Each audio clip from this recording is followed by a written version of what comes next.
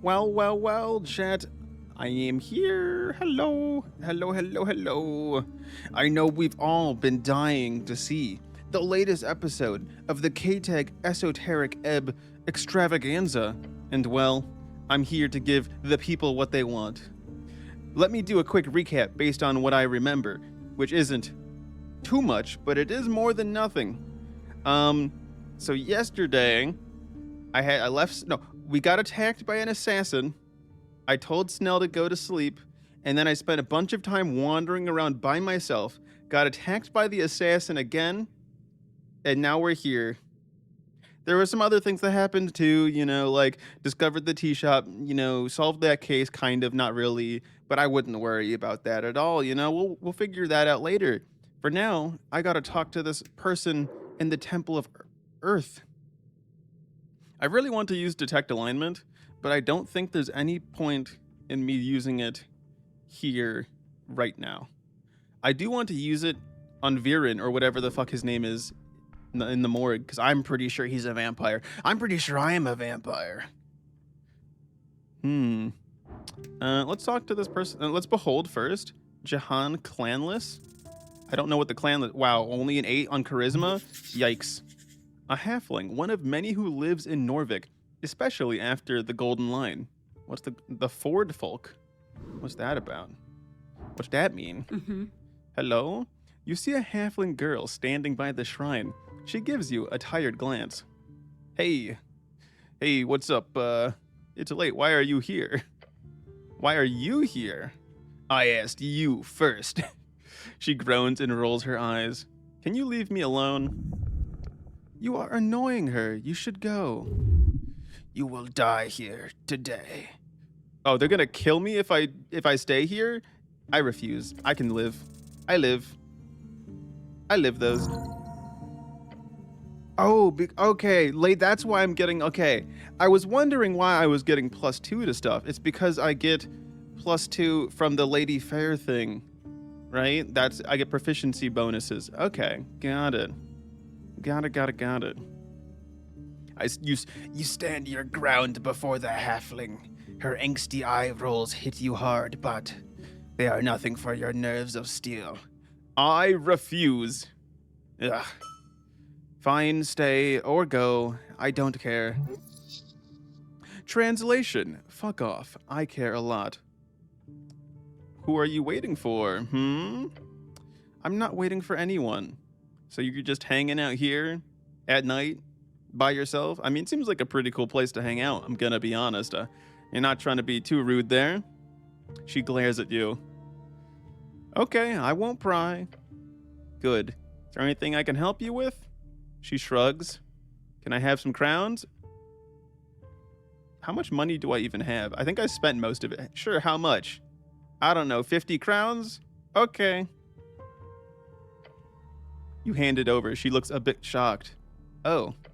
She pockets it instantly. Thanks. What are you gonna spend it on? She crosses her arms and strikes a stoic pose. Look, it's going to the Ecorns Fund, my family. I work double shifts at Jammery to support my cousins, since I'm here safe and they're not. Jammery, nickname for the jam factory on the north wall. It smells quite lovely when you walk past it. A darkness falls upon her face. Safe from the Golden Horde. Golden Line updated. What is this Golden Line? Golden Line, the geographic barrier and magical wall cutting the clan lands in two. The western side is under occupation of the Golden Horde. This fragile armistice is seen by many as not valid due to the constant guerrilla warfare by halflings stuck on the western side. Okay. Clanlands, a term for the unified halfling states in western Ascan. The official name is the Fordnip Commonwealth, although many avoid this term as to not annoy envoys of the Golden Horde. What's the Fordnip Commonwealth? Fordnip Commonwealth, the unified states of halfling lands in western Ascan, also known as the Clanlands. They were allies of Norvik in the early days of the conquest. Today, the relationship is strained after Norvik refused to aid them against the Golden Horde. So, from what I'm getting, the halflings, essentially, their area of the whatchamacallit, got cut in two by this Golden Horde group, And then, so one side's the original. Okay, I think I get it. 14 years ago, a conflict based on many geopolitical goals. Ah, because of the invasion. Duh. How much do you send them? Half my salary? So like 200 crowns a month? Interesting. Very interesting. You send money to support any kind of resistance? That's... Ouch. A sensitive topic. Of course, it's common knowledge that most young halflings are more or less in active resistance against the Golden Horde. No, of course not. That would be illegal. Smooth. So you're saying you're not a terrorist, nor are you a terrorist sympathizer. So you say you're not supporting the resistance? I would say that I am an active supporter of the independence of the clanlands and the sovereign rule of halflings over the Ford-Nip Commonwealth. Duh.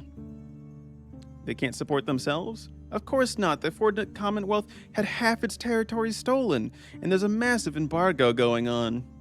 And there's like a ton of evidence showing that those damn Celestials are forcing a bunch of other nations to block trade with us. So yeah, they need help. Why don't they just get some clerics to create food and water? That sounds like a supply issue. Basically, there were about 100,000 of my people displaced when the Golden Line was drawn. It's got really bad. Even now, over 10 years later, it's still bad. Why did they invade your homeland? I mean, not that they really like need a reason necessarily. You know, you can just kind of invade for whatever reason you want. But you know, what was their casus belli? They're insane genocidal conquerors. Okay, like I want a little bit more than that. Like, have you seen any of them? They're creepy as all hells. Okay. The Commonwealth is a broken nation of a lazy people. Okay, intelligence. They could not survive even the most basic of celestial trickery. That's not exactly the most productive people on the coast. And they've always been isolationists. That's probably the main reason they invaded. There's a bunch of expensive amber sitting underneath the western clanlands. And if they're not gonna mine it, somebody will. Come on. Just say something nice about halflings. No need to get all preachy. She gives you a tired look. The Golden Horde is a foreign imperialist subjugator. We must resist them. Well, I'll say I stand with my halfling neighbors. We need all the help we can get. If you want to send money or talk about it in the press or anything, please do. Okay, I will. Thank you. Okay, I'm done now. Is that all we talk about here? I mean, that's cool. That's fine. You know, I'm not like disappointed or anything. What's this wood carving all about? You stare at the wondrous wood carving. I'm just like, yeah, okay, very interesting political discussion. Now I'm gonna go look at this pretty statue. However, you also notice a message carved into the base of the art piece. It says, Goblin was here. Heresy! What kind of ingrate would defile a sacred object? Goblin was here? Stare at the message. Vandalization. Terrible to see. If you'd been here, you would have stopped it, surely. What do I know about him? Goblin is an artist. He's technically wanted in most districts. But no one even knows if he's real. Might be a dozen little guys running around with paint and carving tools. Who knows? Okay. I don't think touching it's gonna be a good idea, so I'm just gonna let it stay. Let it ride. All right, double checking that there's nothing to talk to you about that I missed, right? Okay, that's it. Okay, bye. Unless anything at here?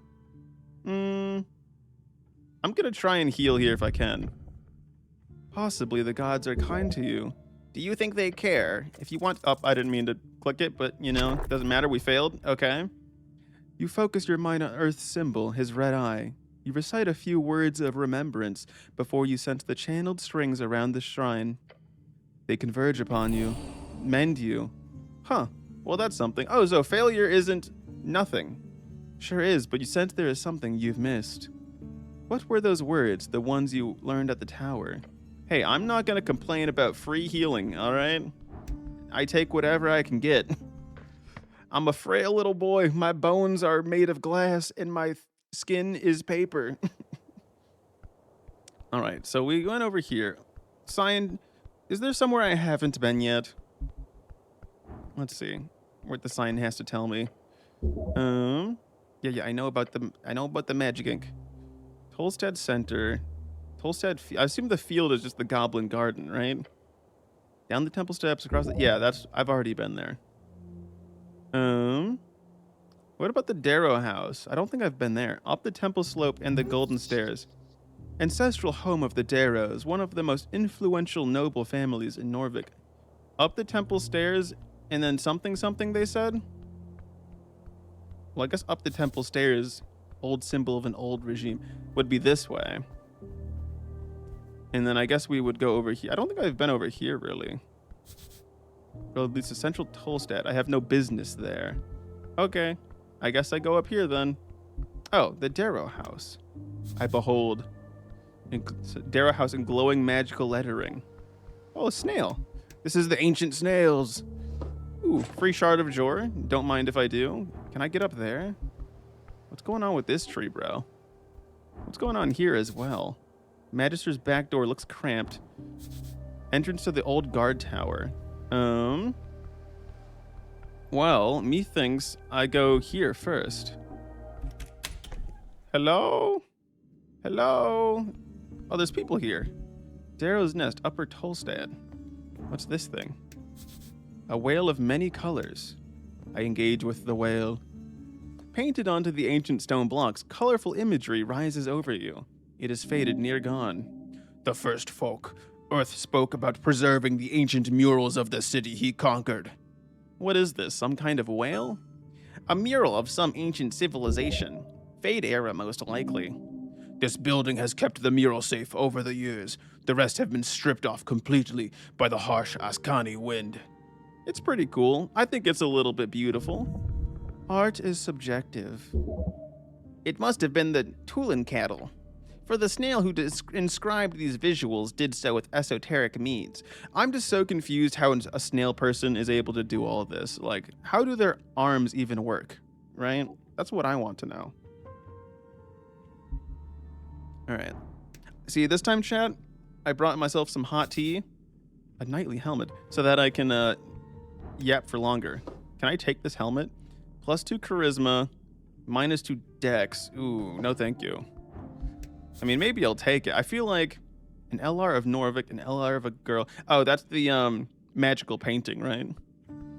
Yeah, I don't think I'm gonna steal the helmet from them right in front of their face. Something tells me that doesn't end well. Etir, city's sworn angel. Oh, they're a celestial. Oh, nat 1. Ooh, I know nothing. Ooh, okay. What about this guy up here? Who are you? Nicholas Darrow. Oh, that's the Coin Lord. All right, come on. Good roll, please. That's a 9. Yikes. Here he is, the Coin Lord of Norvik and Magistrate of Tolstad. Well, I'm going to talk to you first, because I know slightly more about you. At the top of the stairs, you see... This, you know what? How do I explain it? This guy kind of reminds me of the one guy in the Hunger Games movie, although his beard isn't, like, wacky looking like that guy's, but his face reminds me of it for some reason. I don't know why. His well-groomed face lit by a single bulb candle, but he says he does not look at you. Instead, he folds his copy of the Norvikian Post in half in size. Will you look at that? It's Coin Lord Darrow in the flesh. Your boss. You hear about this? The man slaps his newspaper. Asgalist opportunist strikes fear in Silker's Guild. He reads to you. Then he lowers the paper and mutters, 9,000 crowns in damages. Damn, that's like 2 years' salary. The man commands attention. Protesters? Question mark? Hooligans. We should beat them. No. I think they're just trying to get their point across. Oh, they did that a long time ago. The magistrate takes a few quick glances at you. But what can you do? It's democracy. I love democracy. I love democracy. Not many clerics do, from what I hear. Darrow lets out a sigh, folding his paper in half again. It's the age of crowds. That's what they call it. And the loudest voices keep shouting at me in particular, it seems. The crowd has power beyond belief. He furrows his brow. The moonlight makes him look like a marble bust. Have you met with the goblin chieftain, yes? Yet? Sure, I just didn't bring my goblin sidekick here. That's something tells me they don't want him to know that I did that. But at the same time, I could say it and it would be kind of funny. I'm not gonna say that because I feel like this, by not telling him, I have a feeling he's a bit sketch. I know, crazy idea, chat, but maybe the nobility of the district kind of sketch. Who knows? Although the goblin queen dragon lady also kind of sketch, because they're probably a dragon, but who knows? Yes, my lord, I have. Good, good. His jaw tightens, then loosens. The coin lord carries an iron will ring, as all good politicians do. Makes any mind-altering spell you cast on him useless. Don't waste any spell slots. I was not going to cast any mind-altering spell, even if I could. But can I not do a detect alignment? Who knows? Oh, I'll do it when I'm out of I think I have to be out of conversation. I must apologize, cleric. Tossing you around as a pawn in this regrettably political game of ours isn't something I hoped for. You obviously have much more important matters to attend to in the palace. Of course you do. Not really. The Lord is flattering you. He's gotten far in life using this tactic. You know, a job's a job. Yes, someone has to keep things running. First things first. I'm obliged to offer accommodations during your stay here in Tolstad. Obliged? Interesting word choice. It is customary for clerics on a job to be given free housing by their employer. Am I gonna have a bed to sleep in? You may stay in the old guard tower. The coin lord tosses you an iron key. That key will get you access to the tower. Etter uses one of the floors. You take the top one. Thank you for housing me, my lord.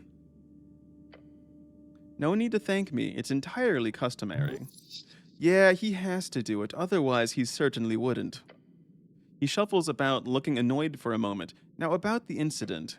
As soon as the fires were put out, I had a city engineer inspect for structural damages. He speaks of the tea shop. Obviously. Once it was cleared and no casualties were reported, I shut it down. I heard something about a fireplace incident. He waves his hand through the air as if swatting at a fly. A white lie. The reason why we've been so very careful with this whole ordeal is simply because we do not want to cause more strife. We've got enough of that already, Earth pray tell. Earth pray tell, Norvikian lingo, spoken as an exclamation of surrender to the knowledge and power of the protective god of the city, sometimes used ironically since his death by secularists. You see him shift about in his chair. He is taking something to stay awake. Illimian herbs, most likely. Illimian herbs, slang for the many types of hallucinatory and performance-enhancing herbal remedies brought into Norvik by elven smugglers. He's on drugs right now. Did you notice what he said? Your real job here is not to solve this crime. The real job is to dodge arrows for the magistrate. Dodge, the act of not getting hit. You should try it. Okay, fuck you, dexterity. Okay, thank you. Yeah, that sounds about right. What's your theory? This matter with the tea shop is one big distraction, I'm afraid. Of course it is, right before the election, at the heart of the city. Political manipulation. You think a party's behind it? He holds up his hand. I'm not saying anything, but... Well, it certainly is an exciting thought. I do not believe any party has enough incentive to pull off something like this. My purest guess would be someone with access to arcane artifacts, or at worst, a rogue spellcaster. Someone who would benefit from scared goblins and angry Asgals. So, a radical. Not a bad guess. However, he is clearly attempting to not place focus on any real powers in the city. Strife? It's election week, cleric. We've got illegal rallies, copper presses full of lies, and a populace ready to tear their neighbors into pieces. If the city is to survive, we need to play it safe. He rubs his eyes. Then we've also got a tired old Lord Patriarch who hasn't left his villa for years. Yes, Lord Patriarch Akasam. He is old, but he is hanging in there. That leaves us in charge. You the magistrates? Yes, cleric. We, along with the straggling patriarchs and other palace officials, hold the reins in this election for the party of Norvik. Trust me, it's not easy being a magistrate. Anyhow, the tea shop. He gestures towards you with his hands. What information do you have? Aggressive spread of fire, a loud explosion, militia rushed across the halfway bridge and put it out. He looks out the window. The owner is missing, but no one got hurt. Okay. Keep him talking. You need more info before you ask about the tea shop. Well, it might be smart to go for the tea shop question straight away. Who knows how you'll fuck up if you keep on asking questions. You require information. Ask. So you're the coin lord. Something tells me that's not a good question. I'm gonna ask about the angel. More or less. Etter is a high prefect. Every magistrate gets the highest tier of protection available. She's not much of a talker, but I can't say I dislike it. She gets the job done. You hear that, Etter? Darrow calls out down the stairs. Yes, magistrate, she replies coldly from below. Magistrate shakes his head. Earth be good. What do you know about the owner? Of the tea shop? A birdfolk male called Drum something, the type to show up in all kind of registers in the palace. But he didn't have any expensive insurance or anything. No insurance at all, in fact. Poor guy. The bird hasn't left the city in any official capacity. He's on a list. He could be anywhere. Look over your shoulder. The coin lord leans back. Maybe he's halfway to Vorgeni by now. Maybe he's down in the sewers. Who knows, cleric? His kind can be found in all kinds of strange places. Birdfolk are known for their criminal acumen. Khajiit. Moment. Goblins hadn't pushed for it. Would you have sent for me? The posh man looks you up and down. No, I don't think I would have. He's not talking around it. Means he doesn't see you as a threat. Missing paladin. What's my actual job here? Your actual job is to do what I ask of you. Look around the rubble, ask around for witnesses or evidence. I want you to keep the goblins happy. Do that, and I'll be happy. Okay. I'm ready to swear an oath? No, thank you. I've already explored the tea shop. I have completed my investigation. I'm not going to tell him about the dead elf. Okay? I think he's going to, like, fuck me over. Although, should I do that? At the same, should I not tell him? I feel like if I tell him, though, because I don't think he, I think he's, I've actually already entered the tea shop, so don't swear. So what is this oath thing they're asking me about anyways? I'm so confused. Like, I don't remember. Here, I'm just gonna go and then I'll talk to him in a sec. I'm gonna save because I'm actually... Is the missing paladin involved? Is that what the papers call him now? Lord Gorm has been missing for weeks, so I'm afraid the timeline doesn't quite add up. If you find him skulking about below, you can ask him anything you want. Just let him know he's been kicked off the campaign, okay? Oh wait, because I was supposed to ask this guy to go in, right? Into the thingy. If you find him, perhaps there will be a reward.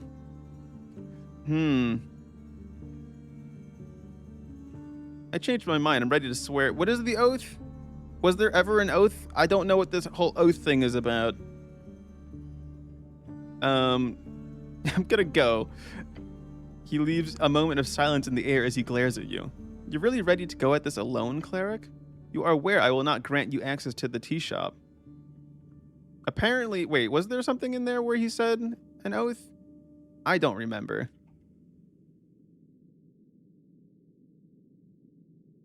I don't remember what the fucking oath was at all, dog. I don't think there was an oath. I think the game's assuming I talked to him before I went to the t-shirt, unless I just completely missed it. I mean, I get what he just wants me to work for him, but I don't know what the oath is. So how do you intend to solve this? Maybe I'll ask a few more questions before I go. What is this oath thing? I just want to save so I can understand what I'm doing here, if that makes sense. All right. I mean, I've already explored the tea shop. I already did my investigation, but I feel like if I tell you, you're gonna ruin my life. I kind of, you know what? Fuck it. We'll tell him. I think that's funny. Really? If you don't mind me asking, how did you get inside? I smashed it open. Well, then the seal must have failed. Yeah, you should look into getting better arcane locks cast in the future. Indeed. Either way, what did you find? A dead elf. Sorry? A dead elf. The coin lord looks at you as if he is expecting some kind of elaboration, probably in the form of a joke. A dead elf. Yeah, that's a genuine reaction. Oh man, he does not believe you. What, an Illim elf? And his eyes widen. Gods be damned. He looks like he's about to get up and run out of the room. My good sir cleric, I will have to ask you to leave now. I will have to make sure to handle all of this, the corpses in the Lich house, I assume. Yes, Viskin has taken care of it. Good, good. Listen to me carefully now, cleric. Go sleep in that tower. Then in the morrow, whatever you do, do not let any decent information slip into the hands of the goblins. We do not need their pokey little noses in this mess. I'll do my best, boss. I will speak with you later on. Election day, most likely. Now, good evening to you. Great job. You made him very happy. You hear him muttering to himself, what a mess. What a fucking mess. Bow your helm and walk away. So, you know, I'm probably going to have, like, caused some major things because of that. So what I'm going to do here is... Actually, I guess we already... When was this autosave? Was that after I talked to the person? I assume it is. So what I'm going to do... Told Darrow is what we're going to call this save, right? And then I'm going to load the autosave. And then we're going to make a save there as well, in case it turns out I've completely fucked things by doing this. Save this as pre-told Darrow. There we go. All right, and then I load back to told Darrow. Because either something's really fucky gonna happen and the body's gonna disappear before I can do anything with it, which is the likely case, honestly, by telling him, but at the same time, who knows? You know, maybe it will be there. Because I kind of figured, like, I don't think I can actually get away because the body is already in the morgue house, right? I feel like he would know if maybe he's not informed? I feel like he would be informed, though. So there's no point in me hiding that information, because he's gonna find out anyways. The angel stands tall. She's blocking the hallway leading further into the Coin Lord's mansion. Her many eyes glare at you. Darrow's letting me stay in your tower. I show her the key. So we're gonna be roommates! Oh man, Eder, we're gonna have great times. We're gonna have a great sleepover. The spinning eyes stop for a moment. Uh-oh. Run. Gain experience. I am aware. I'm not taking your bed, am I? I do not sleep, cleric. Don't say weird. Weird. Ah, got it. All right. She bows her head slowly, but does not respond. Are you okay with that? She is silent for a beat. The magistrate has ordered it. Okay, I'll be going to the guard tower then. There is a bedroll on the upper floor. Do not touch anything. Translation, touch everything. Listen to her. Obey. I spoke with the magistrate. She nods. He's finished with your business here. The magistrate will not have time again, cleric. Gulp. Okay. Okay, bye, roommate. Bye, roomie.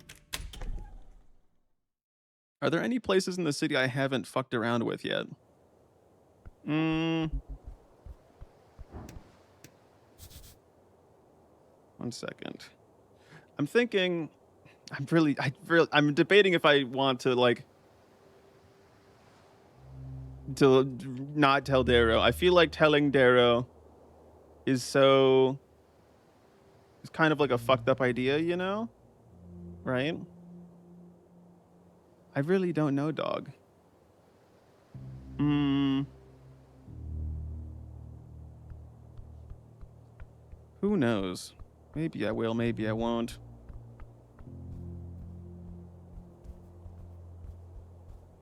It's 3 a.m.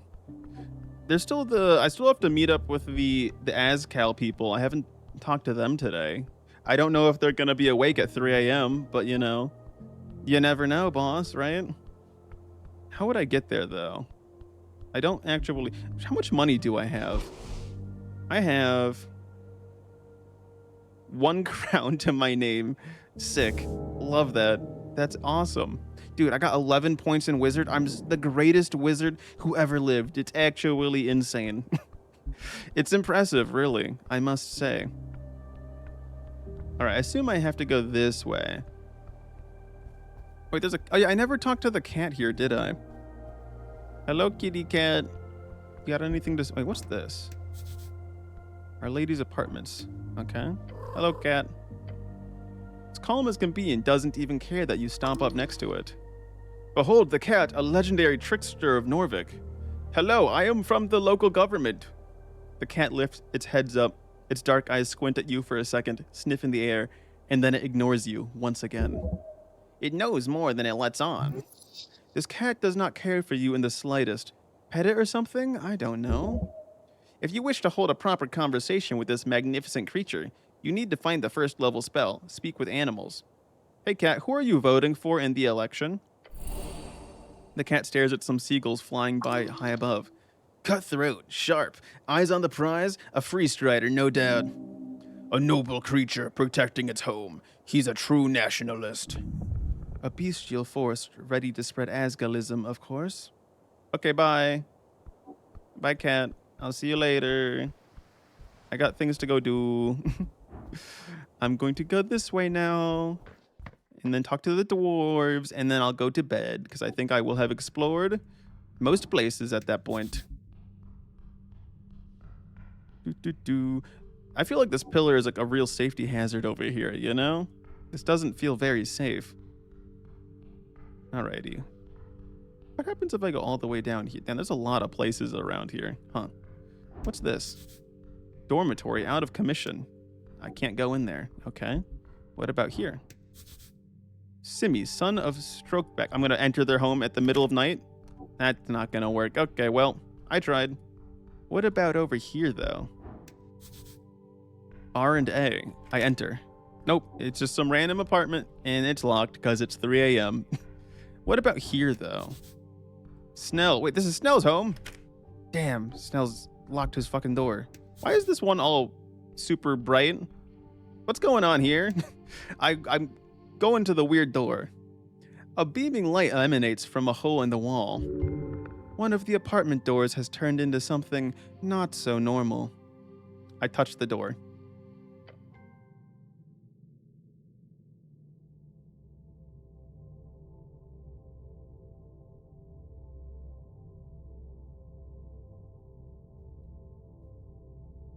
What the fuck is going on, dude?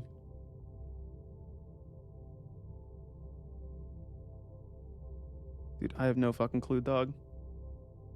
A sting of radiant energy fills your senses.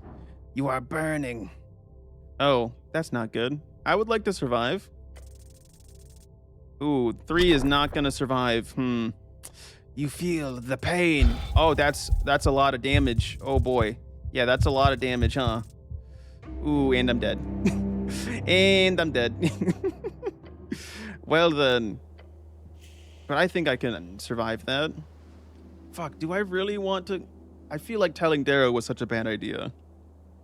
But I won't know. Like... if it's, like, actually a problem or not, you know?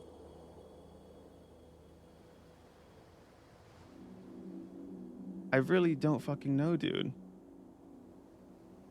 Because I know Darrow's sketchy as fuck, but like, I don't fucking know, dude. I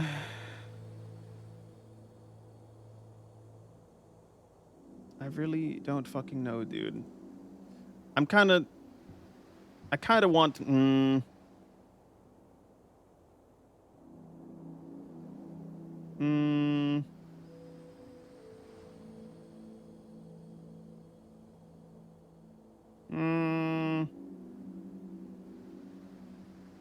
Fuck it. I told Darrow first, so I'm gonna stick with it. I'll stick with the consequences of my own actions.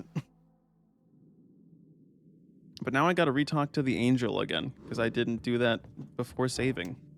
Like a dummy. Hello, yes, we've been through this before. I need to talk to you in, Yap. I'm not taking your bed. Got it. And then we say, okay. And then I say, I talk to the magistrate. And then they nod. And then I say, okay, bye.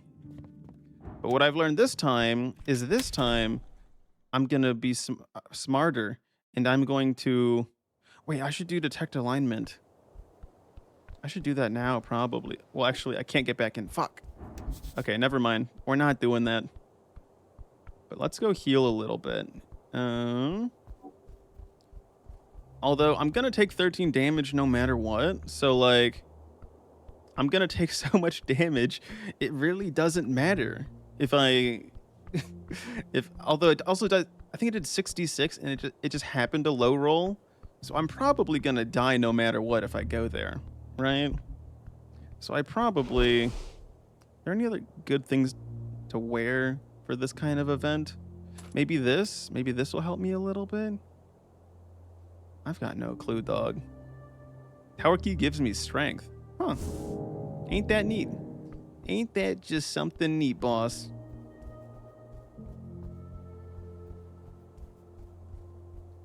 You know what? No, I'm not gonna tell Darrow. We're going the pre-told Darrow route. I've decided. But what if there's something really interesting that happens if I tell him? That's the problem. I really don't know. It's actually what I could do. Okay, here's what I'm gonna do. We're gonna do a little bit of save scummery. If the body disappears in the morning, then I'm gonna go the route. Here's what we're gonna do. We're gonna do a little scumbaggery right here, right? And we're gonna go to bed, and then we'll run over, see if the body is still there. If it's still there, then I'm willing to chill, you know? I enter the door. But I still think Darrow's involved is the thing. But how do I sleep? Just go up here like this? I sleep. Oh, that's a lot of... I'm just going to take a long rest. Hopefully it doesn't, like, put me through a whole yap session. But I think it will, most likely. Okay, yep. I'm trying to speedrun this game. Let me get to the next day already. Oh, now, what do you mean, now let's see? What does that mean? What do you mean? I got into the tea shop on day one? That's Was it impressive? It felt kind of easy, you know? Smart move talking things out with the dwarves. Okay. Very cool. Very, very cool. Sorry about letting you stumble into this. Yeah, fuck you, game. All right. Fuck you for letting that happen. I actually did die down there. That is true. I did die there because of the freaking gelatinous cube. Day 2. Ooh. All right, I'm not going to read any of this because I am going to end up restarting this anyways. Because I'm only trying to check if one thing happened. If that thing didn't happen, then we can feel good about our actions. I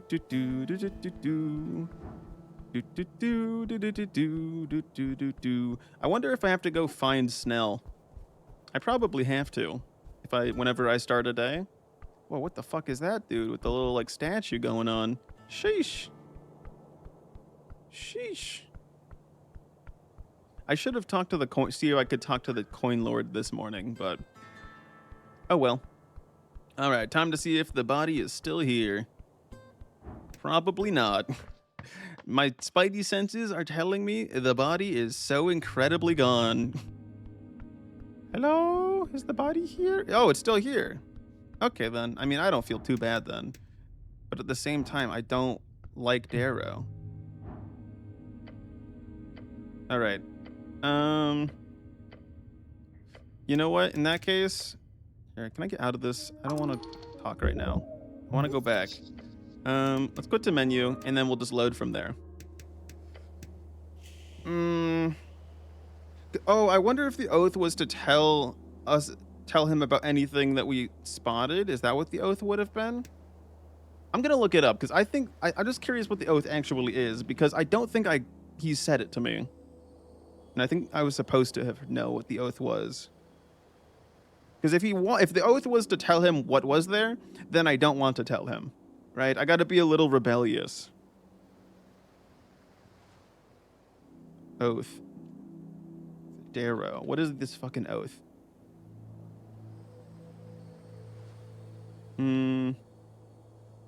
Oath. What's this about? Oath. The oath. We want to expose the official city narrative on the tea shop. Oh. Okay, that's what the oath is. Got it. Okie dokies. I mean, well, in that case, if as long as he doesn't want me to oppose the official city narrative, I don't know that I necessarily care then. You know? I feel like that's pretty simple, you know? Like, I guess it would probably be a good idea for me not to do anything with that, but you know... You know, well, let's do the pre-telling him. All right. I'll do the pre-telling him thing. But at the same time, I think.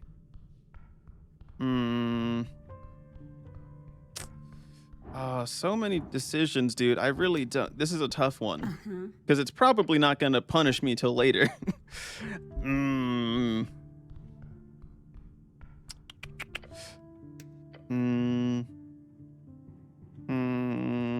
Here, we'll just go talk to him again, and then I'll decide as I talk. How about that?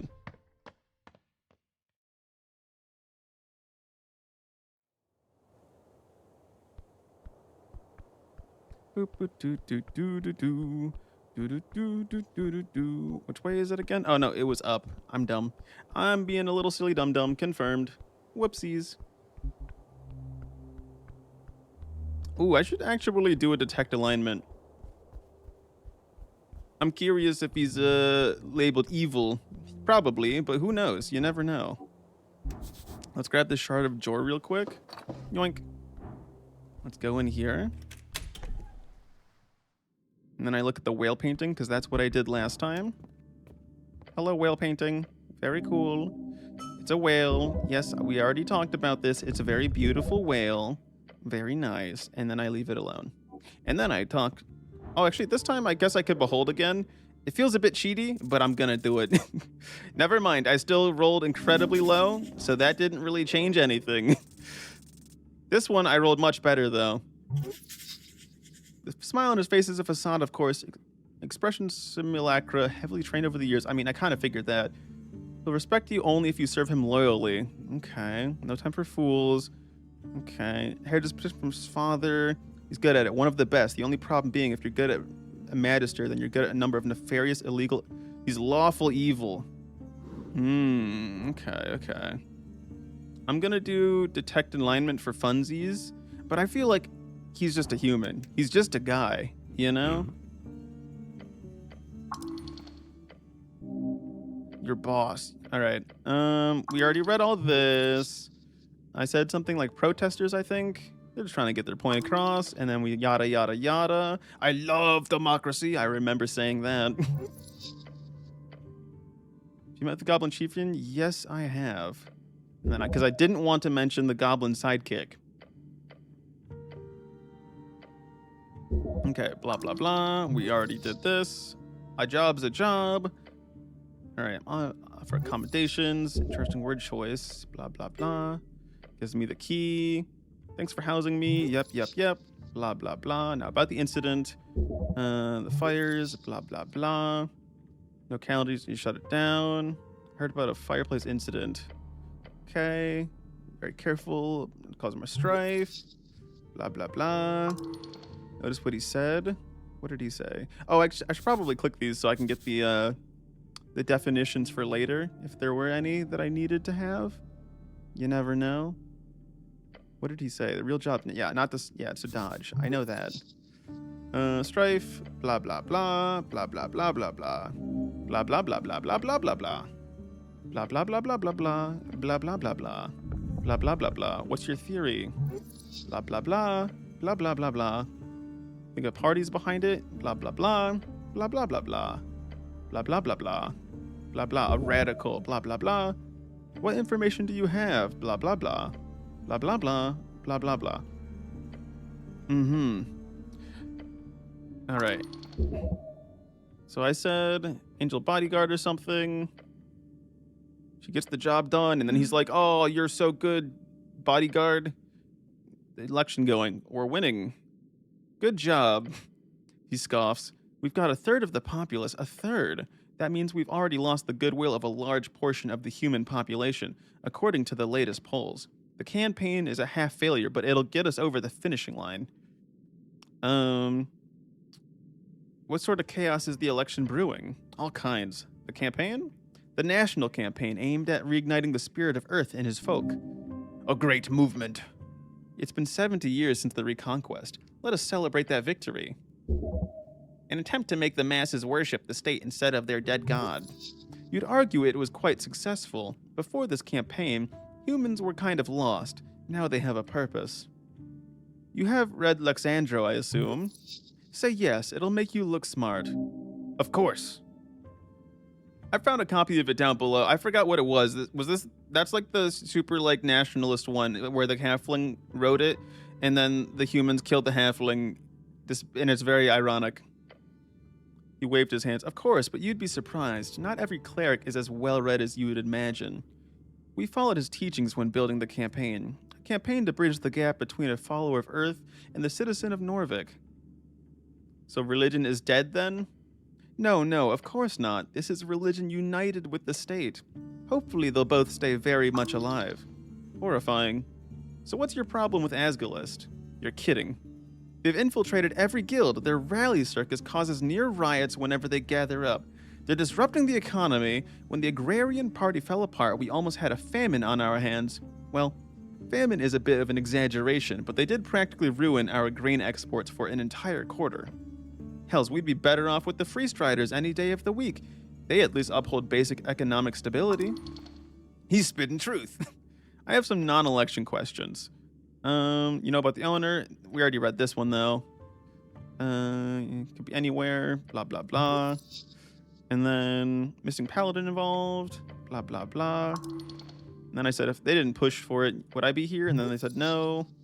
What's my actual job here? Do what I ask, look around the rubble, ask for blah, blah, blah. Really should have sent someone with more experience for... No, I think... Yeah, they never mentioned the oath. I don't think he ever mentioned the oath, having me swear an oath. But if the oath is just to stick to the official narrative...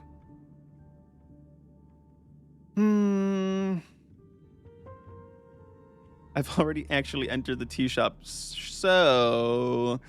I kind of like that idea, where I end up not swearing an oath. That would be kind of funny, though. I think that's a good one to say, but not about the dead elf right away. Really? If you don't mind me asking, how did you get inside? I smashed it open. Yeah, you should get better arcane locks. Indeed. Either way, in that case, I suppose you can simply proceed with your investigation then. But I implore you, for the sake of the city, be careful with what you share with the goblins. Lady Sageleaf is not your ally here. I am. He gives you a stern smile. I will speak with you later on. Election day, most likely. Now, if you will. Great job. You showed your prowess without fucking with him too much. Bow your helm and walk away. Oh, so this time... So I didn't... It doesn't even give me the opportunity to tell him about the dead elf. Should I tell him about the dead elf, though? See, now I'm really debating. Okay. I'm going to save this as didn't tell Darrow.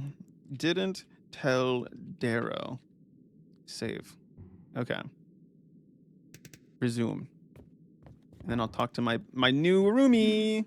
Hello, Etter. Darrow's letting me stay with you. Nah, we're gonna be best buds. I just know it. Got it. And then we say, are you okay with that? And then they're like, oh, really ominous and spooky. And then I say, I spoke with the magistrate. And then we say, oh, yeah, okay. Very cool. Okay, now, champ, we get to sit here and debate again.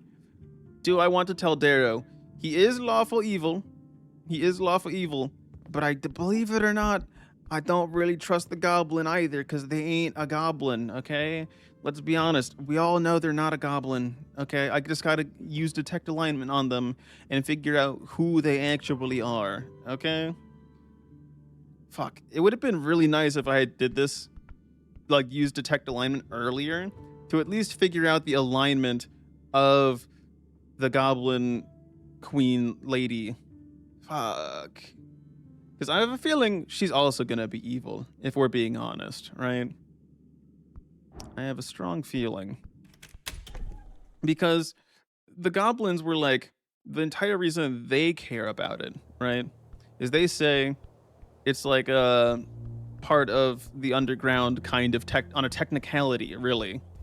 So why the fuck do they care, right? What reason do they have to care? And that's what I'm confused about. And that's what's really making me not know who to try. I mean, obviously Darrow is lawful evil, but you know, he's lawful evil. Maybe he'll like give me a promotion. Maybe I'll get some like sweet money out of it. Who knows? And if I don't tell anyone, I feel like eventually someone will tell, you know? Viskin already knows. He could tell somebody.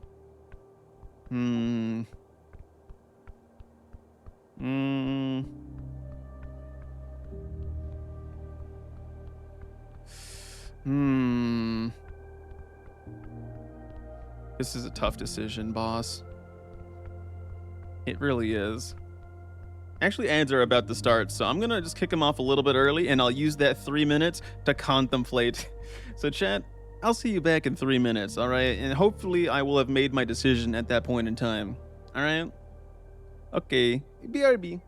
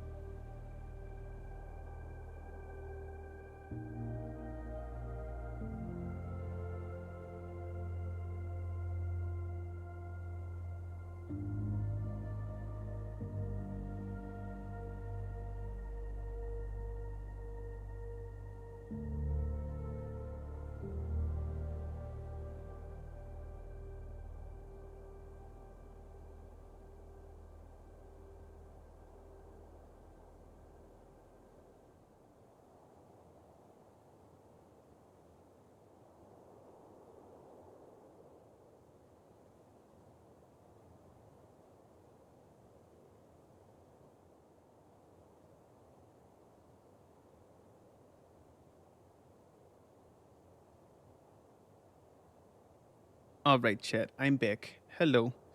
I have decided. I actually still haven't decided. Instead, what I'm gonna do is we're gonna go down to the door, the weird door in the one lanes. Actually, I gotta go a different way to get down there, don't I? I think I have to go this way. We're gonna go to the weird glowing door and hope it doesn't kill us this time. And if it does, well then, maybe it's just not meant to be, It would be a real shame. It really would. All right, enter. Here we go. I feel like there's another section of the map that exists that I just completely missed, but I'm not sure exactly where it is, if I'm being honest. But I'll get there eventually. So we already tried to open a bunch of those doors. And then we get the weird glowy door. What's down? Winding path leads outside eventually. I wonder where that one goes. Maybe I should check that out before I go to the weird glowy door. Let's go this way first. See what's going on here. Hopefully something that doesn't kill me. That would be cool. Oh, does this just lead to the goblin zone? Pretty sure this leads to the goblins. Yeah, this just leads to the goblins. And then the dragon lady isn't here, so I can't do anything with that. Damn it. Fuck. Is there a map? I just realized I should check to see if there's a map. Because I think there is. I just don't remember exactly if there is. Inventory journal. Here we go. Tolstead west, south, north. Tolstead east. Are there other zones? Pillar Crossing. Okay, I know that place. Waterlane View. Drunk Sphinx Goblin Garden. Okay, I think that's everywhere we know about then. I would assume. Okay. So I'm going to go touch the weird glowy door again, and hopefully it doesn't kill me this time. Because I must know what the door does. Maybe I should heal myself first, on the off chance it doesn't instantly kill me, That might be a good idea. Let's consume one of the treats, and then we'll consume another treat. I love my cardamom treats. They're my favorite. And then maybe we'll also put on our obsidian amulet, because this thing is a weird constitution check. Maybe it's an aberration. You never know. Actually, wait, can it? No, it only detects creatures. Damn it. Fuck. Alright, whatever. Alright, into the weird door. I touched the door. Oh, ooh, ooh. This can't end well. It really cannot end well at all. But I like to think, it's a possible survival. I just have to roll a 12. Well, actually, no. I have to roll a 14 or above to not take a bajillion damage. That's a 6. That's a 6. You feel the pain. And that's 21. Ow. Ow, that fucking hurt. That hurt so bad. But maybe I won't, die to death saving throws. Maybe I'll live. Or maybe I get a natural one and die horrifically. Well, this might sound kind of lame, but I really want to, oh, did I not talk to freaking Eder before this one? Damn it. Okay, I'm gonna have to save before the door, because I feel like failing all my death savings throw, there's a good chance I can live, There's a pretty good chance. So I might just do it until I don't die instantly. Okay. I'll be going then. Okay, I spoke with the magistrate. Yes, blah, blah, blah. Okay. And then, is there a quick save? Ooh, F5. Okay, cool. I want to talk again. I'm not done. Okay, never mind. He wants me to leave. Okay, then. Well, I tried. Well.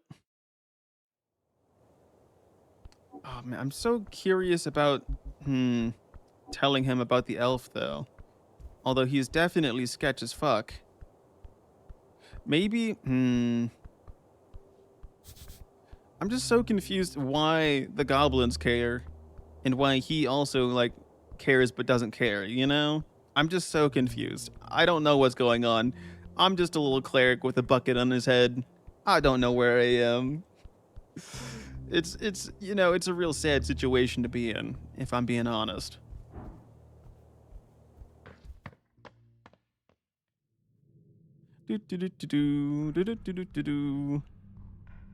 Oh yeah, Snell doesn't know about the body, does he?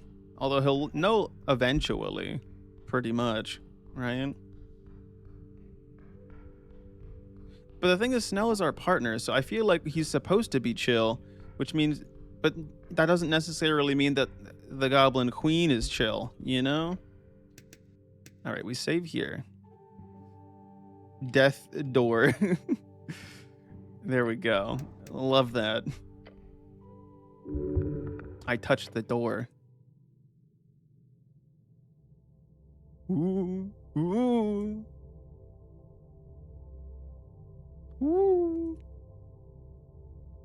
What if we just keep the knowledge of the dead elf to myself? Actually, wait, no, Viren's gonna probably tell him because he asked if Viren knew about it, right? Ow. Ow, that's a lot of damage. Ow, please don't die this time. Let me live, please, please.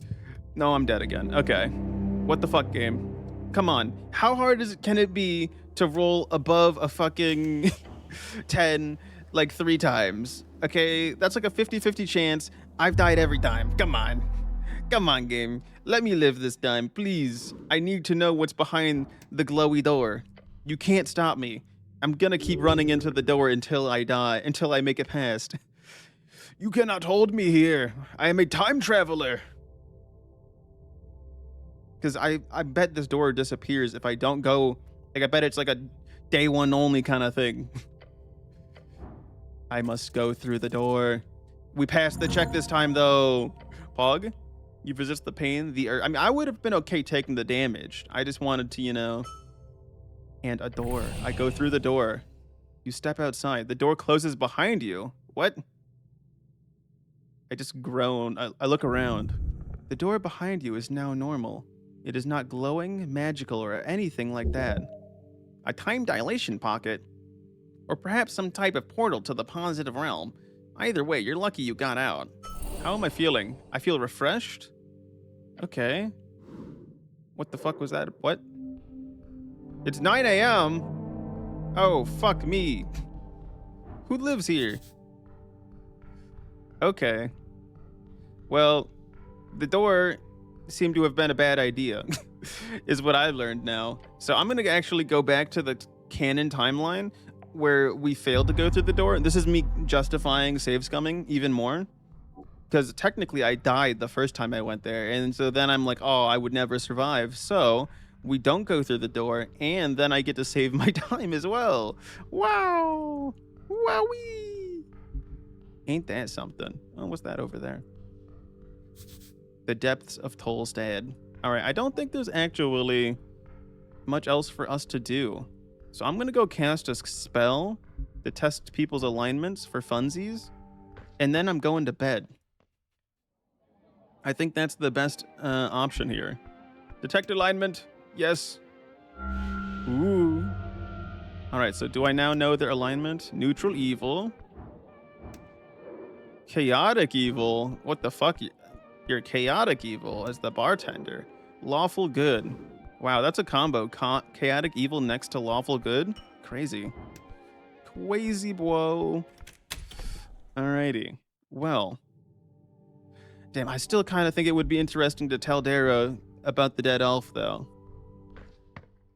But... I really don't know. I really don't know, boss. I think I'm just gonna go. I think I'm okay with not telling him about the dead elf, because he is kind of sketchy. But I'm also okay with... What if we just keep the dead elf like a us thing, chat, you know? We don't tell the goblins about it. We don't tell Darrow about it. It's just our own little fun little secret, okay? And we only investigate the dead elf when fucking Snell isn't around. I think that's a great idea. I think it will end very well. Any apples over here? Ooh, that's a lot of fucking apples, bro. Holy shit. This tree's got so many apples. I could climb the branches. You see anything suspicious lately, tree? The tree does not respond. Well, I don't actually really care about the apples on the roof. You would have to use Mage Hand, of course, to reach the apples on the roof. Mage Hand, a common arcane cantrip, can be used to grab things from afar. Very useful.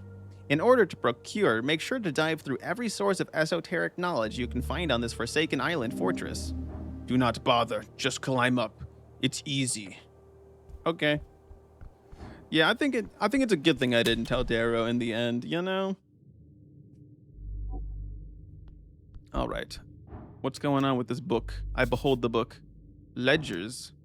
I know Eskier told me not to touch anything, but like, what if I just engage with the ledgers? You know, I'm not gonna touch them, per se.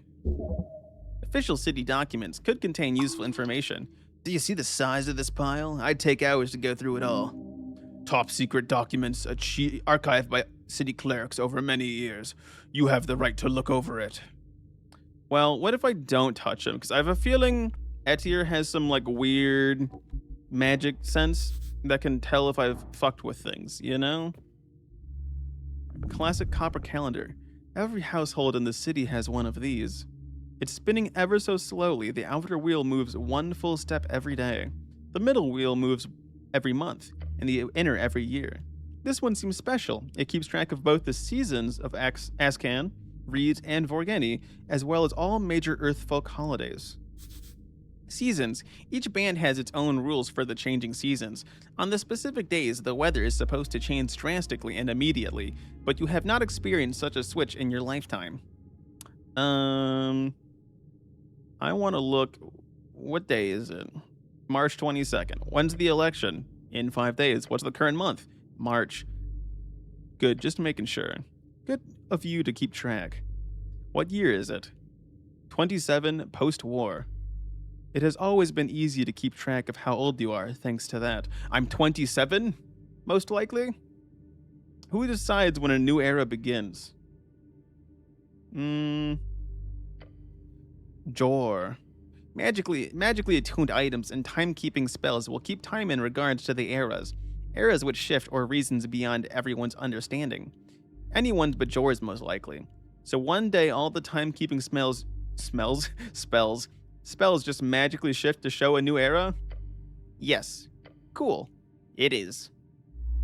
Does that mean I'm the chosen one? No. It is entirely an unremarkable coincidence. Maybe in your heart. Who decides on the names? The eras have no objective names. They are chosen by each culture differently. In Norvik, the common era type is to simply follow the Reedsian common structure, which is Gate Era, 3,000 years, Fade Era, 1,000 years, Divine Era, 379 years, Arcade Era, 511 years, Post-War Era, 27 years, ongoing. Gate Era was the earliest, right? Yes, from the creation of the coast by Jor to the closing of the gates at the end of the Gate War. And Fade was when everything died, right? More or less. It was the era when the powerful creatures trapped after the gates shut struggled for dominion, while losing connection with their outer gods.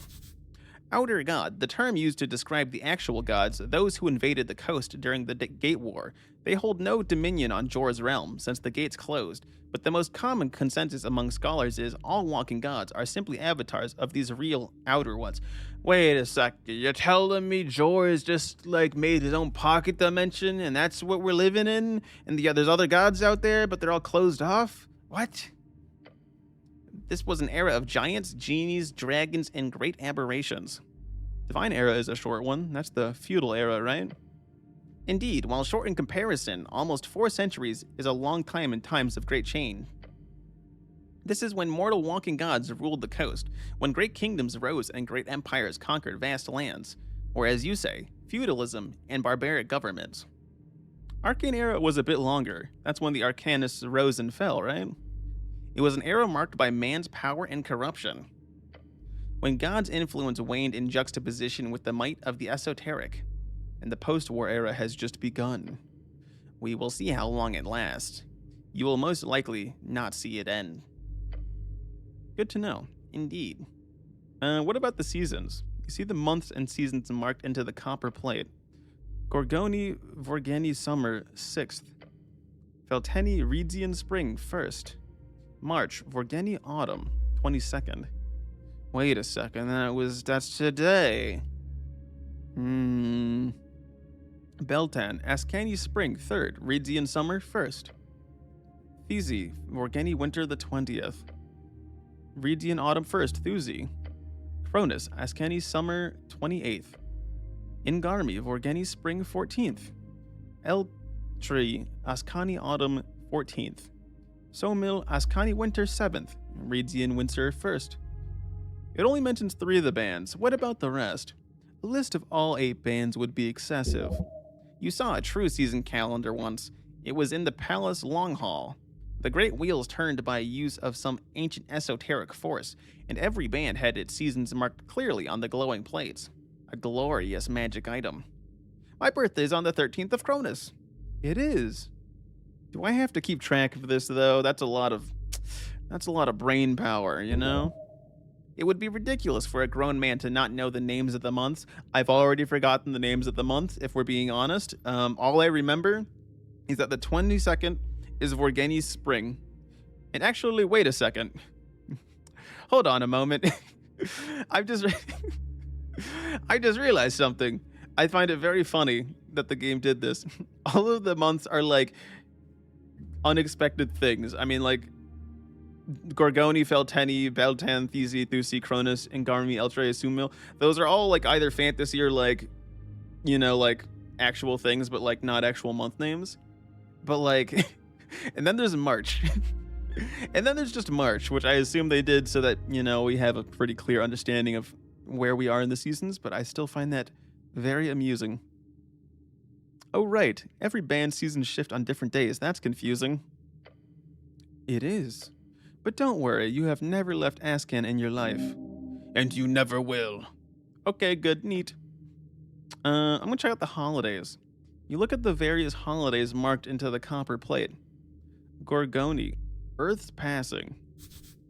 Earth's Passing, drink and feasting, with family and friends, mostly used to ignore the darkness of winter outside. Felteni, Fast of Tuk, 17th. March, the Great Migration on the 5th. Beltan, Blood Night on the 1st, and the Seven Silence on the 7th. Those don't sound like very nice holidays. Those sound like very bad, angry holidays. Thesi, River Run, 3rd. Giant's Crown, 23rd. River Run, Norvikian holiday celebrated at the start of summer. Traditionally, a bike race is held along River Torna each year. Thusi, Folks Feast on the 15th. Cronus, Toll's Dance on the 28th. Ingarmi, Phoenix Watch on the 16th. Eltre, Torna's Flame on the 14th. And the Ascent, ominous, on the 26th. Sumil, Robe Light Night on the 2nd. I like the name of that one. Robe Light Night. You know, it's got that rhyming going on. Look at the marking that says Founding of Norvik. I got plus 5 XP for that. The calendar says 461 Arcane. The Arcane era was 511 years.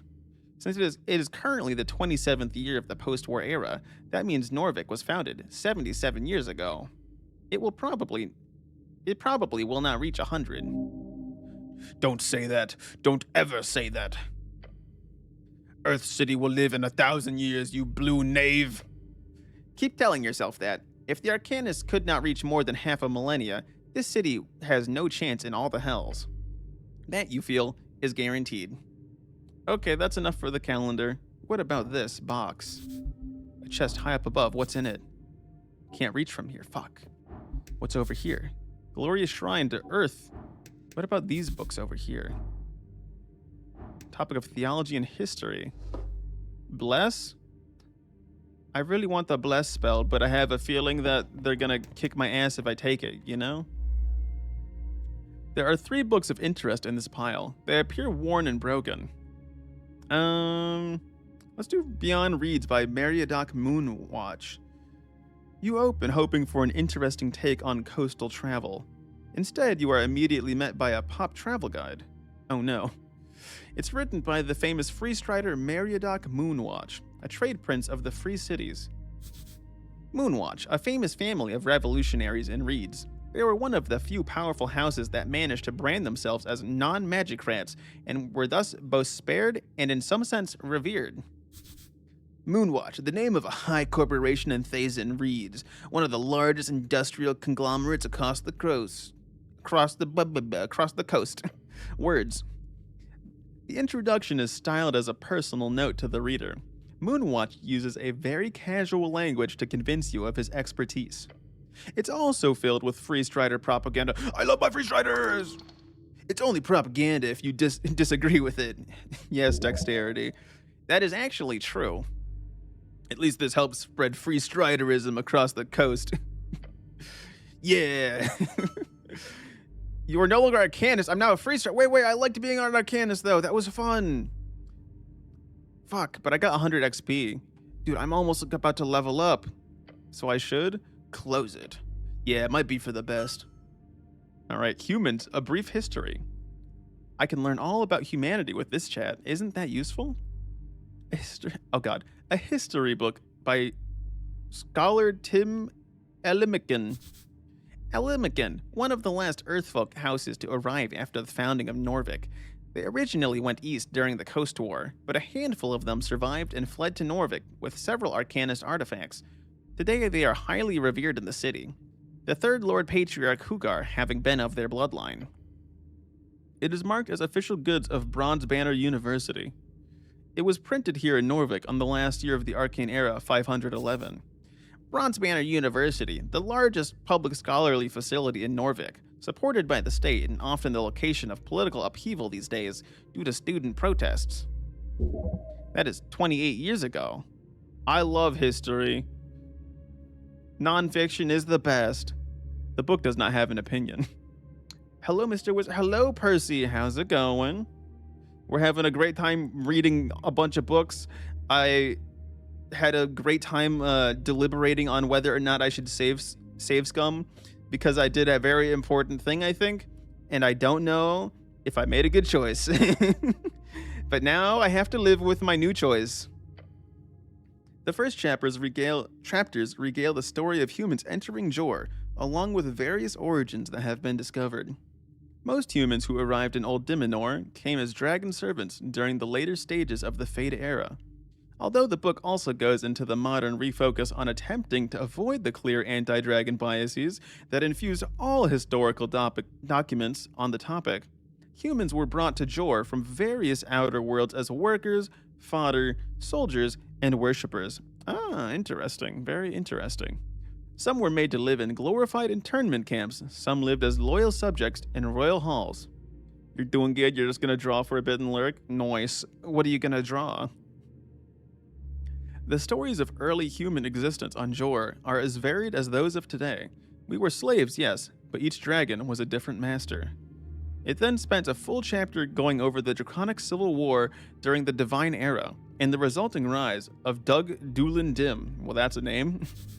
Dug Dulin Dim, the first human emperor on the coast, known as the Drake Slayer King due to his slaying of several dragons and liberating their human slaves. Some call him Drake Doom Dealer Dug Dulin Dim. Most do not. That's a lot of D's in a name. We got 1, 2, 3, 4, 5, and 6. That's a lot of D's. D's nuts? No, I had to make the joke. I don't usually make that joke, chat, I swear. Doom, the lair of a lich. Lich, an undead spellcaster of immense power created and sustained by consuming the souls of mortals. They are capable of eternal life and terrifying esoteric might. I skip ahead. You arrive at the Coast War. Its destructive quality impacted human civilizations as much as it did the coast itself. In short, as the Arcanists rose to ever greater power, humans journeyed into Old Dimenor during the Great Consolidation. An offer of power and wealth to all men, no matter your background, was attractive to say the least. You're working on a secret project. It's almost done with the first part. The first part, there's multiple parts to your project. Very interesting. Great Consolidation, an event that took place during the mid-Arcane Era and lasted approximately 50 years. Arcanists in need of more manpower organized massed immigrations from all corners of the coast. All human of any origin were invited to join the various great magicratic cities. At its end, approximately 90% of all humans were wiped out. Holy fuck. Jesus Christ. Only a few clusters of offshoot communities survived the onslaught. The book contains a solemn list of those human cultures that were fully destroyed in various curses, void bombs, and intrahuman genocides. God damn, bro, that's fucked up. In its final chapters, the book switches topic to instead focus on the various humans who are still identified as unique phenotypes within the human folk type. Some smaller groups across the coast have no clear lineage to draconic slavery, but whether that is due to some other origin is unknown. That's a lot of fucking... Why is the Japanese one in the rest are all fantasy? What? What's the chapter on the Japanese? In almost mythical human peoples of the secretive realm of Yim, the so-called Japanese have been a popular topic of fiction since their discovery in the early mid-arcane era. Yim, one of 8 great bands along the coast, great homeland of the elusive and isolationist High Elves, a land of artificial forests, crags covered in eternal darkness, and roots burrowing into the very coast itself. The Yim have fought a losing battle against devils and celestials for millennia, but their authoritarian society still lives within those great walls. You too were swept up in a samurai's phase during your early years. The book, okay. Well then. I guess we can look through all of them if they're kind of short. Typically stout and red-haired humans who serve the great Tizarel Dinur in western Dimenor.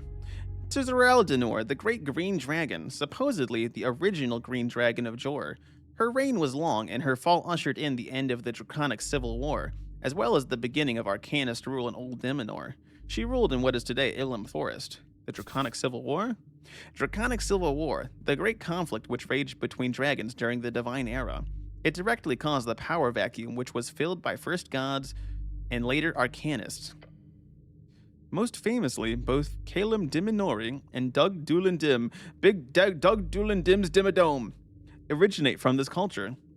The book also mentioned that this phenotype could be found in most surviving human populations along the coast today, due to their prominence in the early Arcane era. You've probably got some Cert blood in you. You are approximately 1/10 Cert. See? Or what about the people of the mountain? These are the followers of the Golden Horde, a vast group of humans who live upon the Holy Mountain. Holy Mountain, a short name for the singular infinite mountain set along the coast in Divinitorum, one of those natural world wonders or whatever. While secretive, they have become less isolated during the last few decades of celestial expansion and can today be found on rare occasions in various cities across the coast. They are described as dark-skinned with black or white hair and eyes that indicate their positions of hierarchy among their kind. No pupils means they are an attendant. Glowing eyes means a gate lord, and dark eyes indicate that they hold a lower placement upon the slope. Whatever that means. What about Tawelona? A small religious human people who thrive within the heartlands of Hazy. They are sometimes called the Great Human Hunters. Are they hunting other humans, or are they just hunting in general? Who knows? While few in number due to their constant struggle against demonic forces, as all people of Hazy are prone to do, the Tawalona live within a sacred spire on the eastern Grand Mesa. They are described as tan, tall, and famously naturally attuned with primal forces. Some compared them with the agrarian Landbuar, but sources indicate that they are very different in both origin and cultural practices. What about the Dimenorians? We hear about Dimenor all the time. The pale, dark-haired, and stereotypically gaunt humans who serve for the great Mad Drake Alganoth within the plains of Inner Dimenor. Mad Drake Alganoth, the great white dragon of Old Dimenor. He is famous for his paranoia causing the first outbreak of the Draconic Civil War. They spawned many of the original Arcanists and make up a large portion of the surviving Reedian human population. If someone says that human looks Reedian, they usually refer to pale skin and black hair. Imagine Viskin. That is your typical Dimenorian. Okay. What about the Abilindi? Sometimes called the Blades of Blood City Bay, these humans live live across the white plains and sands deep inland in Feltire. They are rare to find along the coast and are described as looking similar to the people of the mountains, dark-skinned and stout, with clear red eyes and broad noses. Famously, they run several of the greatest forges on the coast, having earned them a name throughout many of Feltir's most dire conflicts, purely as arms dealers. The chapter explains how their expertise with guns especially brought them notoriety during the Coast War until the Powder Curse, that is. What? Powder Curse, one of Jor's laws of magic. In short, certain chemical compounds react strongly to Jor's strings, often causing volatile reactions. The Arcanist of Dimenor grew their power by circumventing these laws, making use of Powder Knights, an early Coast War class of soldiers, obsolete with the invention of the spell Heat Powder. Heat Powder, a first-level transmutation spell, enforces the Powder Curse on a visible target. So it's the way of, like, making guns not OP. Got it. Pale, generally brown-haired, and tall humans, whom the book makes clear were a very tiny minority among the many old people of old Dimenor. They originally appeared to have served a dragon named Belem, but no historical sources exist of that name beyond the oral traditions of the tribe itself. The only thing that makes the Earthfolk unique is their expertise on shipbuilding and their choice to flee their homeland before a curse bomb ruined it forever. These people then went west and conquered Eskani thanks to their god Earth, which the book does not go into detail about, and instead points towards many other sources. Don't look at this, don't look too hard into it, don't look behind the curtain of history, okay, chat? Today, Earthfolk account to around a quarter of the entire human population on Jor.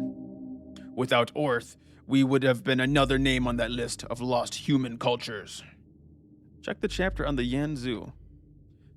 Known as the greatest human warriors of the Fade era, these humans were known to inhabit both Divini Torum and parts of northern Eskani during their service to the Red Dragon Isuth. Also known as Men of Fire and River, although the book laments the lost spelling of their original name, which seems to originate in the same tongue as the owl folk of Divini Torum. During the Great Consolidation, all these humans either left their original homes or were forced out by celestials, dwarves, elves, trolls, and more. Trolls? Troll, a monster native to Ascan. They exist in broad categories from small and mostly harmless green trolls to mutated, volatile cursed trolls. They vary in intelligence, strength, and organizational abilities, but they are a core enemy of the Earthfolk. It was Earth who destroyed their rising kingdom during the late arcane era. Oh god, doing that voice always fucks me up. They are described in the book as short and dark-haired, with various skin hues. Historical documents seem to indicate those of Fire and those of River were two entirely separate people who have been clumped together over time due to their similar facial features, although records indicate the two might come from entirely different origin worlds. They are sometimes derogatorily called the Dwarves of Reeds, as their masterful craftsmanship is unrivaled among the ashes of the Coast War, and they're kind of short. Landbuar, agrarian humans of Vorgeni, many formed entire cities on the floating hills, and are known for their shamanistic cultural practices and great primal spellcasters. They are described in the book as tall, having intermingled with the local giants, with either white or black hair, prominent nasal features, and a distinct tanned, freckled skin. The stereotype is a Vorgeni farmer is either going to be the most beautiful person you've ever seen or the most horrendous troll-looking ass. No in-betweens. A major portion of the Landbuars were forcibly drafted during the late stage of the Coast War, and it destroyed their demographics despite the war itself never reaching their far inland country. Today they are slowly recovering and on the fence between industrialization or keeping to their agrarian roots. Well, that was a lot of reading. But guess what, chat? We have one more book! Let's do it. You find that the book has been unfortunately ruined by moisture at some point. Oh, but some of it is still readable. Not like you don't already know the story by heart. I skim through the pages. The general gist you get is, Earth is born in Old Dimenor. He saves his people from a curve bomb. They flee their ruined land to Ascani, Earth with his brother Toll, and a long list of helpers, including dwarves and many others, destroy the evil troll empire and conquer their city. Toll, Earth's brother and mythical explorer of Ascan, founded several towns along River Torna and famously never returned from his expedition to the Infinite Wastes. There's a mention of Borgo Darrow, the first paladin of Earth, with a quick summary of his life. He founded the Earthguard. He began the illustrious bloodline of House Darrow. He was known for his vow to never succumb to any wounds in battle, and ironically, he died of a heart attack at age 40. You also spot the name Cran on one page, talking about the Goblin warrior's service to Earth, how he joined during the Goblin Wars. That's the first half. The second half is all about how they built Norvik. Though you can't see when the book was published due to the immense damage to the paper, you do notice how it ends, not with Earth's death, but with the leaving of Toll. No one knows for sure why, but Toll ended up leaving to go on an expedition to the Endless Wastes, far inland, and never returned. The end. Well, that's a good story to go to sleep to, so time for us to go to sleep. I'm gonna check out this shrine first, though. Okay, nothing there. Okay, I think it's sleepy time. There it goes. The first day on the job. Before you lies a bedroll. Why do I have to sleep? That's the spirit. If you stay awake for more than 48 hours, your body will cease to function in its current state, which is not good for your physical health. You should go to bed now. Taking a long rest restores your hit points, hit dice, lowers your exhaustion to 0, and returns your spent spell slots. That's the main thing I want, is I want my spell slots back. A long rest lasts 8 hours, and you can take one after 2000 each day. So 8 hours, we're gonna wake up so, like, in the middle of the day. It's gonna be past morning. Fuck. Okay. Alright, well, I guess we're gonna sleep. Teehee. Dramatic music. I successfully spent 8 hours on your long rest. Whoa. No need to roll any encounters. You've had enough for one adventuring day. Now let's see. This is where the game says I'm super cool. Getting into the tea shop on day 1, that's impressive. I know. I am very cool. That is true. Smart things talking things out with the dwarves. See, I'm so good with that as well. I'm the kind of like the greatest wizard of all time, you know, not to brag too much. Yeah, fuck you for letting me stumble into the city below. That killed me. Literally killed me. Who killed the elf, though, and why? Who knows? Who fucking knows, boss? Or was the elf the one who blew up the tea shop and they just happened to die? No one knows. Your muscles strain as the second day begins. Dude, who cares if I actually complete this mission or not? Today you will need to gather more evidence. This mystery will not solve itself. Your patriarch, for one. There are rumors that the Law Lord is putting a lot of pressure on your superiors. Who's the Law Lord? Law Lord, the magistrate handling judiciary rulings, stockades, archiving, culture, the Earthguard, as well as anything esoteric, currently held by Swentel Elamican in the Palace District. Stockades, the great prison dungeon of Norvik, composed of a large section of the part of city below that lays beneath the palace, refitted to be used for modern rehabilitation and confinement of all types of convicted criminals. Yes, Elamican has been very thorough in his management of the Earthguard as of late, in preparation for this foolish election. If you cause trouble, if you don't handle this, there will be trouble. What is this election even about?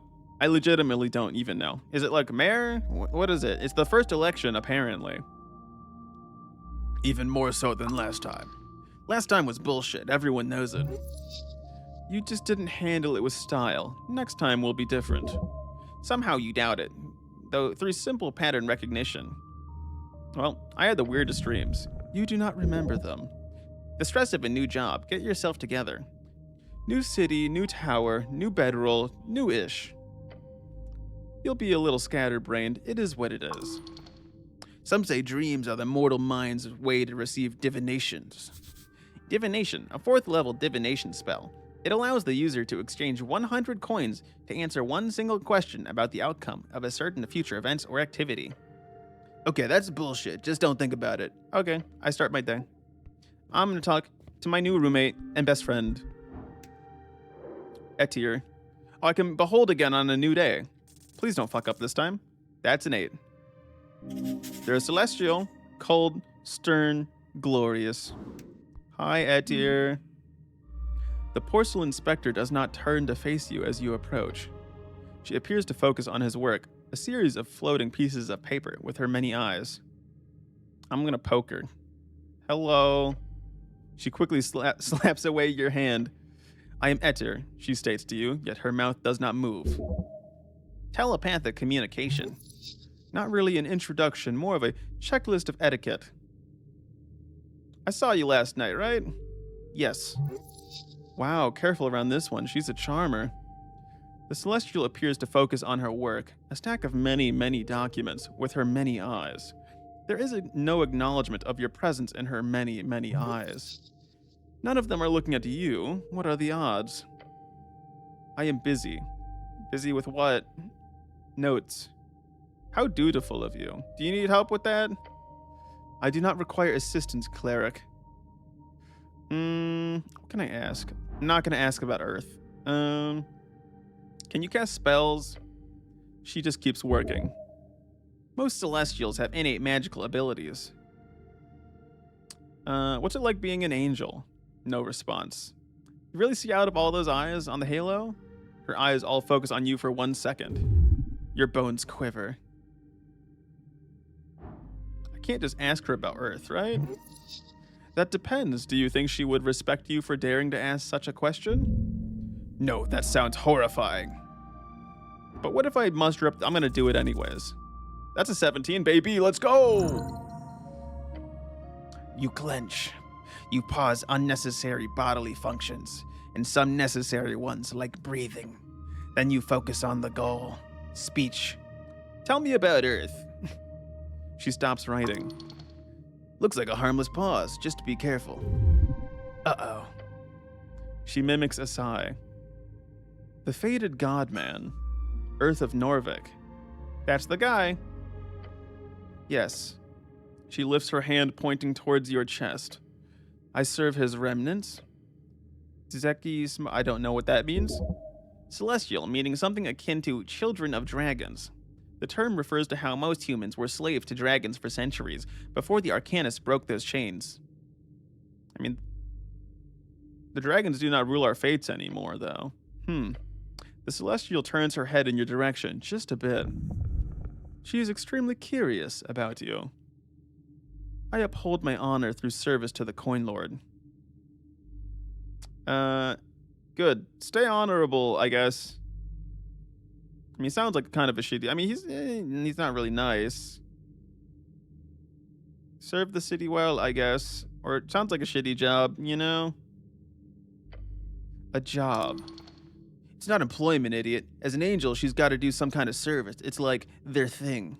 She turns back to her documents. I am unsure about many things. Yet for now, I serve.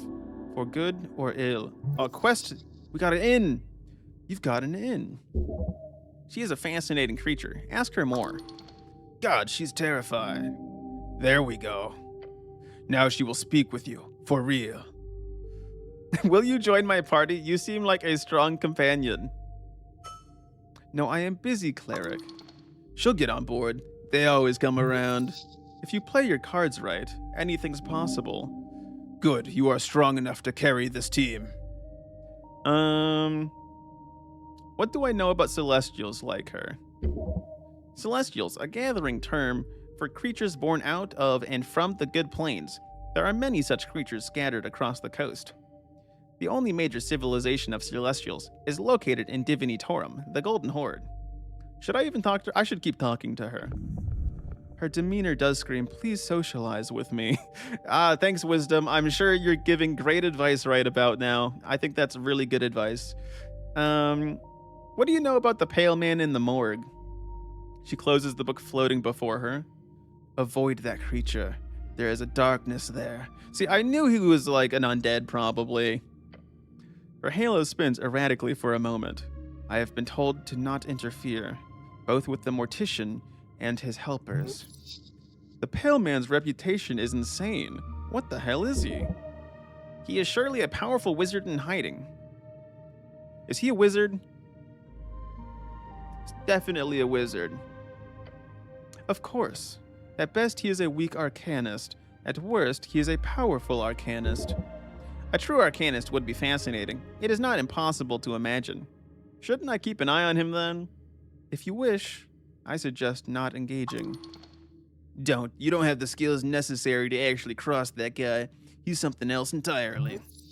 Maybe if you play your cards right, you can get something out of it. Did he have anything to do with the tea shop, though? Not likely. Viskin has been a presence here for almost 4 decades, to my knowledge. During all this time, he has never caused any issues. Beyond that, Viskin is also in tight cooperation with the Halfway Bridge Tribe. Since they are the main drivers in this investigation, it would be strange if Viskin was behind it. Although if you find any evidence towards his involvement, let me know. But he just helpers? Mercenaries, creatures who roam below, dark spirits. They are unofficially sanctioned. None opposes their presence, for Viskin keeps them in line. Another reason not to get in Viskin's way. Do not engage them unless forced. But he seems like such a normal guy. Avoid Viskin. Okay, I guess I'll avoid Viskin. I guess I'm gonna go talk to Viskin though, for sure. She opens her book again. Do not engage, that is my advice. What do you think about the goblins? What information do you require? Can I trust their chieftain? Lady Sageleaf is a powerful creature. Once again, creature, probably a dragon. Do not trifle with her or her pawns. Her behavior is clean and highly acceptable. However, she does meddle in dark actions when needed. She looks at you for a few seconds. Perform your duties and leave. That is my advice. She's smart. Avoiding games like that is the only decent way of preservation. They'll chew you up and spit you out. If your preservation is your only goal, you must raise your sights. You can do great things in the dark side of the law, if you're careful, of course. How are they as a people here on Tolstad? Weak-willed and powerless as individuals, a creature that survives through reliance on the group and on greater creatures. Thanks for sharing. Her eyes glance at you. I would describe humans the same way. Okay. She's calling you weak? Not okay.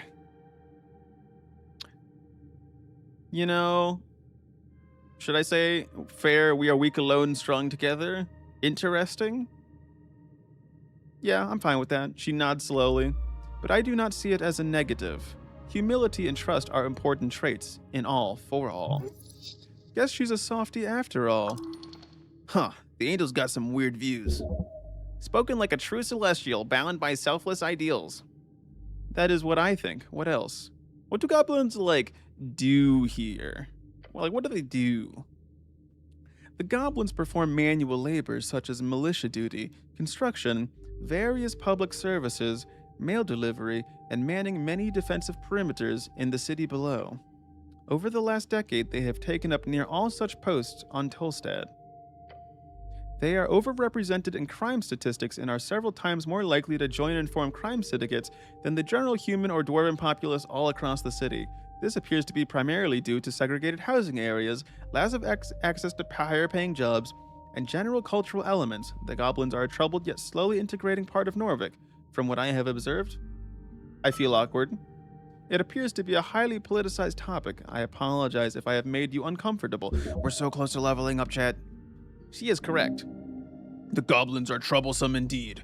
Lady Sageleaf has cleaned up Tolstad, but most of your other encounters with goblins have been rather unpleasant. It's goblins. They're gonna do what goblins do. What did Earth expect when he led them into his city? That they would magically turn into model citizens, grow 20 inches, and turn pale? Idiotic. One does not mangle folk together like bricks. I'm getting some, some undertones here. You have very cool armor. Thank you. She's welcome. No, thank you. She just keeps working. Do you sit here all day or what? No, cleric. What do you do then? When the Coin Lord does not require my services, I attend to the archives from dawn to dusk normally. Then I perform a patrol, as is described in my service contract. Service contract, a written declaration of an oath, often used when those involved don't have a trusted deity or higher power to swear on.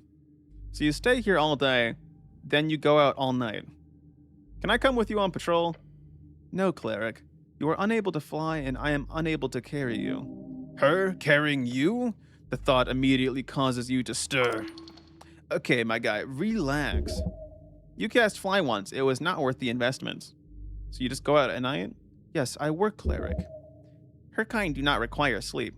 Sounds fun. Sounds contentable? Contentable, that's the best you could do? It's a correct word usage. Those feelings are very human. My service is to the Coin Lord. A truly great woman, commendable to the utmost level. I can't flirt with the Celestial, but at the same time, I feel like if I were to do it as a joke, this would be the funniest one to do it on. Do we? I think this would be funny. We commit imposing, ethereal. Her telepathic voice gets dropped down several octaves. All the way down your back, your spine. Say the right thing, DC 28. Literally impossible. Literally impossible to do, by the way. I would have to get a natural 20, which is kind of fucked up, really, if we're being honest about it, boss. But what if I get a natural 20? I'm gonna say, I want to see what happens if I fuck up, though. You know? Why are you doing this to yourself? You feel as if the world is against you. This woman, she's simply too powerful, isn't she? Like, as pertains to planes of existence, yours is in a different league from hers. The type to crush you like an insect, and yet you're trying to win her favor? Nah, not today. You have no idea what to say. Maybe tomorrow, if you're real lucky. Okay. Oh, indeed. This is what happens if you try to speak with women. You might as well just turn to dust. Dust? You do not need to fight so much. Do you remember what she told you? The day she ran into the crowd with that scowl on her face. Oh no, Mirren, what's going on? It didn't start out violent. An oppressed mass gathered on that day. It was not an Asgalist thing. There was no real Asgalism in those days, not with the human workers at least.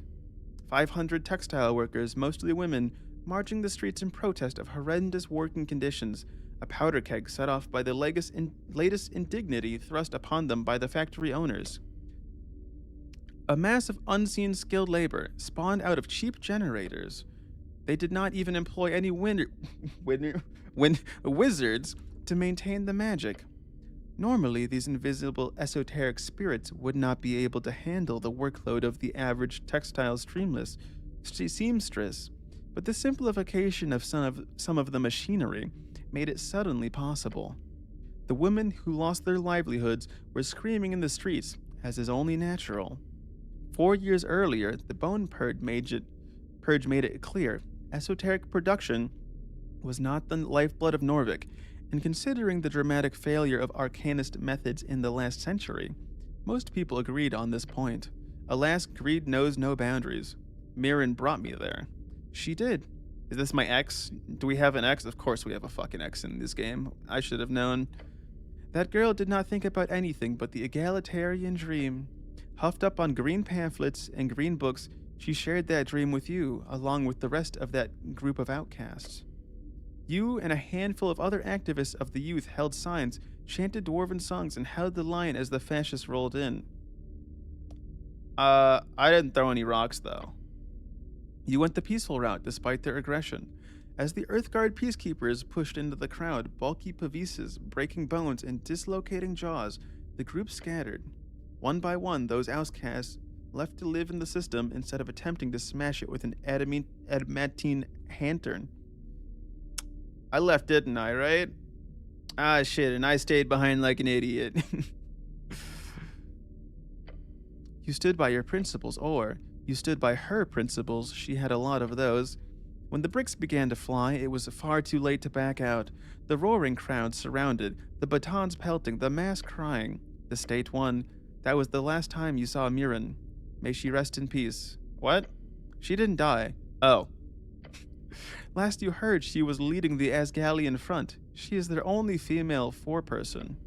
She is one of the most influential women in Norvik.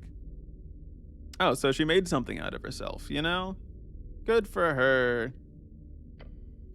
Yes, she is a woman with aim. So she never sold out. You knew she never would. Why do I miss her? Because the first feeling is always the strongest. The rest are felt with cushions around the heart. I open my eyes. Etir is still looking at you. You meet her gaze. Perhaps you should rethink your methods here. This whole flirting thing, you can try again later. Right now, just chill, okay? Okay, bye, Etir. I had like a whole little mini thing going on in my head there, but now it's time for me to level up. Level time. Level up time, please. All right. What should I level up next, chat? I'm thinking intelligence. I'm thinking we go big int boy, you know? Yeah, we're gonna do intelligence, yeah. Get some more int, baby. Let's do it. Alrighty, sick. Do you think she would mind if I grabbed the bless spell then, you know? I don't think she'd mind. I don't think she'd mind if I take it. Boink. And now I know bless. Look at that. Ain't that something? Let me go engage with this real quick and prepare my spells. Boop, boop, boop, boop. I finish. So what's bless do for me? For the duration, you add 1d4 to all ability checks. That's so good. All right, nothing new. She doesn't care that I took the spell book. Awesome. Love it. Okay, it's a brand new day, chat. And by brand new day, I mean it's like noon. I woke up at noon. Oh boy. Oh, me oh my. I should really fix my character's sleep schedule next time, you know? All right, let's go talk to, what's his face? The, Veer whatever, right? Spooky, undead man for sure.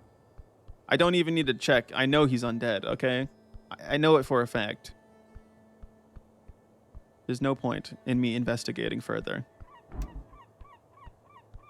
I should also eventually go find Snell when we go down below, but we'll figure that out later.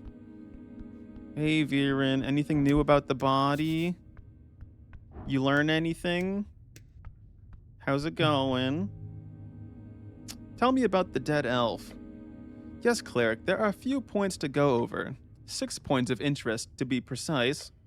He hands you a piece of paper with the points on them. Tell me which points you wish to go over. You should pick the last point first, then go random. Keep them on their toes. Begin with the least interesting. That will keep you engaged and most susceptible for information gathering. Who cares? Just get through this boring list as quickly as possible. Let's do... the transfer. Yes, it went fine. The body was ruined, of course, but still intact enough thanks to the charring that gentle repose did what it should. I then had a subordinate carry the corpse wrapped in a yim silk, a special fiber material. Yim silk, thread spun by the elusive incorporeal giant spiders of the Yimian burrow forests. It is a useful material in all manners of factory settings. Wow. Point 2, folk identifier. It's an elf, right? Yes, your preliminary assumptions were very much correct. Yes! I know what I'm talking about, yes!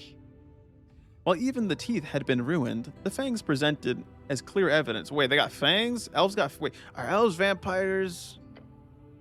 This is an Illim elf, one without horns or other bestial alteration. Oh, that's what they mean by fangs. Okay. Point 3 just says sex. Yes, sex. Sex, dwarven for the number 6, never stops being funny. Sex, the trait that determines whether a sexually reproducing organism is of the male or female half of reproduction, also a useless distraction. Sex, fun. Sex would be nice, not with anyone in this place, though. While funny, this is probably not the best moment to attempt a joke. I'm gonna be boring, though. Actually, no, we're gonna say, but this is point 3, not 6. Yes, cleric, point 3. After much consideration, I've established that this was, at the time of death, a female elf. Good to know, thanks. Mouth intact? It is. Which means you are able to cast Speak Dead on it, cleric. Oh, can't you do that? Oh, ad started.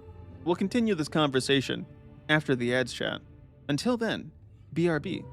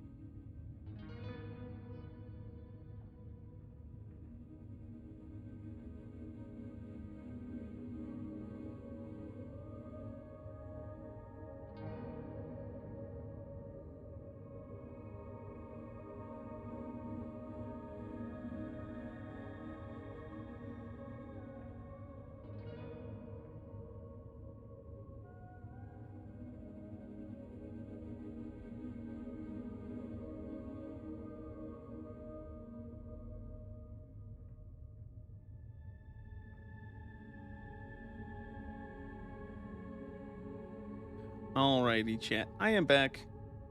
Let's see. Okay, ads should be done, so we can get back to yapping. Yapping, what the people want to see and hear. Actually, I guess you can only hear yapping, right?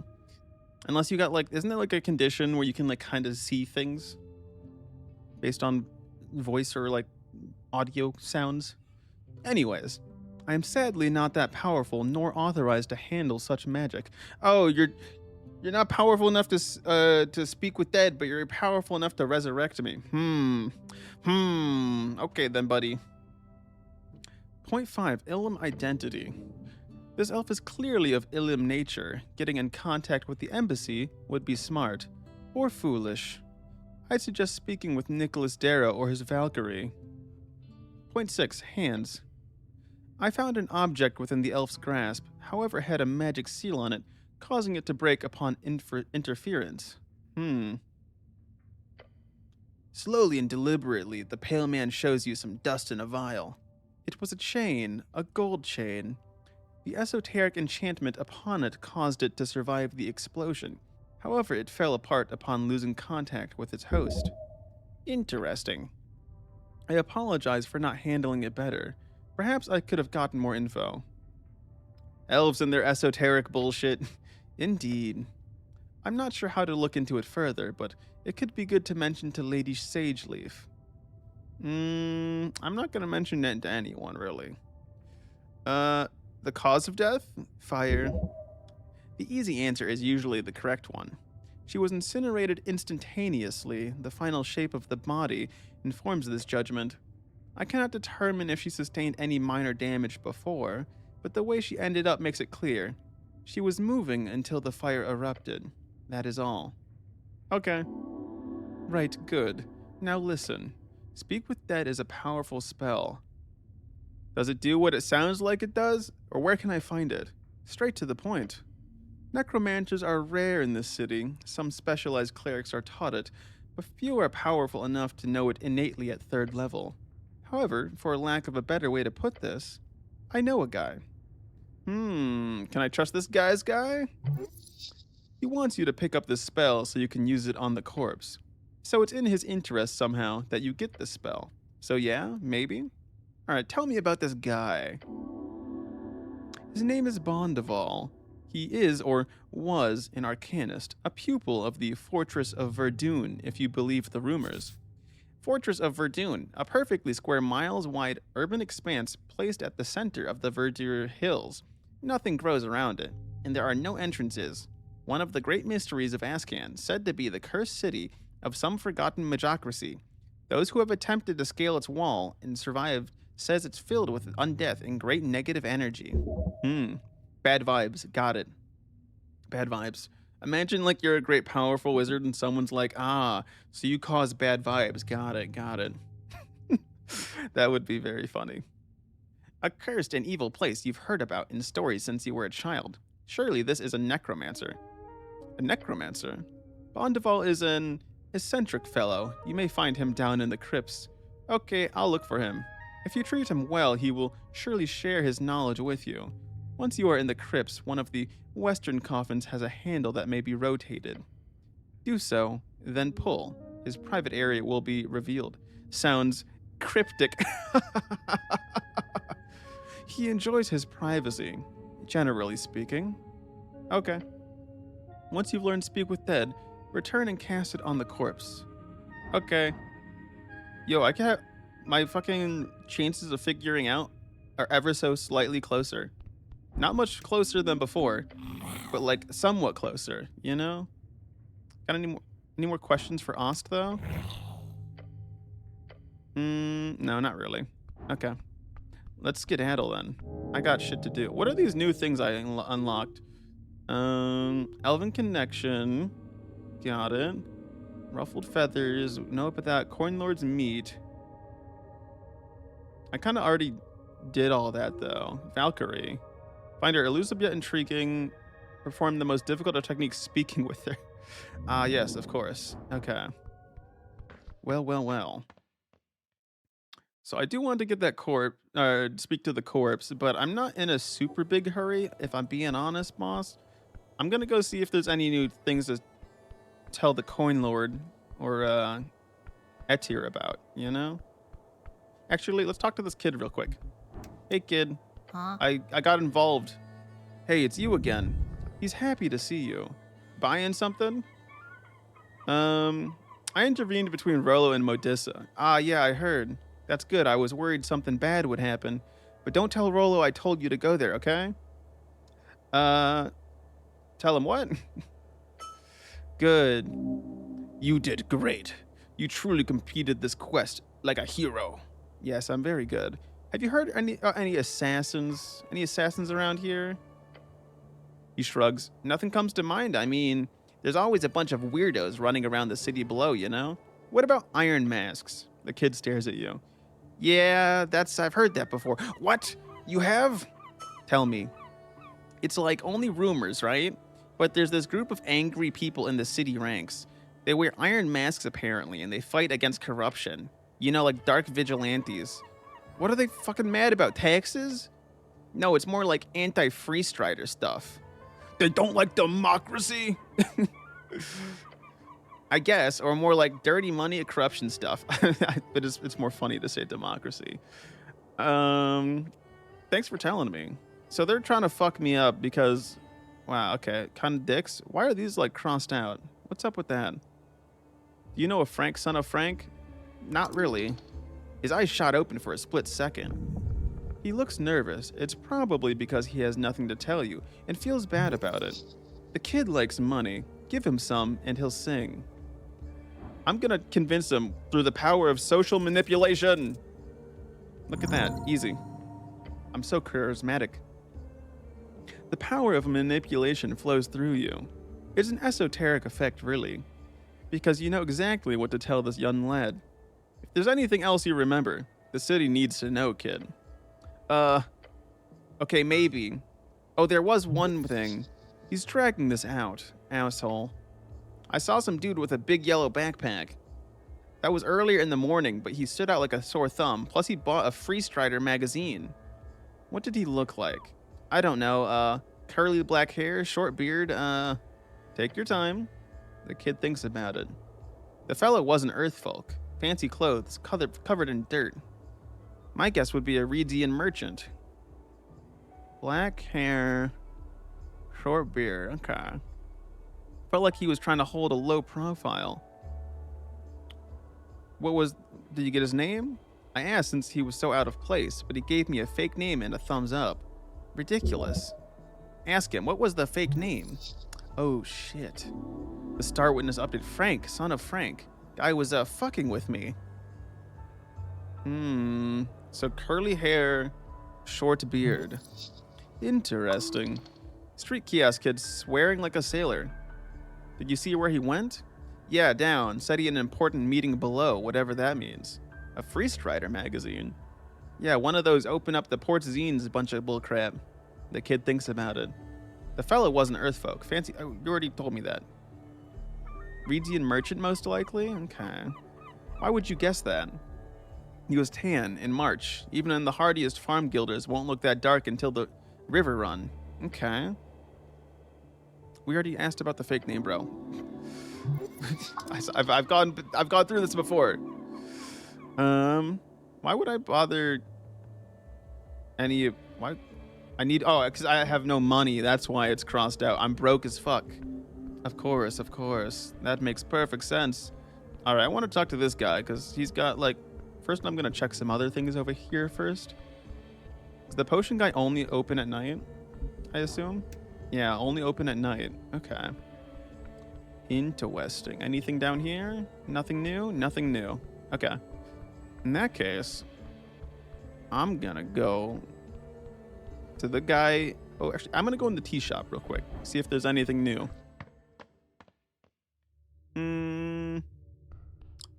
Doesn't look like it. All right. Time to skedaddle.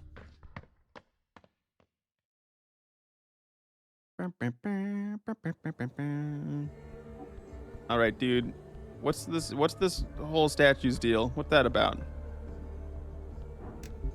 Can I take the helmet? I want the helmet, please. I behold Oyugui Karmageshian vendor. I behold. For 21, I know everything about you. Halfling Stormblood, true neutral, a skilled merchant, businesswoman, halfling entrepreneur. Man, you could learn a shit ton from someone like her. Her goods are procured for all over the coast. Her goal, the journey itself. And of course, to herald the power of capital. She's damn good at it. Kargamesh is on the other side of the world. It's an opposite to Ascani, a mirror. In their dry, we have wet. In their warm, we have cold. She'll gladly tell you about it on a surface level. She's not here to make friends, not really. Or at least not yet. She's not too happy about the current climate. Travel through Divinitorum and Yim? Not feasible at the moment. Trade? Stiff and regulated. Airships? Few and far between. This decade has been a slow descent into a world of monopolies and corruption, if you ask her. She might end up staying in this city of yours for longer than she ever imagined. Interesting. You got anything I can steal? Oh, you got so much shit. Holy fuck. I'm guessing you're gonna sell stuff to me instead, but I just want to see what you have. Ring of Spent Wishes. +2 charisma. Incense, some bone dust, Ilmian. Comprehend languages. Oh, I would love to get that, dude. Okay. Can I buy it from you? Beneath the shadow of a gnarly statue sits a girl wrapped in colorful garments. She's wearing some sort of hat with an attached veil covering her face. On the ground around you, upon a fancy rug, you see an assortment of strange trinkets. Some of them have quite potent esoteric auras. You hear her mumble something. Sorry? She lifts up a small arm from underneath the layers, ripping the hat mask from her face. I said, gods, it's so cold here. You see how her skin has a faint blue tint. That, along with her small figure, makes it obvious to you. She is a halfling. One of Stormblood descent, originating from the Windcrack Mountains. Windcrack Mountains, a mountain range in eastern Kargamesh that holds an esoterically hollow cavernous biome famous for its harsh winds and the surprisingly flat steppe at the bottom, near and around the gravity flip. Hello, Ella. Congratulations on claiming first. I'm not a cleric. I'm a wizard. I'm a wizard. Thank you very much. Get it right. Okay. Also, Ella, you missed the part where I actually did flirt with a character because it was the funniest one to flirt with. And it actually broke my brain so hard that I had a whole, like, flashback scene because of it. So yeah, you missed that. It was very very funny. You carry this thing around?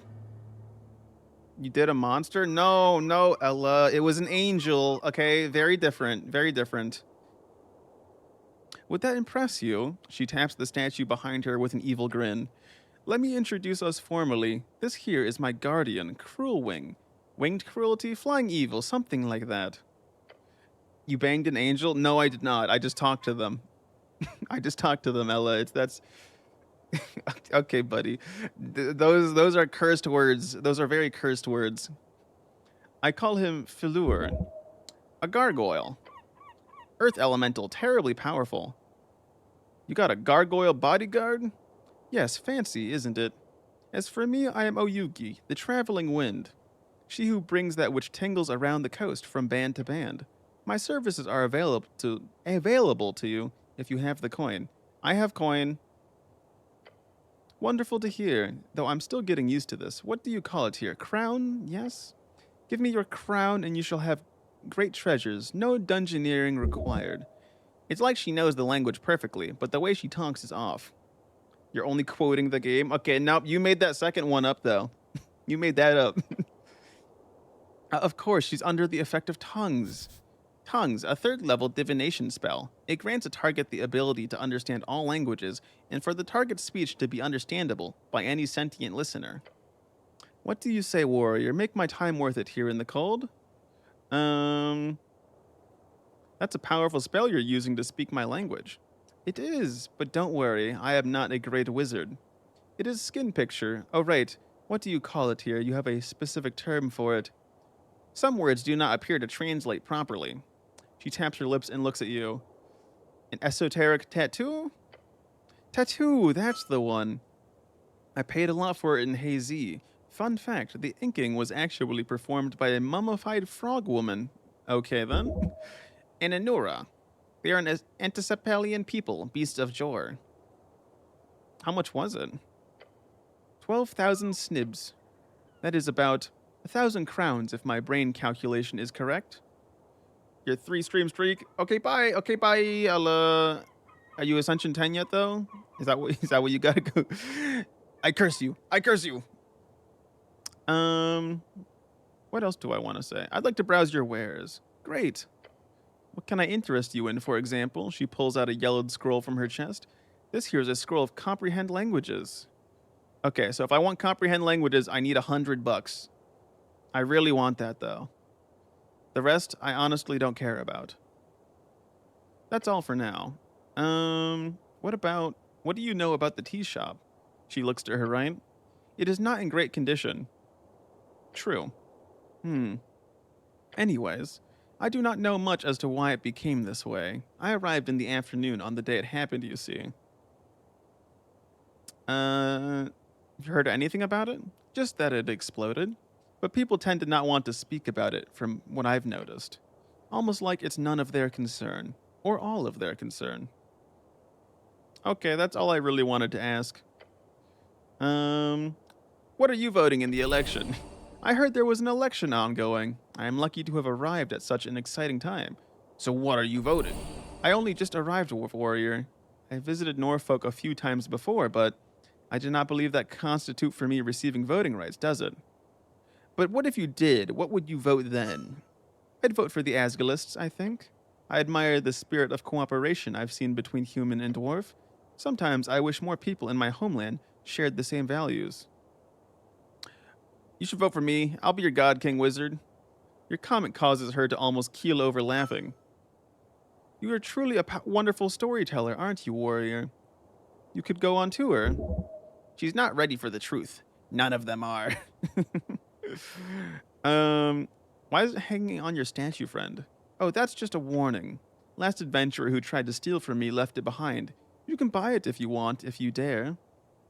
Why do you call me warrior? That is what you are, is it not? Might be bad translation. Do you prefer Dreamweaver or perhaps Holy Boy?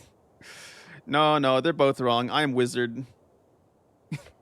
Ah, well, I'll stick with warrior. Tell me more about yourself. Oh, you want a deep dive? Give her a thumbs up. Well, where to even begin? I've had many experiences in my travels. If it might lead you to purchase one of my items, then I will share. How difficult is it to turn a profit with a business like this? I need to get into the economics of this so I can know if I need to become a merchant myself, you know? Surprisingly, not very. I purchase where goods are cheap and sell them in places where they are less so. It works surprisingly well as soon as I figured out the cheat. I lean in and glare at her. Tell me more. My little secret is listening. Oh. I make sure to keep an ear out among travelers, merchants, sailors especially. They talk a lot when they get drunk. I met an Askani native once in a port in Vorgeni. I think it was Listan. Listan, a small port city in eastern Vorgeni, known for its terrible wine production and infestation of talking cockroaches. Over the course of an evening, I showed him 10 magic items, and I priced each at an exorbitant level. Way more than I would ever dream of selling them for, since I'd gotten them for very little. He reacted like I was insane to each of them, except for when I showed him a minor alchemy jug that could only produce cow's milk. And all of a sudden, he thought it was a great deal. I've now made a fortune in my last few trips to Norvik through a dozen of those jugs alone. You come to Norvik often? In the last year, a few times. It's been a very profitable route for me. But I will be going further soon since, well, I've yet to get my circumnavigation blessing. Circumnavigation blessing. Any individual who completes a full turn around the coast is rewarded with an esoteric boon, suspected to be from Jor himself. This usually grants the user the ability to cast the cantrip Prestidigitation at will. Prestidigitation, a very convenient but difficult to master transmutation cantrip. It can do pretty much anything from heating tea or cleaning clothes to creating minor sensory effects or temporary objects. It's extremely versatile, and a talented user is able to wield it into even greater forms of usefulness. Is it really worth the trouble, though? Possibly not. She holds out her hand and creates a sparkling blue mist to appear above it. I already know prestidigitation, of course, so it's entirely for the fun of it, a personal achievement, if you will. So we'll see when I get around to it. But I've heard how difficult it can be to pass Yim these days, so I'll be looking forward to the challenge. I've never even been to Western Divinitorum either. Exciting. How do you travel? Oh, by ship almost exclusively. Sometimes I serve as a boat mage, joining vessels with much broader shipments than my little trinkets. But I've traveled a lot with unaligned sailors as well. It's usually a bit more fun that way, albeit more dangerous so also. One time I joined a crew of Maw pirates. I swear, I was this close to being a dinner sacrifice to the Nalvashni in charge. But when I used a powerful wind transmutation to save the ship from sinking in a rough storm, all of a sudden I was the guest of honor. Wouldn't do it again though. Demons make for the worst privates. All chaos and no fun. How do you view the Clanland's trouble? This is a very political topic. My view? She looks around her shoulder. Off the record? I'm not... I'll say off the record. In that case, I'm entirely sympathetic. The Fordnip Commonwealth has been broken in half, thousands subjugated into a hostile foreign invading nation. My peoples fought for their independence for decades. What I see here is a repeat of Kargameshian history, played out right now upon the Golden Line. We stand by our Askani cousins. Are you worried about celestial influence? As a merchant, I can tell you firsthand of their power across the coast. Every port, every trade route, every company. They have investments everywhere. Thanks for sharing. You are welcome. That's for all. That's all for now. Goodbye. All right, I need to go check in with what's his face, Darrow again, real quick. I might tell him this time, or maybe I won't. I don't know. We'll see. I'll see. Because he didn't take the body away, and so I can't get back in. Okay, well, maybe Etir has something to say about it. Let's see. Actually, I'll say first. On the offhand chance it becomes a whole deal, you know? Hello, Etir. Nope, never mind. You have nothing for me to inform you about. Okay. Okie dokies then.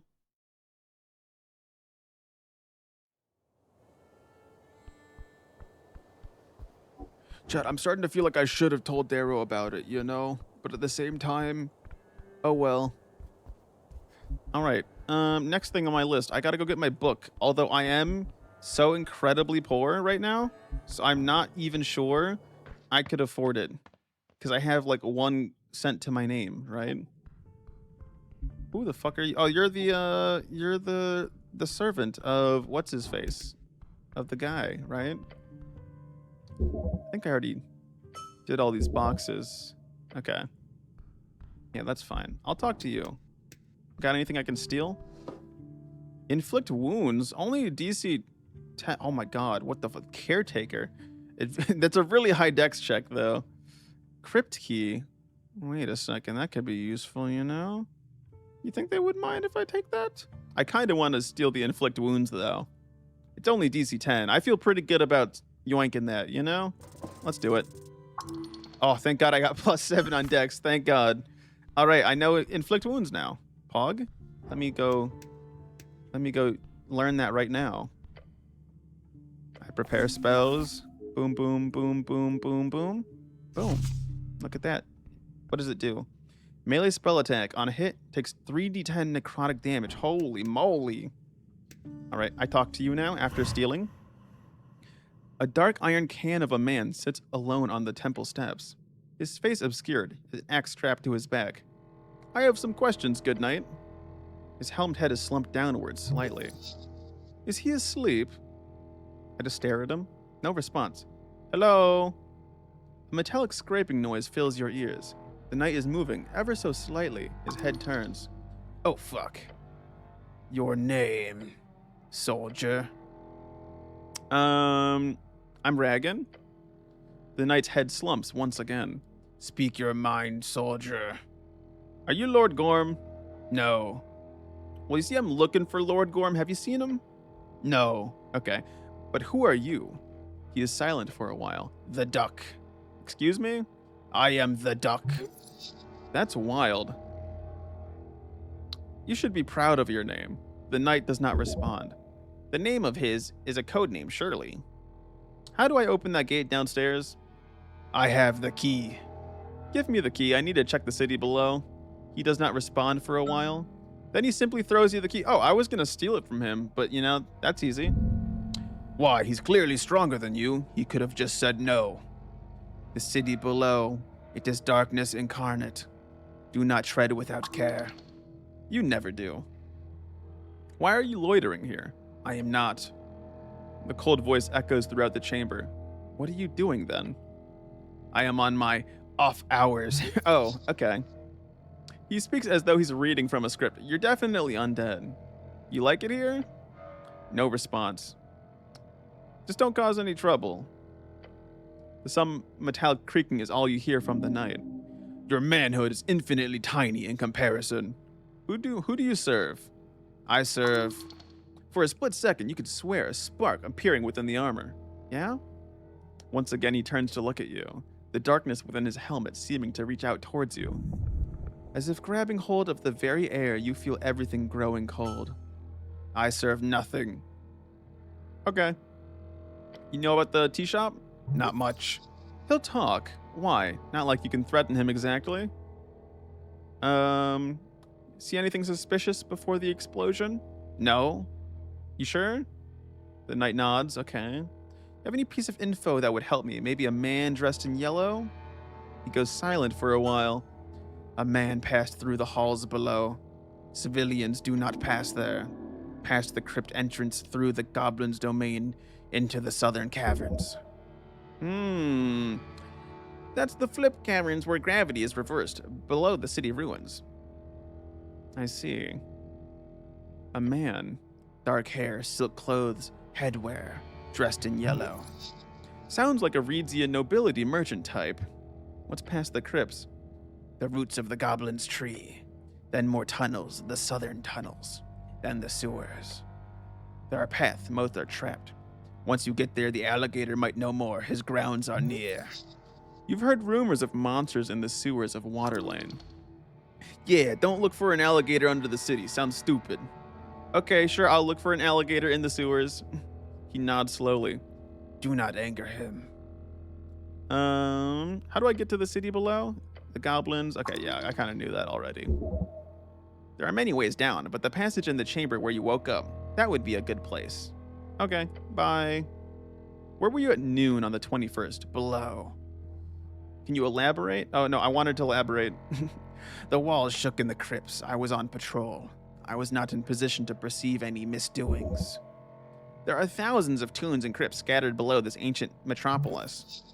The city below is endless, and most of it stands unexplored to this day. What were you patrolling for? He is silent and still for a moment. I have my purpose. As do you, soldier, do not pry too deep. Okay. That is a firm yet gentle reminder that he could crush you in an instant. Well then, where'd you get that cool armor? The knight sits completely still and does not answer your question. Come on, I won't tell anyone. No response. Attempt to have a firm discussion about masculinity. I'm gonna drop it. I'm gonna drop that. I think we're good. Something tells me, okay, let's go check out my book.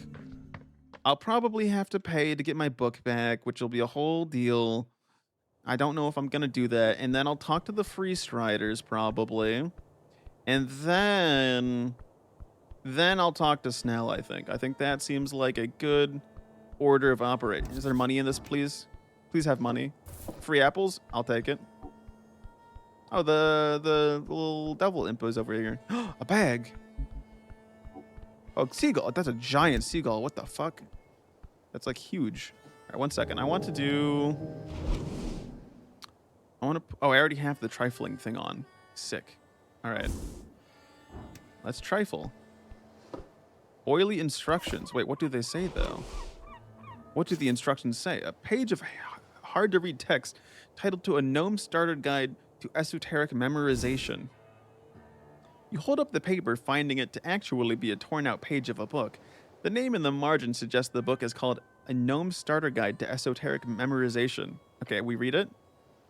The first step to understanding esoteric memorization is understanding the underlying powers at play.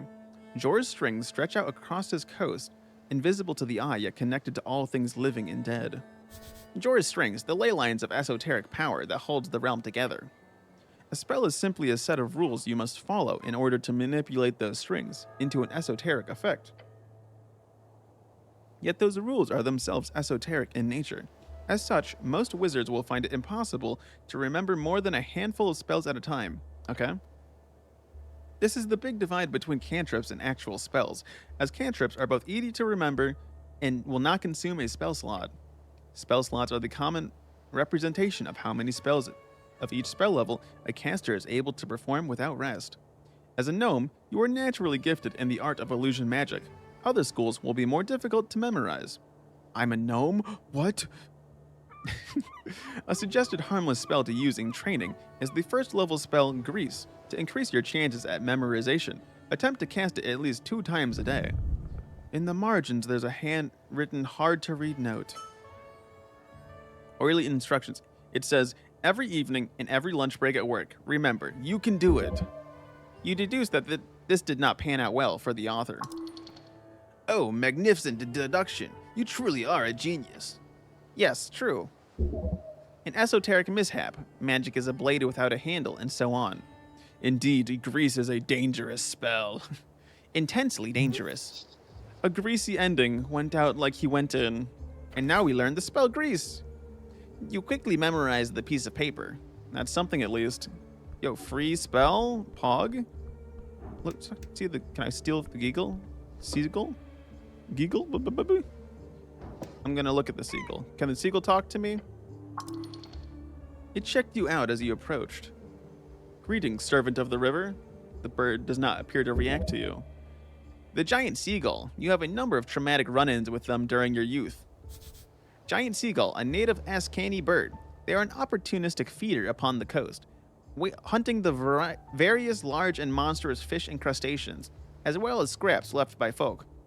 They are seldom aggressive, despite their size. I'm not going to pet the seagull. That's not going to end well. We all know petting the seagull, very, very bad idea. Okay? You don't got to tell me twice, boss. All right, so next on my list of things to go do, I'm going to quickly go prepare the grease spell.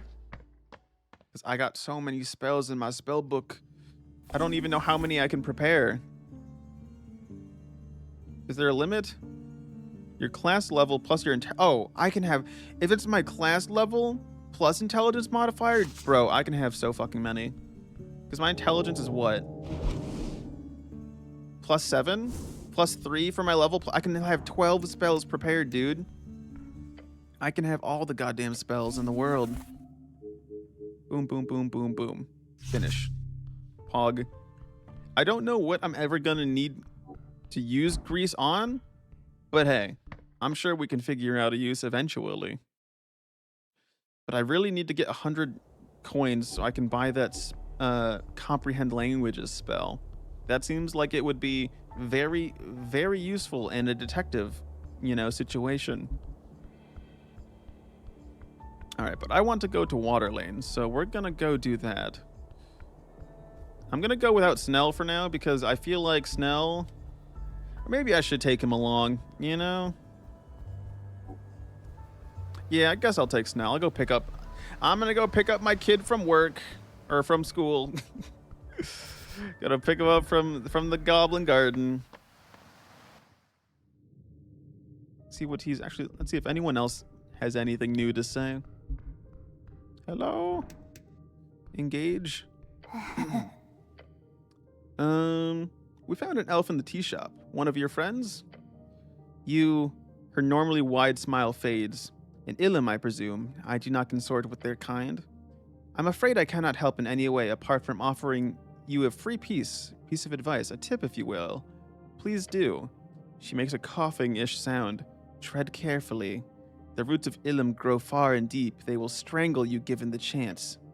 Do not anger the Mender's shadow. The Mender, a common way to refer to Ilum the Mender, the goddess who established the Ilum Empire. She was kind of a big deal before she died last century. Okay. Okay, that's all I wanted to say. Bye. And then we're going to do a fun little detect alignment. All right, yes. Woo! All right, so now I should know that... Oh, I can retry to re-behold them. Wow, that's fucking awful. All right, does it tell me... Did it tell me anything about what I know? Is she really a goblin? You really telling me? Did I miss the spell? Did I fuck it up and did it off screen by accident like a dumbass? 1 second. I'm gonna do it. We're gonna save real quick to see if I'm just dumb or not. 1 second. Here we go. Do it again. Okay, so I didn't miss anything. Unless it's just pointing out because they had a oh no, that's because I had them selected, I think. Unless not, I don't fucking know, dude. But I'm loading because I ain't using a spell slot on that boss. Okay, I used it earlier, fair and square. That's all I'm saying. All right, let's do some more beholding though. I behold. I learned nothing. I learned nothing. Okay, she's chaotic good apparently. Okay. What about you, I'm trying to talk to you, Snell. What the fuck, bro? I'm just trying to chat, dude. Come on. Well, I guess I'll talk to her. Cleric, why are you walking around alone? After greeting you with a barking tone, she turns to Snell. Why is he walking around alone? I was looking for Snell. I'm very lonely.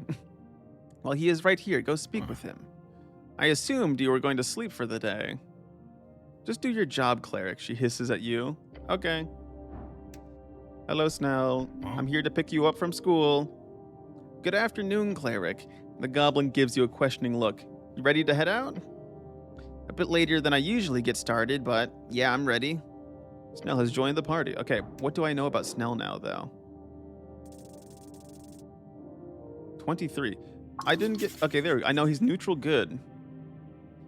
Doesn't work for himself or any ideal. This goblin devotes his life for his lady. No different from a religious nut.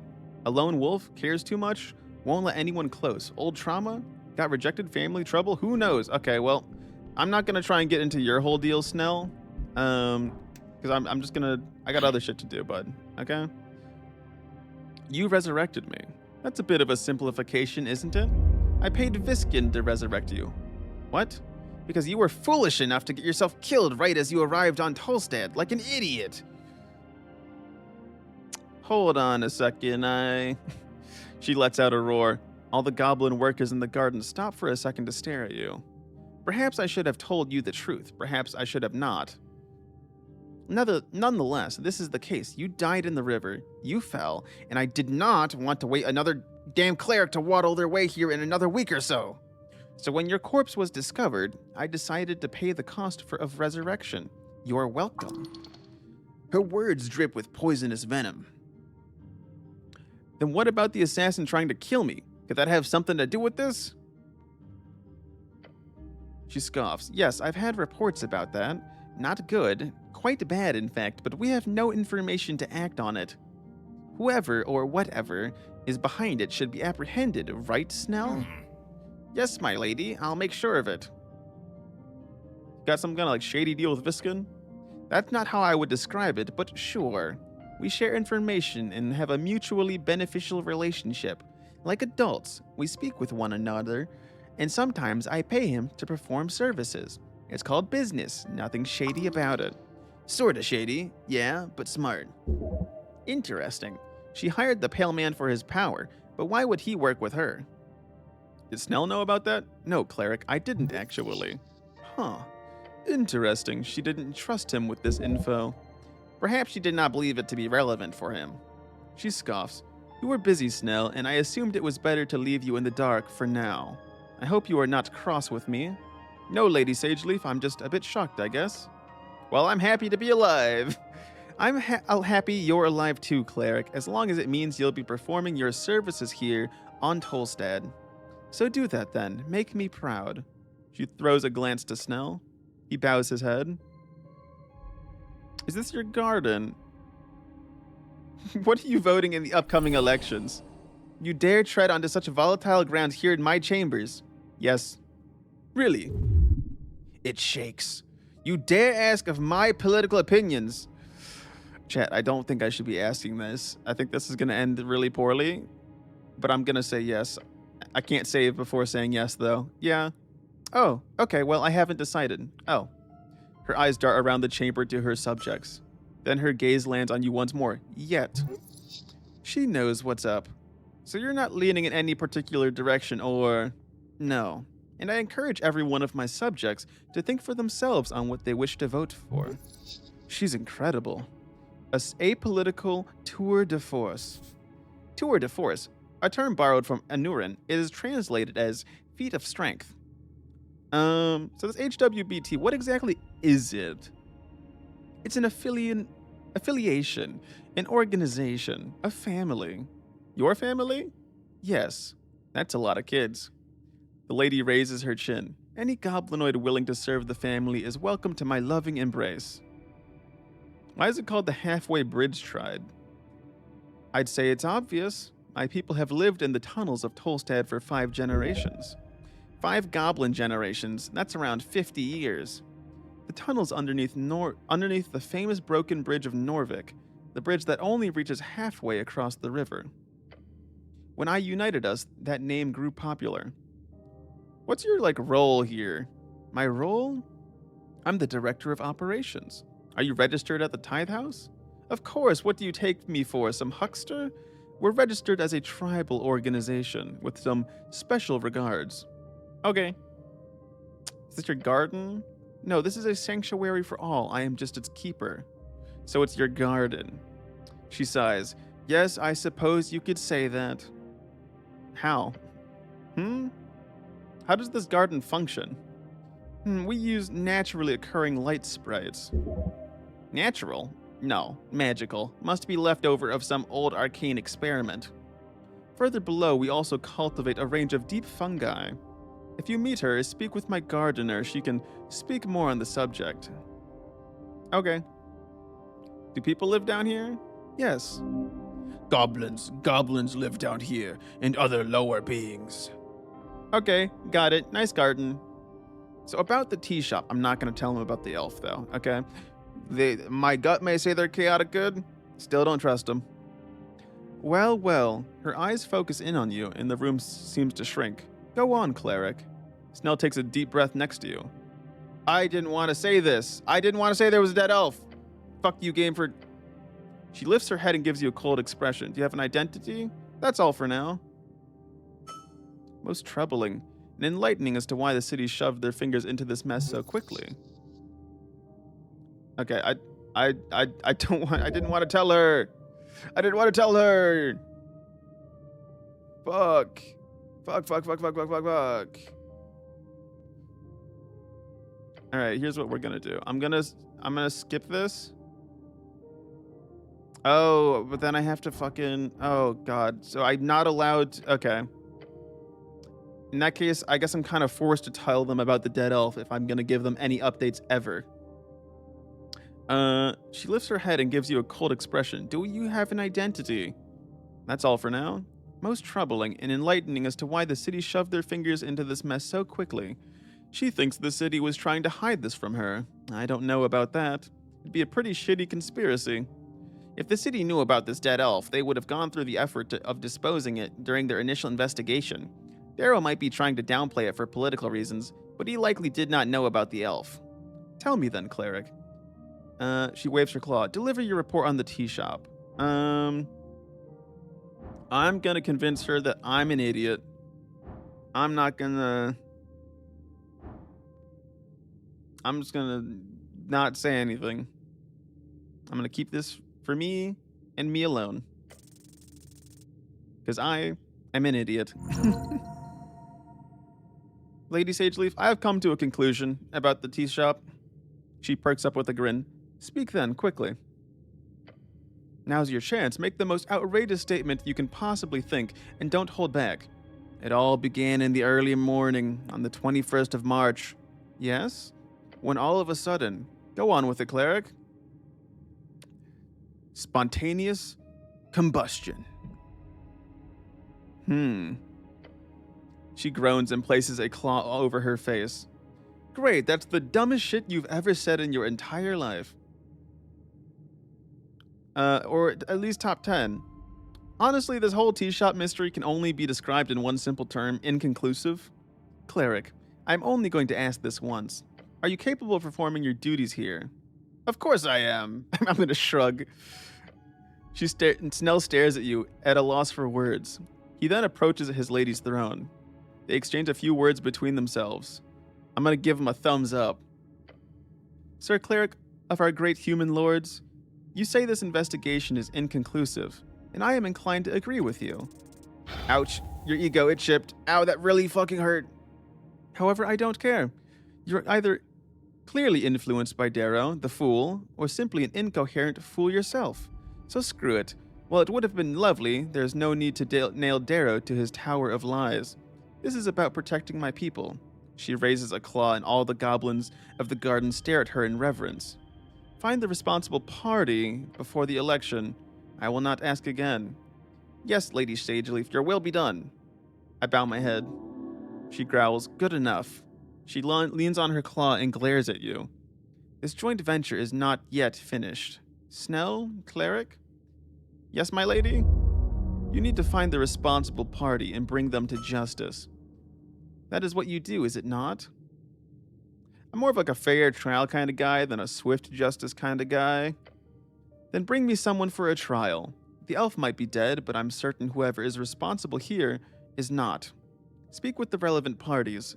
Find out everything about this elf. Locate the missing witness, this Frank son of Frank, dressed in yellow. Fake name or not, if he can be found, you must do it. And then there's the question of... I didn't tell you about that, though, did I? What? I guess Snell might have been there when we learned that, though. And then there's the question of the poor fool drummer, of course. You have until the election, cleric. Be quick about it. Time is running thin. Do you know anything about this dead elf? She groans.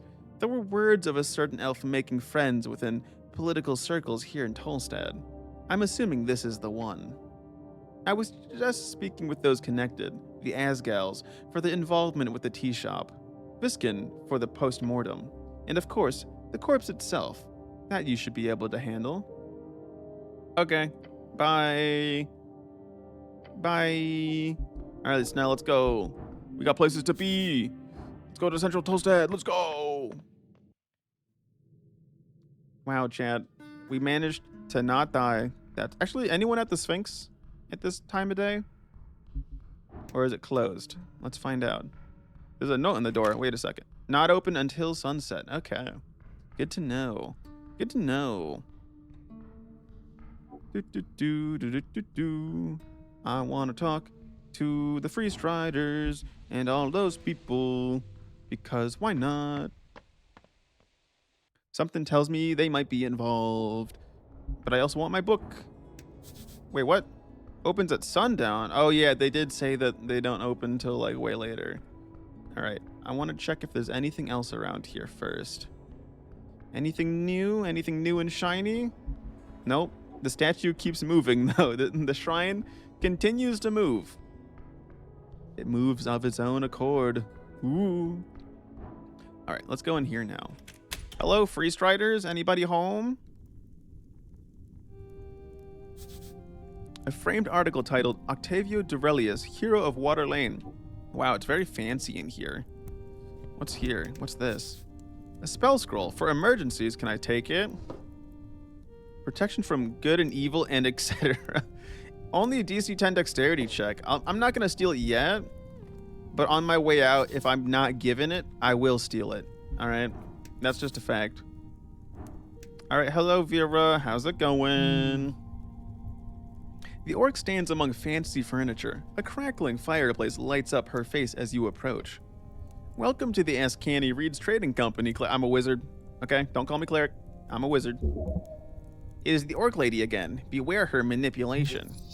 Yes, and also tell her she looks lovely. You look lovely. You look lovely to meet you again.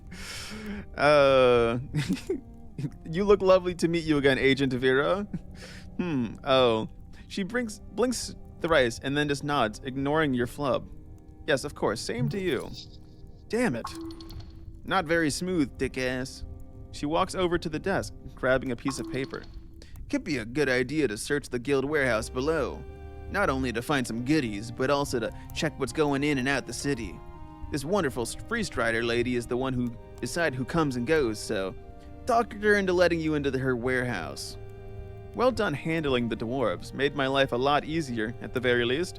Anytime. Good. There might certainly be more things we could use a cleric's help with. Once again, not a cleric. I'm a wizard. Now, things are a bit busy here. We're currently deep in paperwork with a new partner. But I can always make time to a friend of the Free Strider cause. Can I have that spell scroll over there? Oh, that? Just a little something left behind by my superior during his latest visit. Don't touch it, please. You sure I can't have it? Come on, let me have it. Please, please, please, please. Okay, about the tea shop owner. One greasy bird, but he's good at his job. What about him? What do you know about him? He's a yobu, speaks through those mimicry voices. We've worked with him in the past. There was some kind of conflict with the ownership of his property at one point with the HW with a whibbits. It was resolved. Where can I find him? No clue. Okay. Any news about the tea shop? She sighs and grabs an envelope on the table. Darrow put a stop to any official investigation. He even had his guardian angel place an arcane lock on the entryway. Oh, you mean Etir? Yes, his celestial pet. I like her. She's pretty chill. Do you? I've had the displeasure to deal with her a few times here on Tolstad. Ever since she was handed the reins of Coinlord Lapdog, she seems to enjoy mocking us lesser creatures, coming off almost petty. Strange behavior for such a transcendent creature. She adjusts her posture. Now, she opens the envelope and reads for you. Bystanders suffered minor injuries, no real casualties found after a quick search of the premises. The flames were put down within the hour. Eyewitnesses indicate the flames appeared alongside a loud explosion. A few unnamed people also mentioned the flames were blue, for a short moment. Blue flames, huh? The rest goes along with our info. Good to have it corroborated. Where'd you hear all this? We have our sources too, my friend. You're not the first to mention that to me. Indeed, clearly it indicates some type of magical origin. Sorry, I mean esoteric. Esoteric origin. Call it whatever you want, but it sure came from a spell. Esoterical. Give her a thumbs up. She nods. How quick was the search afterwards? She smirks. Apparently only 10 minutes. Damn, that's quick. What's more interesting is that the official report does not mention any lead investigator apart from Darrow himself and the militia org. So my guess is they just didn't do anything after the militia put out all the flames and secured the structure. Wow. I mean, if, as a neutral observer here, I don't have an opinion. Okay, that is good. Your non-opinion has been recorded. The goblin scoffs. She's making fun of your non-opinionated opinion.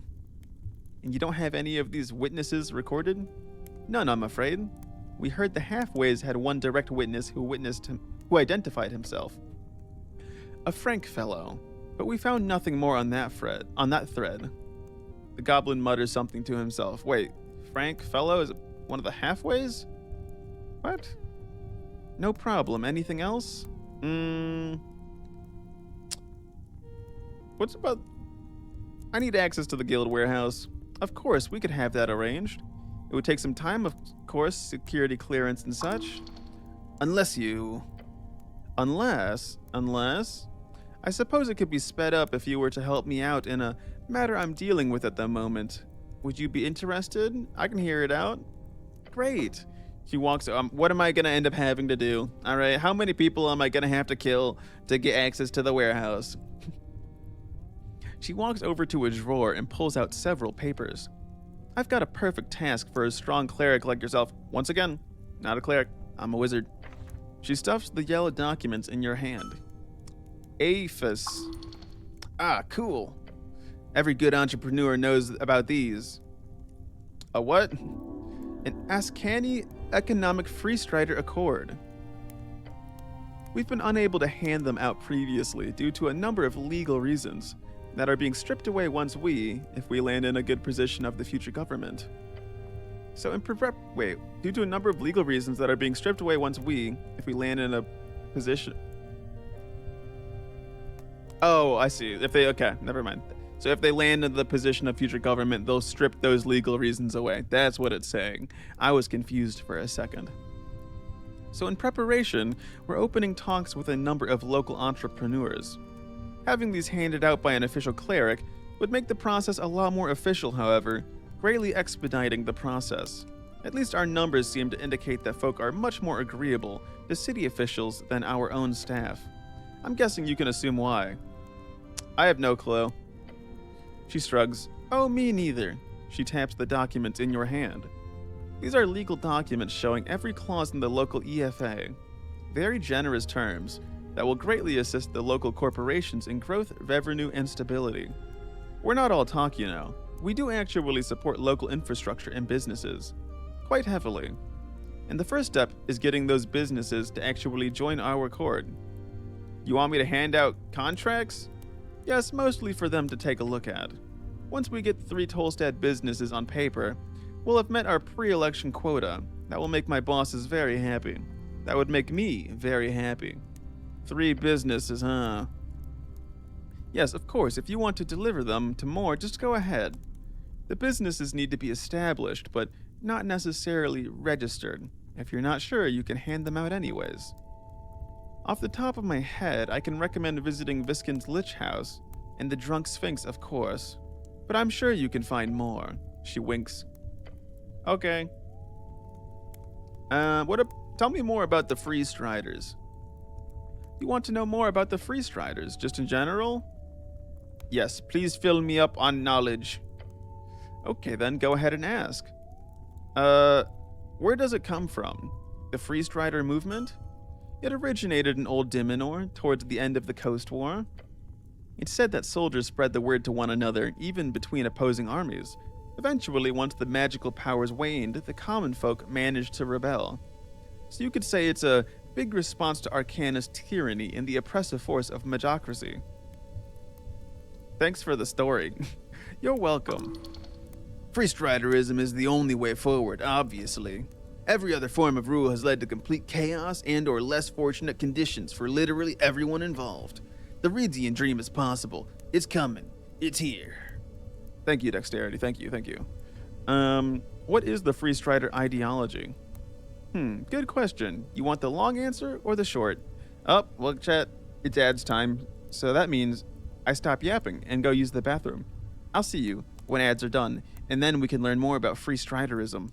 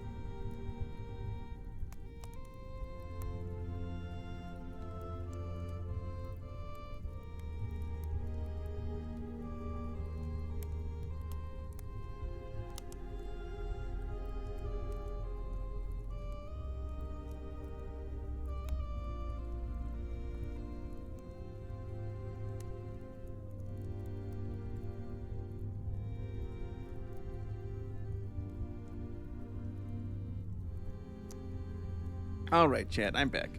Took a little bit longer because I needed to get myself another cup of tea. Got some nice ginger tea. But anyways, shall we get back into it? Shall we get back to yapping? Do you want the long answer or the short answer? I'll take long. The Free Strider ideal is a dream of democratic rule and freedom for all. In the wake of Arcanist oppression, the folk of Reeds banded together and put a stop to the fighting, establishing republics along the coast and around the lake. There's a lake? They sought democracy, the choosing of their own fate, built upon personal liberty and freedom. I'd say that's a good summary of the Free Strider ideal. I like the Free Striders. Same. I'm just gonna keep bouncing between Free Strider and Arcanist,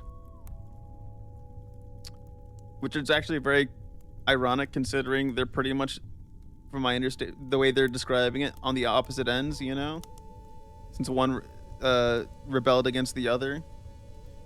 I think the Free Strider movement really speaks to my personal principles, you know? I think it's very important to stand by your principles, especially when things get difficult.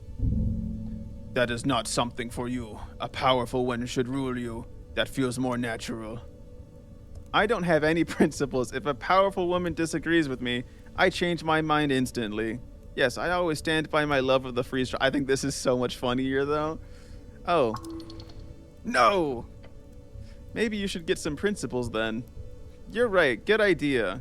I agree with you, I'm wrong, you're right. I'm sorry for ever speaking out of line, my lady. That is such a funny fucking line to say, though. I'm gonna say it. She lets out a loud laugh. A laugh that slowly turns into a tired sigh. I assume you're being funny. And let's leave it at that. That's all the questions I have about free striding for now. What's with the thing in the fireplace? I'm not a thing! Don't mind him, he's harmless. I don't know exactly how we came over the contract, but I believe it was Kargameshian fellow who handed it over. A smoke mephit. It keeps track of unwanted visitors. Mephit, elemental spirit formed by primal energies. They are known to be selfish and violent, yet useful when captured by controlling magic or given the right incentive. So don't touch anything, cleric, unless you like getting seared. She smiles, her tusks gleam. What about the griffin on the roof? Griffin on the roof? The orc laughs at your words. That really sounds like a magazine tale. I swear I've read it at some point. I'm serious. There's a griffin upstairs. Yes, I thought it sounded funny is all. Technically, the griffin is not allowed to use our building as a nest. However, by sheer happenstance, it has become one of the many unwritten and unofficial exceptions around here. I have simply learned to make do as one does. Who owns it? Is it just sleeps here all day? For now, I've heard he'll be heading out after the election. Can't wait. Is it annoying to deal with? Yes. Though the real answer to that involved describing griffin droppings, and I'd prefer to keep it that way. Who owns it? One of our temporary guests. A high-ranking member of the Free Striders come to visit for the election. One of those types. Okay. I don't want to fly on it. Vera is not happy about the situation. Are you sure I can have the spell scroll? Okay, I really can't have it, I guess. I want to know more about you. My favorite topic. You're your own favorite. You are your own favorite topic? Yes. She might possibly be acting cheeky. It's awfully empty here. Do you have any colleagues? Certainly. I am only second in command here on Tolstad. First is Agent Durelius. He's currently off securing votes with the Tolstad guilds, leaving me alone here to helm the ship. Her expression changes, hardens. She must like this guy. You like this fellow, don't you? No, Wisdom, we can't have you saying that. You can't be saying that, bud. And who is this Durelius? Octavio Pompus Durelius, my wonderful superior. Octavio Pompus Durelius, the hero of Waterlane. At least that's what the papers call him. He's one of the Free Strider bigwigs, imported from Reeds. She likes this guy? Dude, Wisdom, you are so wrong. Long name. You need to compete with this guy, clearly. Oh yeah, I need to get more parts to my name. You're so right. Just one colleague? No, him and his horde of interns. It's simply a smart move to gather a bunch of impressionable youngsters and tell them they're getting job experience by performing labor for you. If you're lucky and they don't suck too much, you literally get free infinite labor. Well, not a horde per se, more like 3 to 4 people, in rotation. He likes them young and stupid. What does securing votes mean? Can't say. Industry secrets, you know? She winks. She winks a lot, this one. Okay. What exactly do you do for the Ascani Reeds Trading Company? I make sure the flow of goods remains efficient and uninterrupted by local shenanigans. Shenanigans? She too is a dodger of consequences. I also represent the organization as a member in the Free Strider Party as well, which makes it a lot more interesting. How strong are you? Strong enough, she smirks. Whom do you wear? Oh, this old rag? This outfit is an AR import, originally designed by Fruk Fram, I hear. Although these are obviously just factory knockoffs. Fruk Fram, famous textile industrialist and magical carpet extraordinaire, got really famous during the Arcane era. Reliable, though. Okay, very cool. Very, very cool. Let's see. What is your favorite color? Red. Like blood, she gives you a sinister smile. She's very charming. What's your mother's maiden name? Why do you ask? I read in a book once that it's a good question to break the ice. You read? Don't sound so impressed, Orc. But there's no need to break the ice. We're already talking, cleric. Once again, I'm a wizard. It's very rude. I did not know my mother. I was born into a Feltier JT, a journeyman tribe where children are raised collectively. Journeyman tribe, a pseudo-nomadic clan of orcs who specialize in a certain craft. Each traces its roots into the service of the Queen Mother Lagbetta, who gifted their ancestry with a specific magical understanding of said craft. Lagbetta, Queen Mother of the Blood Orcs, fought against Gorgorian during his reign and was victorious. Her folk still rule large parts of Feltier. We made scissors. That's my special blood talent, my fate, as it were. I didn't like it in the factory, so I left to Blood City Bay. I joined a war band, a few actually, learned to be smart, eventually ended up in Reeds where my true talents were recognized. Scissors? Orcs are the original factory workers. Oh, okay. I'm gonna let her continue. The revolution was already strong when I joined. So once I realized I'd missed all the real action, I ended up taking a job to spread the word. I spent a season in Vorgani at first, but I never clicked with the locals. So Norvik it was, and now I'm here. She bows her head in a formal fashion. Anything else you wanted to ask? That's about it. Good thing. And what about you? You holding up all right? I'm doing great. Good to hear. Are you sure I can't have the spell scroll? I'm going to ask for a third time just in case. Okay, that's all. Well, what's going on with this globe? Coastal hemisphere. You approach the half sphere. It accurately depicts the best calculated distances we've got. Oh, that's a lot of stuff. I'm going to spin it around. You do so revealing the other 4 bands, those furthest away from your home band. You've never actually seen these bands, so who knows what they're like. Kargamesh has awesome tea. Oh, that's a lot of reading. That's a lot of reading. Oh boy. Okay, we'll look at one and see how long the text is. Yim, the walled band. Large portions of the map are blank. These are marked out as Yagaria's inner wall.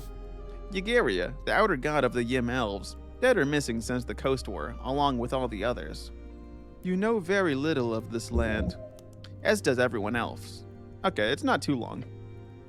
Feltier, red and white plains with great forests to the east and deserts to the west. A wonderful feature of the map, you can actually make out the corpse of Gorgorian as he lay upon Blood City Bay. Truly a fascinating landmark. Kargamesh. Gargamesh, everyone's favorite place, Gargamesh. 2 vast deserts with pockets of magical green across. The rocky savanna of the west and the far-reaching dunes of the east. Divided by the vast river ravine, the Bay of Four, at the peak of which lies the legendary city of Ukul. Ukul, the jewel of Kargamesh, means endless pillars in primordial, a natural wonder of the world, an underground city where all elements live in harmony. Rivers of water and lava intertwine, and clouds gather around a forest of enormous stone pillars, a paradise far from the coast and the undersea. It is also marked by vast symbols for other undercoast ravines which connect with the various cities. The stereotypical exotic land beyond the coast. Look at Hazy, a grand jungle with a handful of mountain ranges splitting the band into a spiral. Twirly. Okay, Twisdom. Several parts of this map are drawn very abstractly. We do not have proper information on large swaths of this band. It is simply too dangerous to map out properly. Or there are people who do not wish to share the knowledge of their home. One of the few points actually marked out is Lake Kuja, near the border of Vorgeni. Lake Kuja, a saltwater lake found in the jungles of Hazy, connected with a similar lake found in the undercoast. Many argue it could be considered one body of water, the only of its kind to pass the gravity flip beyond Jor's Sea itself. Jor's Sea, a name for the Great Sea, which the bands surround. I look at Jor's Sea, the top of the half-sphere. Jor's Sea, the blue top half of the hemisphere. Above the strip of land, you see 1,000 little islands and islets marked out, along with common trade routes. But the further up you go, the fewer markings upon the blue. Only the Far Isles can be found there. Far Isles, the islands found deep in Jor's Sea, even further than Middle Edge, known for their aberration inhabitants and the legendary pirate treasures hidden all around. Middle Edge, a point deep within Jor's Ocean around the gravity flip, where aquatic folk have built cities within stable water bubbles. A handful of pipe mountains pierce these bubbles, allowing dry connections with the undersea and Great Ocean Islands, populated mainly by Anura and merfolk. Merfolk, aquatic fish people. They are found mostly around the islands and underwater nations of the Middle Edge. At the top it says, Jor's Point. Jor's Point, the legendary first gate. Based on archaeological evidence, the Beasts of Jor believes Jor to have first entered this realm at this location, at the farthest point of Jor's Sea, right where all the bands collide. None who have tried sailing to this point have ever returned. Well, that's ominous. Beyond that, off the coast of Hazy, you see Salto de Sapo Alegre, and below reeds you see the text Middle Edge. Salto de Sapo Alegre, one of the most famous port cities, nestled on an island right off the Hazy mainland. Ruled by a ruthless pirate clan, primarily composed of catfolk. This is a sea hemisphere. There are full globes that depict the land in more detail as well. However, since there are no consensus on exact distances, due entirely to the unstable esoteric natures of both inland and seaward, whether people view Jor's realm as a hemisphere or a globe is up to the use cases. Seaward, a term for travel towards the coast and towards Jor's Point. Why is it a hemisphere again? It is not always depicted this way. If you look across the room, you can see a full globe version as well. However, the scholarly modern depicting of the world is indeed a hemisphere purely for practical reasons. Travel across the deeper parts of Jor's Sea can be done via arcs across the ocean, while travel across land of the sort in any way approaches the endless waste will likely result in getting lost in long marches. Wow. This is extremely difficult to understand. You have spent months studying esoteric geography at the towers. Okay, I'm going to spin it back to the original side. Let's look at Vorgeni. Vorgeni, a great highland, strangely shaped lakes, special markings designating gravity masses, floating spheres of farmland that are logically difficult to map out. The only real cities are placed along the coast. A line is marked out halfway towards the waist. It says, Frontier Gap. Frontier Gap, the great line drawn by nomad tribes in Vorgeni. No outsiders are allowed past this line, yet many attempt to push it back. Interesting. Look at reeds. That's an important one, right? Reeds, a vast temperate band. The coastline is bent into a large half-lake. Many city-states litter the landscape. Most are remnants of magocracies. You see the Ilum forest to the west, and several marked out areas on the ground designated cursed ground. If the great wizard kings remained, they could clean that up. I don't know why, but just saying that they could clean that up just is such a funny way of putting it, in my humble opinion. Ascan, you see the burned coast to the east, with the Ilum forest covering the border with reeds. To the west are all the hills and mountains of Fordnip and Vizca. It says in big bold letters Norvik at the start of the river that cuts through the middle of the band. A great city with great lettering. Remember that long ship trip? Terrible. Look at Divinitorum. Divinitorum, a pointy coastline centered around a mountainous region at its center, marked as Peak of the Gods. Unnatural formations and shapes litter the landscape around. Further inland, you can see a vast, flat plain divided into perfect squares, some with moat-like rivers surrounding them. A name spans this area. It says Golden Horde. Various city-states are placed along the mountains of the coast. Towns and roads are marked out across the plains. The old Celestials hold great power here still, with their stagnating states. Their tribute practices and semi-slavery methods have given them a unique position in the post-war coast. Okay, that's all for now. Let's talk to the weird smoke method. Actually, there's a bunch of things to click. One sec. Rugs of fake froom fram. Free cities, democracy, prosperity. Spices and extracted juices of the most exotic varieties. Oh, a sword. Can I have the sword? I want the sword. Please? Oh, wow. Strength, dexterity, and wisdom? I don't want any of that, actually. Also, DC 19 check. Ooh, no thank you. I'm gonna talk to the little guy. You look into the flames of the fireplace. A hissing voice calls out to you. Didn't your mother ever tell you it's rude to stare? Oh shit, look closer. I squat down and look closer. A figure lies upon the lit timber, like a puff of smoke materialized into a solid chunk. It is a Mephit, a primal spirit. This one appears to be made out of smoke and heat. I apologize. I'm gonna keep staring. The creature lets out a groan and rolls around on the fireplace. I'm Tinnatul, terrible to meet you. Lovely to meet you as well. I am. Don't care. It interrupts you. It looks back and forth between you and Snell. I'm in charge here, so don't do anything nasty or I'll report you to the Tusk Lady. Tusk Lady? Amazing. Your goblin companion squints into the fire. Then he whispers to you, I hate these things. So you're like a guardian to this place, or what? Something like that. I'm only obliged to attack you if you actually steal something. Oh, really? Test the little guy.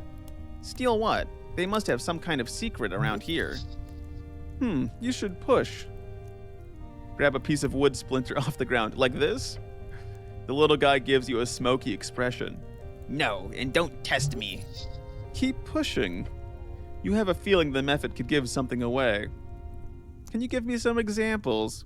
I guess an example? It leans back in the flames and mutters in a language you don't understand. Primordial. It means something like, fucking hells, this is very tiring to me. It leans out of the fireplace and gestures towards the mirror in the corner. For example, if you try to open the safe or something, then I'd have to attack you for real. I wouldn't do that. Good, because... Wait, shit, I'm not supposed to say that.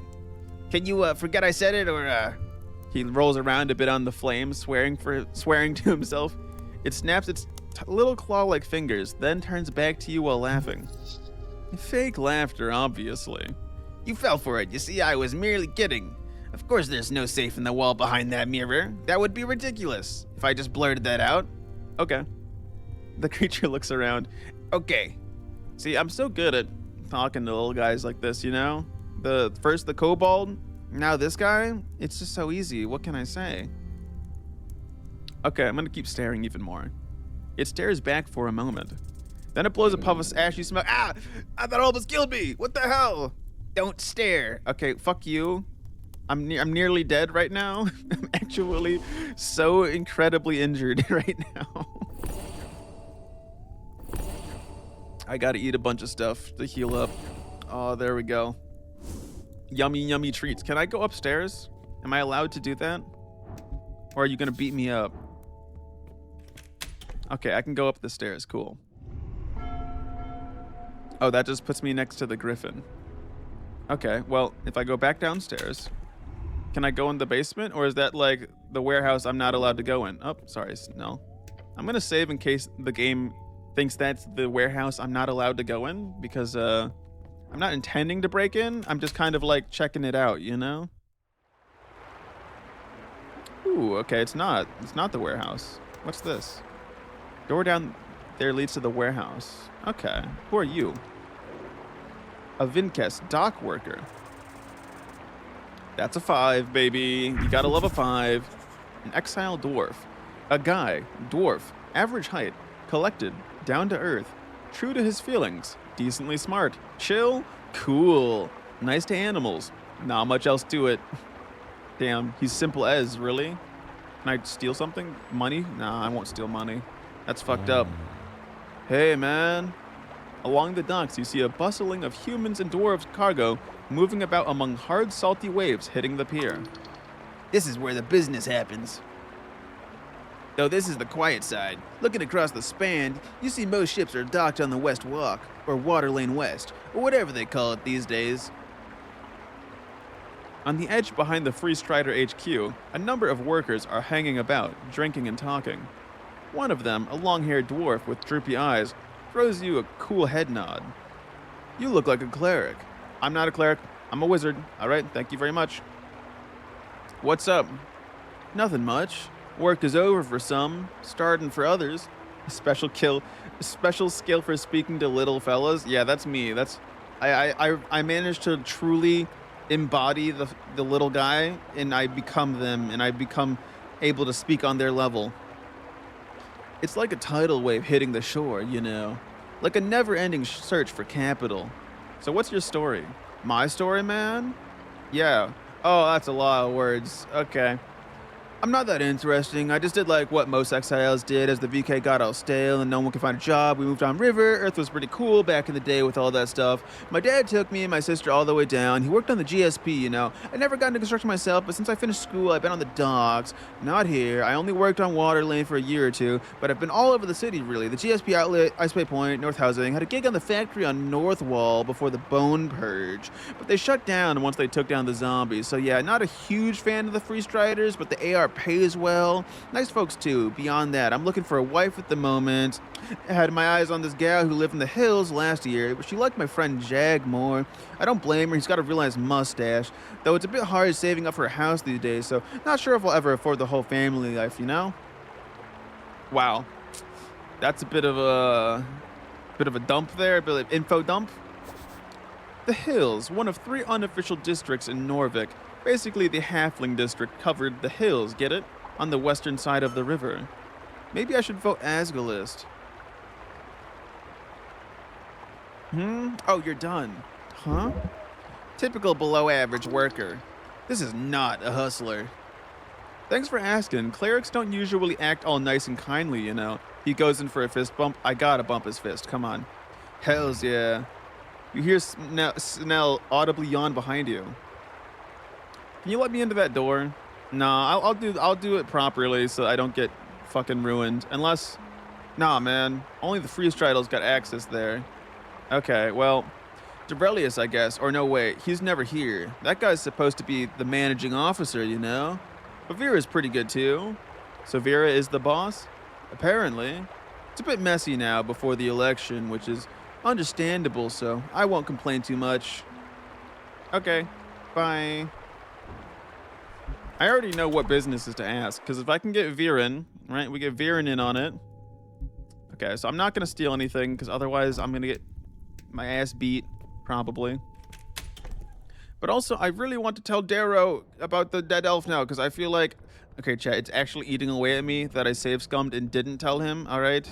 It's really fucking eating away at me, but I don't think, I'm not sure it really matters that much, you know? You know? Because I didn't want to tell the goblin lady either. That was my entire justification. But then the game made me tell her right away. What the fuck? Like, goddamn, dude. I didn't mean to do that. Fuck. Let's see. Path up to Tolstad. So I can't go to the Sphinx till later today. But I could go talk to Viren and the landlord guy. The fish boy. and they'd probably do the contract, no problem. So I'll go do that real quick. That should be a quick little hop, skip, and a jump, right? And then I'll go back to the goblin stuff to go investigate the whatchamacallsums. The words. Oh, he's not here yet. He's gonna be later in the day, right? Is he? I fucking hope he is. It might be noon that I have to ask him. I honestly don't remember, dude. I don't fucking remember shit. I guess we're gonna go talk to Viren since we're over here. And then I guess we'll go down below into the spooky dungeon. Hey, Viren, how's it going? Or Viskin, that's your name. I knew your name. Turn around and whisper to Snell. What can you tell me about this guy? The goblin sneakily leans in and whispers, "You want a rundown right in front of him?" I don't think he can hear us. That's not the point, cleric. Call it to Viskin. Can you hear us? No, cleric, nor am I listening. Go ahead. See?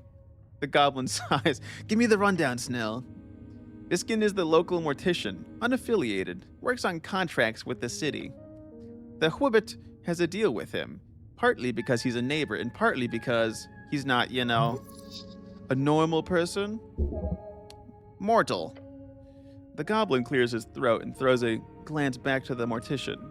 He's not the type you want to make enemies with, but hey, he seems to like you, so good job on that. But my suggestion, keep your distance, just be safe. I'm slowly about to figure out what's weird about him.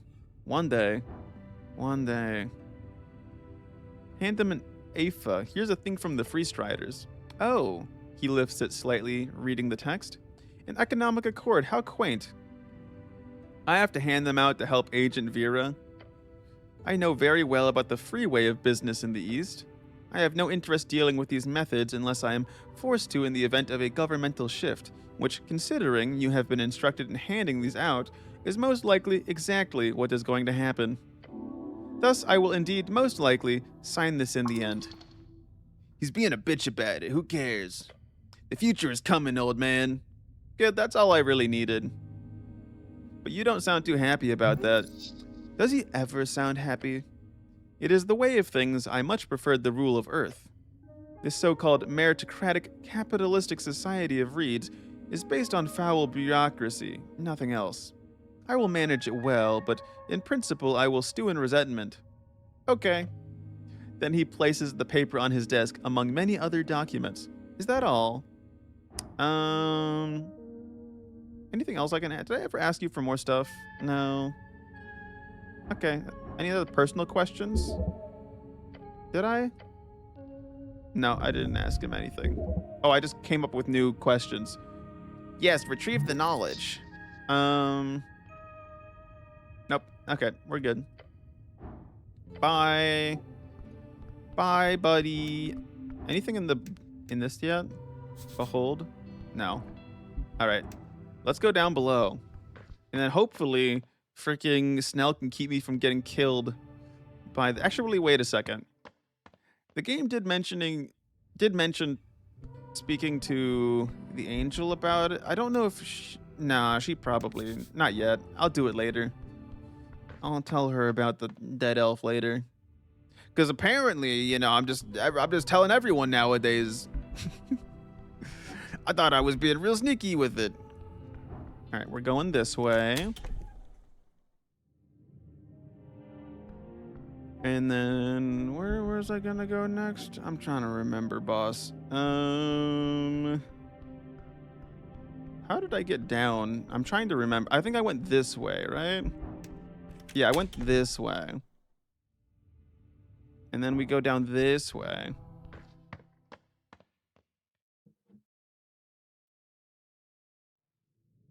I just realized, since the stairs go to Viskin's shop, does that mean he set the little trap on this staircase here? He must have. What a clever guy. He could have killed me in another timeline, but luckily I am too amazing and too genius to be killed by such a simple trick. Oh, I got a thing done. Yippee! Oh god, what am I taking root? What's about to happen? Oh boy.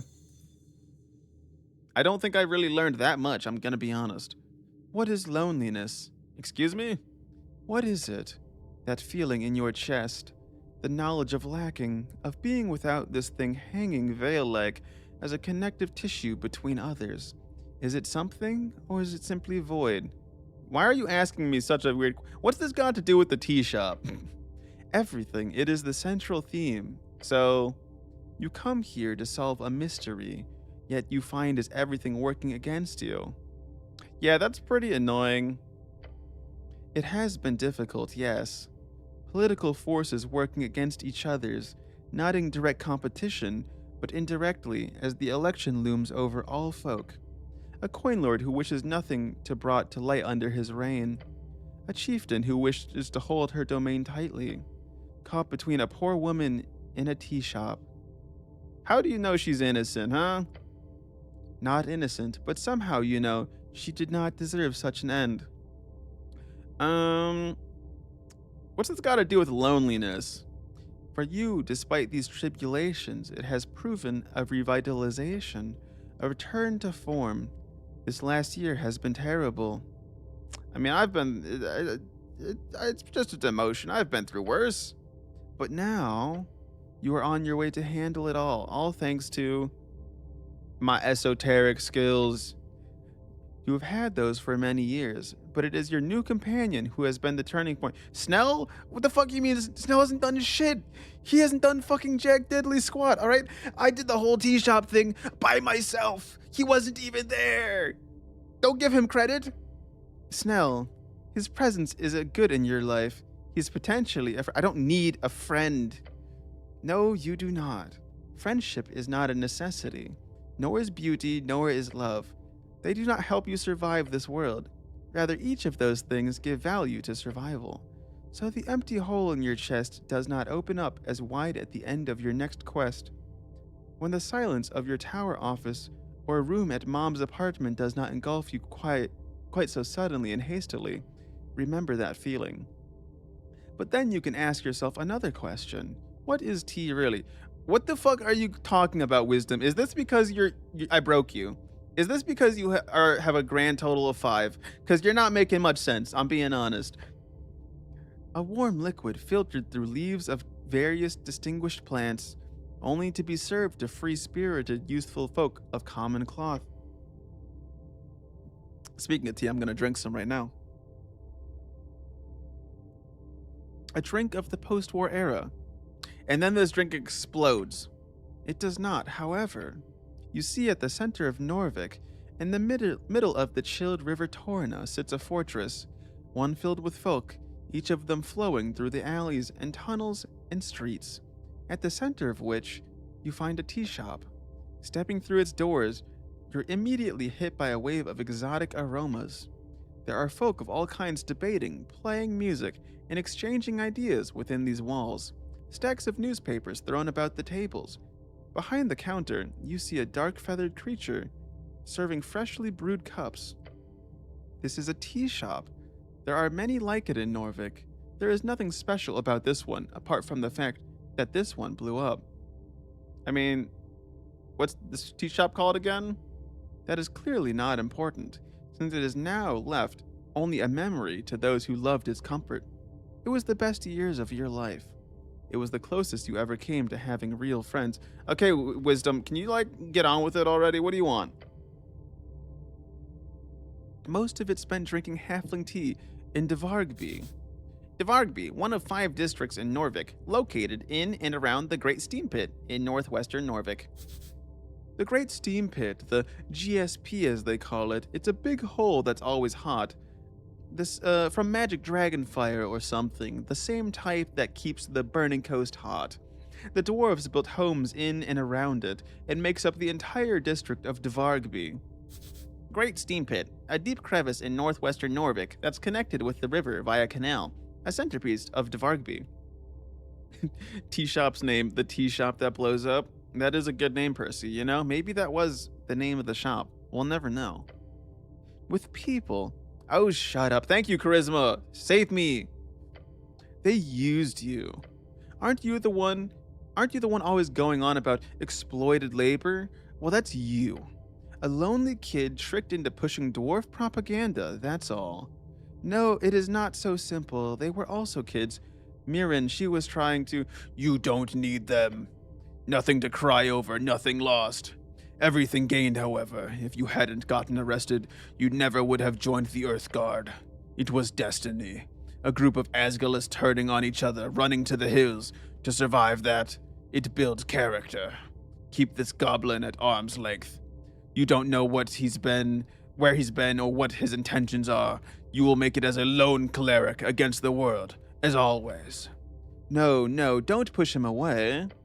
You've got to reel him in, just like everyone else. Your main problem from the beginning has been one thing: honesty. You keep showing your true colors. Nobody likes that. Keep it friendly, keep it light. Everyone should enjoy your company.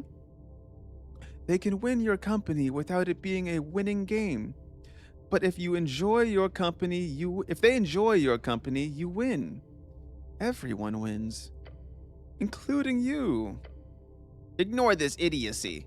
Focus on your spells, learning, retaining knowledge, and applying it during your downtime. Intelligence is off doing their very own thing, alright? Become an even greater master of memorization. Oh, so I can choose friendly company, which is like wisdom, charisma, master memorizer. Ooh. Okay, what about lone cleric? You're a man, you don't need friends. Taking a short rest means kneeling down in the dirt, a fist placed upon your chest, your brow dripping, pearls of sweat falling down upon your bulging pecs in the dark, alone by yourself. Flying solo, you don't need friends, you're a man. At the start of your short rest, kill an additional amount equal to the levels of exhaustion you have. That's useless, I don't want that. Master Memorizer. Normally, your absolute genius allows you to recover a spell slot during whatever breathers you take. Focus on this, the rest is useless. During your short rest, you restore 2 random spell slots instead of 1. Ooh, that's okay. Friendly company. Snell is a good person, you enjoy his company. Just his presence during a breather is enough to make you feel good at heart. The feeling is somewhat mutual. Who cares what he thinks? You seriously need to learn how to make friends, for real. That includes manipulating them into actually sticking around. During short rest, always roll hit dice with advantage. Snell also gains an extra proficiency in his initiative rolls. So is this a wise or a charismatic thing to choose? It's a mix, really. Like with alignment, it is all about intention. Alignment, everyone's got one. Some spells can detect it, but don't read too much into it. Alignment is just an internal thing and doesn't really have too much real-world application. Do you view socialization as a zero-sum game? No, not really.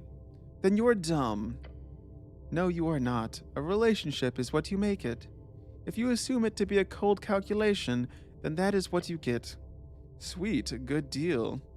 Alright, I'm gonna go with Master Memorizer, thank you. An intelligent choice from a Master Wizard. Yes, I'm a wizard! Yes, thank you for acknowledging me. And so you shall remain. Stop thinking about this. Okay. Do I even have room for the feet, though? I don't. So I would need to, get rid of another thing. Oops. One of these...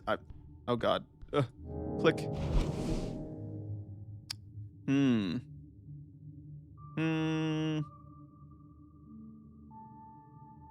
I'd get rid of Democratic Herald. I don't actually care about it that much. Let's see. Where's that Democratic Herald? Forgo feet. Yes. And then we add this one. Yes. There we go. That's better. Alrighty, gang. Where are we? Ah, yes, down here. Okay, Snell, we're gonna go fight a monster. I hope you're ready, because there's a pretty good chance we die horrifically. But let's talk to you first. Nope, nothing new. Okay, bye. Actually, wait. Did the snail move? Did the snail move yet? Nope, it's still going. But let's check up on it, See how you're doing. It will face you eventually. Snell, isn't this creature blocking your goblin operations in some way? At first, yeah, Sageleaf had plans of cleaning up the roots and establishing a mushroom farm across the south and east tunnels. But the prospect of dealing with that kind of cleanup duty wasn't exactly something people were excited by. So when this big boy fell out of a crack last year, the whole thing got postponed, and lots of halfway people were very, very fine with it. He points back through the tunnel. And ever since, we've only had to deal with invasions from the south tunnels. Oh, so this leads to the east tunnels. Yep. Damn, I wanted to go to the east tunnels. Are you saying that only because you can't go there? Yes.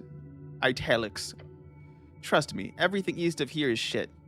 The east tunnels just lead to a bunch of dangerous trap-filled spiral halls leading to the shifting falls and then the water temple. Technically, there's some routes that could lead to the lower palace as well, but if you want to go there, you'd be better off taking the upper paths. Shifting Falls, a deep cavernous part of the city below, found underneath the eastern districts of Norvik. It stretches far down all the way to the gravity flip and is the only discovered part of the city below to do so, known for its magical waterfalls and hanging architecture. Wow. That sounds awesome. I'm already excited for it. You don't have to try and sell it, Snell. The goblin just looks at you, his gaze giving a type of neutral, dissociated look. Basically, this snail halved our work down here is what I'm saying. Okay. I'm not gonna pet it because it's probably gonna, like, kill me in some horrific way. Like everything else seems to want to do constantly. Wait, this wizard. You can find something interesting upon its petrified surface. Interesting. What is going on here? A figure stands before you, frozen in stone, completely petrified. Their arms are raised defensively, hands covering their face. Basilisk victim, nasty way to go. Why do you guys just have them in the area? We don't make the rules, cleric. The old lady would clean these up, but there are laws against it. This is designated as a dungeon area, not as in the jail-type dungeon, but as in a dangerous monster territory. So if we find petrified victims, no matter how old, we're not allowed to even touch them. Only clerics can do that. Ah, and we don't have clerics with spells powerful enough to reverse basilisk victims. That seems to be the case, eh? Anyways, try not to break this poor sod. I examine the figure. The details are perfectly preserved in stone. Every fold of fabric, every strand of hair. Petrification captures everything in the moment of death. I look at their robes. Ornate robes with arcane embroidery. A wizard. The style is old, decades, maybe longer, from the arcane era by the looks of it. I look closer at the cloak. Can I get something nice? Interesting. There is a rectangular shape pressed against their chest. A book, clutched beneath the robes. It has been turned to stone along with its wielder. I try to see the book more clearly. You peer between the stone folds of fabric. One page is partially visible. The text upon it is still somewhat legible. Stone does not completely obscure ink. If the pressure was hard enough, I lean in. The handwriting is cramped, a wizard's notes. Most of the page is obscured by the angle and the stone, but one phrase stands out clearly, written in bold lettering at the top. Master Hagenshag's I will learn. A formal phrase, like a student's oath, or a passphrase. Wait, wasn't there somewhere where we needed a passphrase, right? And I think Snell or someone was like, you think you just gonna guess the passphrase? Hagenshags. That is the name of one of the greatest houses of Arcanus in Old Diminor. You commit it to memory. Somewhat interesting, I suppose. Snell, where was it that had the passphrase? I'm trying to remember. Fuck. Snell, you gotta remind me, man. I know there was a passphrase somewhere. I just don't remember where. We'll figure it out later. Unless, wait. I'm thinking. I'm going through my memory. I'm trying to think of all of the places that we've been. I give up. I'm gonna go kill a monster instead. Call it good enough, you know? Oh, monster, I know you're here. This time I brought backup, and I have more dangerous weapons. I'm ready to kick your ass so hard this time. In fact, let's see. What am I wearing right now? Maybe I should wear something different.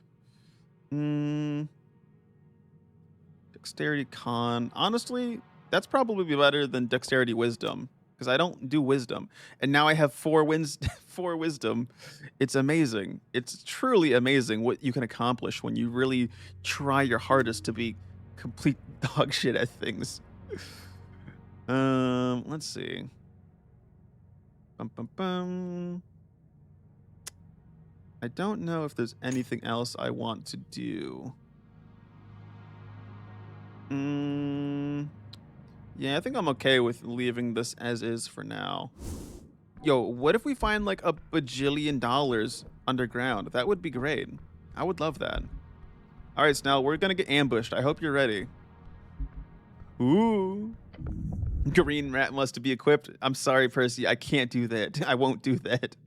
A sinking feeling appears. Yeah, I know the spooky monster that has killed me several times, but this time I'm going to kill it so bad that it's going to regret ever fucking with me. Oh no, I roll initiative. Once again, I roll like complete shit, but I have a 14 total still, which means I get to go first. How did I not notice that thing?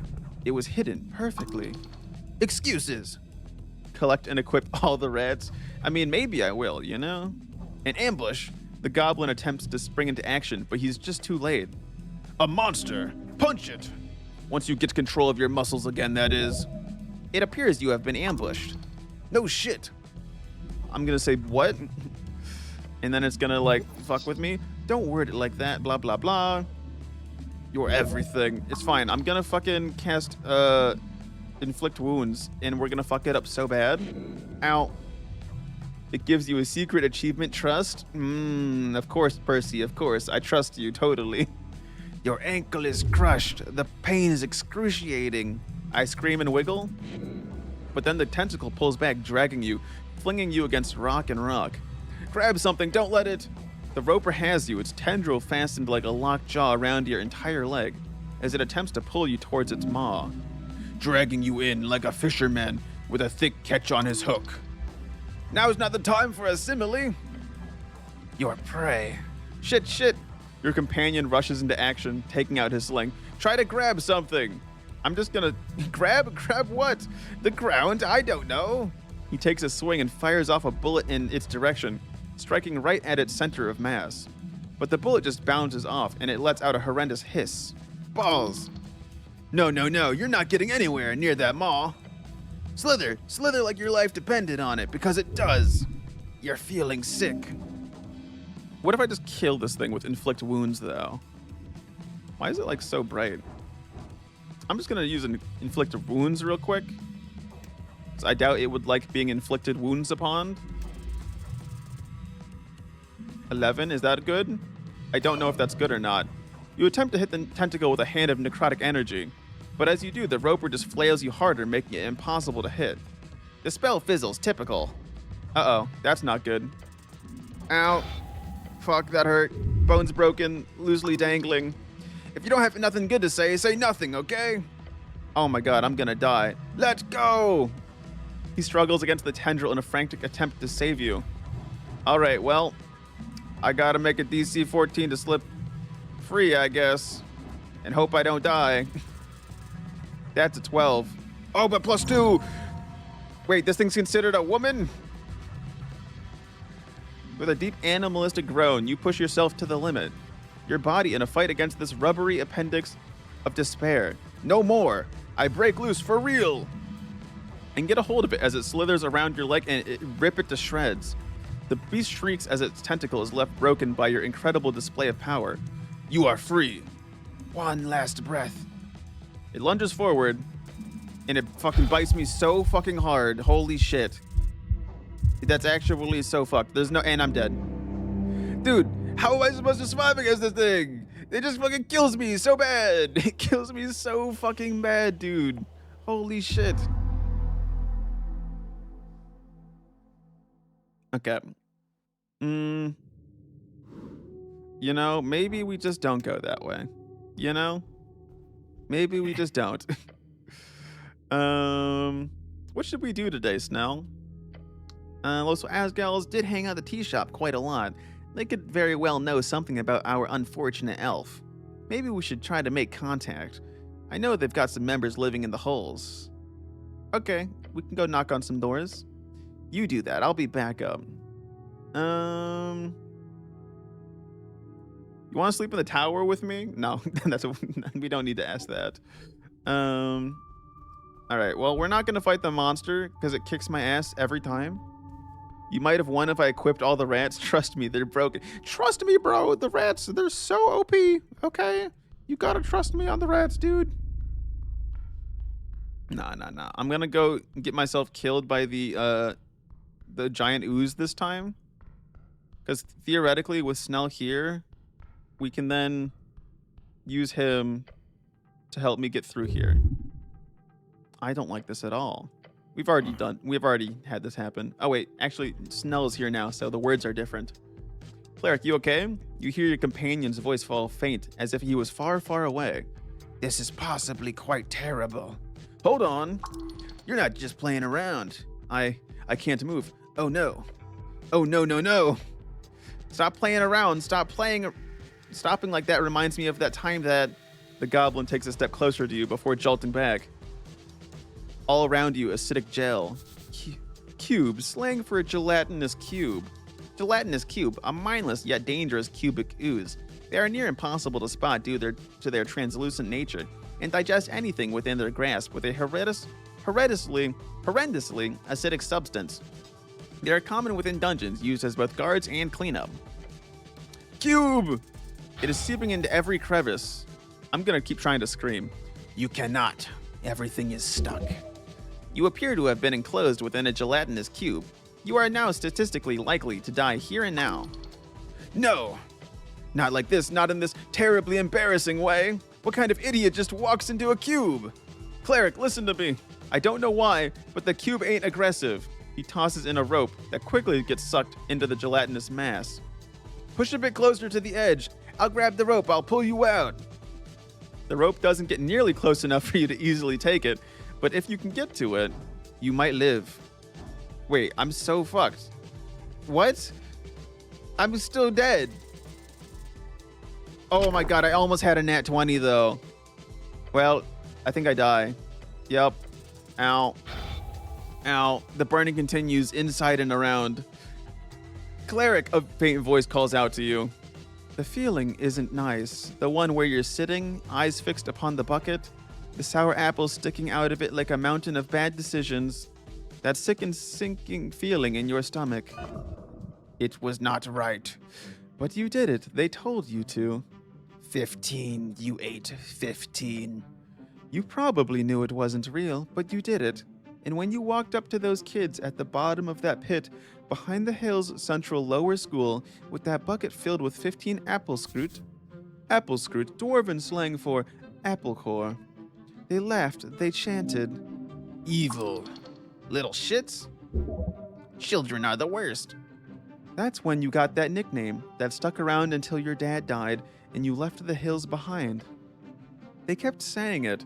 When you got mad, they said it. When you played along, mocking yourself, they said it. Apple boy. Apple boy. It's not even a good name, so uninspired. I'm gonna hold this grudge against those fuckers forever. That you do not call me Apple boy. Yet you still tried to follow them. To be nice. Play nice. Be a friend. Apple boy. But eventually, they just started running away. Apple boy! Each time you would try to get close, they would laugh and snicker and leave. And so the apple boy was all alone until the day he... You dumb asshole! I opened my eyes. Take the damn rope! The goblin cannot speak to you that way. Show him how a man deals with his problems. He clearly does not enjoy seeing you dissolved, clearly. Okay, here we go. You pushed, now do it again. No more apples. Okay, it's only DC 4. You know, we would never fuck this up, right? Thank God. You push and fight against the endless pressure of this translucent force of acid and pain. And then, you cling to it. Let's go, the goblin yells and pulls with all his might. Your muscles urge to stop, but the lack of pain on each limb as it escapes the cube's surface causes you to continue. And finally, leave the cube. You pant and wheeze, cough up pieces of still sizzling cube ooze onto the dungeon floor. The pain fades. Part of that is your brain not processing the incredibly horrific burns you've suffered. Next to you, the goblin laughs. Holy shit! I thought you were a goner. Not yet. Good spirit. Oof. You turn around and look at it. The massive gelatinous cube just stays entirely still. It does not move nor react to your presence. It's a weird one. Something tells me I shouldn't touch it, so tell me what you know about these things, Snell. For one, they're never this passive. They also shouldn't be this big. I don't think I've heard of them splitting and merging it. I've heard of them splitting and merging at times, but not to this size. Beyond that, I just know they're attracted to, what was it? It's not clerics, is it? I swear on the gods if it's clerics. Because I'm not a cleric. He snaps his fingers. They're attracted to heat. Oh, that's what that torch is. A well-written book, but you do not believe cubes have the ability to read. You've read that? He gives you a deep and all-consuming glare. I'm not talking about the romance novel, obviously. Heat, warmth. The goblin points to the glowing torch inside the cube. I bet that has something to do with it. I wonder. How the fuck are we gonna deal with the thing? Can I steal? Nope, it's out of reach. Well. Could I actually reach the torch? The cube will let you walk into it, however, it will clamp onto you quickly, so you need to move as fast as you can before it decides to hold you tight. If you manage to move far enough while inside, then you could reach it. Oh, I bet I could do it then. I bet I could fucking do it. Watch, I just gotta heal up, right? Oh, ad started. All right. I'm gonna be right back. I'll see you after ads, chat. But then we're gonna try and... Actually, I'm gonna save first before I forget. But then we're gonna try and grab that torch, all right? BRB.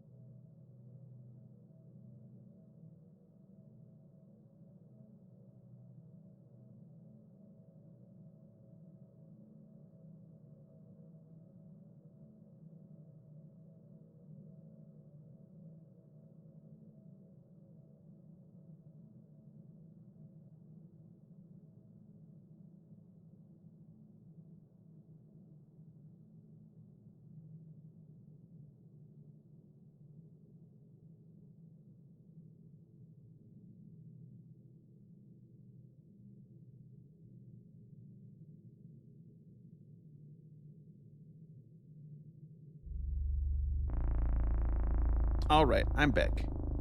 We are back. And then ads should be ending shortly. Any second now, ads will be ending. Okay, ads should be done. All right, chat. I gotta heal up. And then once I heal up, we're gonna go into the ooze again, all right? I think we can do this. I believe. I believe real hard. Actually, I'm gonna save now that I've healed up. That's a good idea. All right. Do I want to use grease so that I can... I don't think that would be useful though, would it? Yeah, no reason to cast the spell. All right, here we go. I'm gonna try and push through the gel to reach the torch, and I'm gonna hope it's a dexterity check, because if it isn't... Could you get the torch, Snow? No, could you? Of course, what do you think I am, weak? Let me rephrase. Could you do it without having your skin be dissolved by the gelatinous cube? I guess we'll have to find out. He lets out a deep sigh and looks across the surface of the jelly monster. The cube's weird. They're usually way more aggressive. The fact that we can stand here no problem means something's way off. And I bet it's that torch. Can you use your magic to grab it? There are a handful of spells that could work here. A protective shield if you wish to fight through the acid. Or Mage Hand, a possibility. I mean, if we had Mage Hand, yeah, that would work. But I don't have it, so... well, you'd have to find it then. I thought you clerics, you knew basic cantrips like that. I mean, we've even got some goblins who know it. It's not rare. The goblin cannot be allowed to denigrate you like this. It's beneath the cleric of Norvik. So I'm admitting to you that I, in fact, do not know this basic cantrip, but I also make it clear that I want to find it so we can proceed here, yet you stand there complaining about it. I know I should have it. I don't. The goblin is taken aback. Damn, I'm sorry, cleric. No worries, I just got a little emotionally upset in a manly way. Right, good. I do prefer manly expressions of emotion instead of manly expressions of violence. Same. He lifts his chin. Anyway, he rubs his temples. For now, let's just not do anything rash. He says right before I bless myself and then run into the fucking slime. You grit your teeth. You rush head on into the wall of gel. It's letting you through with zero resistance. Anyone would be forgiven for just walking into this without noticing. Go quick! And if you're gonna do something dumb like this, you better move. I rush through the gel. You push yourself forward, and just seconds after being completely consumed, you feel the gel start to tighten. Just a bit further. Almost. Come on. You're almost at the torch. You see it before you, the translucent gel holding you back. Your hand just inches away from the torch. Skin melting. Well, that's not good. The pain is too great. Your body falters. We're gonna Constitution, but I'm blessed up right now. Come on, let's do it, please. That's a 4. Fuck. Uh-oh. Uh-oh. We're in trouble. No! You fight, but the cube just keeps squeezing. It is too much, and we're fucked. Unless I can ever succeed at a death saving throw for once in my life? Oh my god, we lived. You cannot hear the goblin yelling beyond the gel. You are here, just you, but you can, you always could. I must get through the pain. I always could. I believe in myself. I believe. The pain is nothing. You can do this. I keep moving. One step. I grab the torch. Oh, I can just turn off the torch? Is that easy? The click reverberates through the cube. Then it shudders. Oh gods, it's getting mad. Look around. You see the gelatinous cube shake, more violently for every passing second. It is searching for heat. Within the cube, you see what could only be described as cracks. It appears to be falling asunder. Flopping and jerking, the many pieces of the cube are flung across the chamber. Ah, that explains it. This is not a cube. Smaller pieces smashed against the walls of the chamber, causing a terrible tremor. A ballet of goop. Until ultimately, each and every piece has escaped into the ventilation slits. You are covered in it. It burns. Get it off, quick! I clean myself off. So what the fuck was that all about? The goblin carefully steps up to you, looking around. Didn't expect that. Seriously, great job. You see the last pieces of goop slip down into the cracks near the walls. That really hurt. I don't doubt it. What actually happened here? Gelatinous cubes are able to unite for a short duration. However, if more than two were to pack together, the combination would become unstable within seconds. What happened here was obvious. A multitude of cubes all came together to enjoy the endless heat coming from the rune torch. The heat, or perhaps due to some cosmological chance, the unity of cubes found an equilibrium which was then disturbed once you turned off the heat source. The cube sure dropped a lot of stuff around the place. Can I loot it? Let's see if there's anything interesting. He clears his throat. Related to the tea shop, that is. Okay.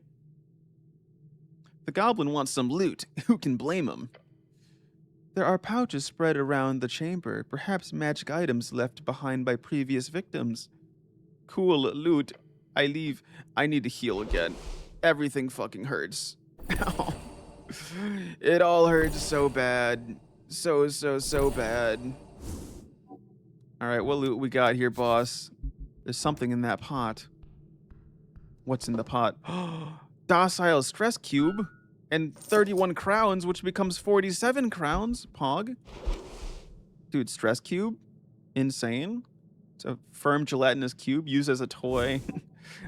That's going to be a bit traumatic, though, for me, you know, considering that it did nearly kill me. In fact, I actually did die, technically. What's going on here? A mysterious door. I'm going to save. I think this is a good time to save, perhaps. I interact with the door. Before you stands an iron door. At its center, actually, I should look up iron door. At its center, 5-pointed star has been etched deep into the metal. Iron door, the name of a legendary artifact crafted by gate area artificers. They are doors leading to nowhere, instead capturing any creature in a pocket dimension. They were used by the Beast of Jor as cells for their most powerful prisoners. Of course. I see. That makes perfect sense there. Of course. I'm just gonna nod my head and be like, yep. This door is sealed with powerful magic. That's some fancy door. The star symbol, it's connected to something. This is wizard work, arcane and deliberate. I examine the star. You lean closer to inspect the etched star. 4 points, perfectly symmetrical. The work of a master craftsman, or a wizard. Probably both. Any ideas, Snell? About your fancy mystery dungeon door? He crosses his arms and stares at it. Not really my area of expertise, cleric. But I'd bet you need some kind of password or a spell. Or, you know, he mimes breaking something with his fists. Subtle, very subtle. But yeah, could work. I touch the door. Your gloved hand meets cold iron. A ripple of translucent energy pulses across the surface. It's locked, magically.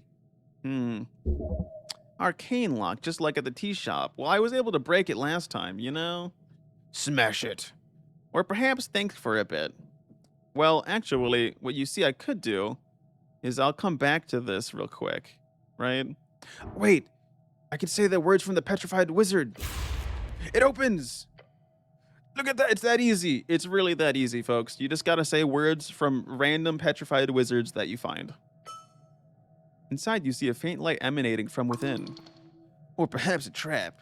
Probably a trap. One locked door usually isn't enough for these fucking wizard types.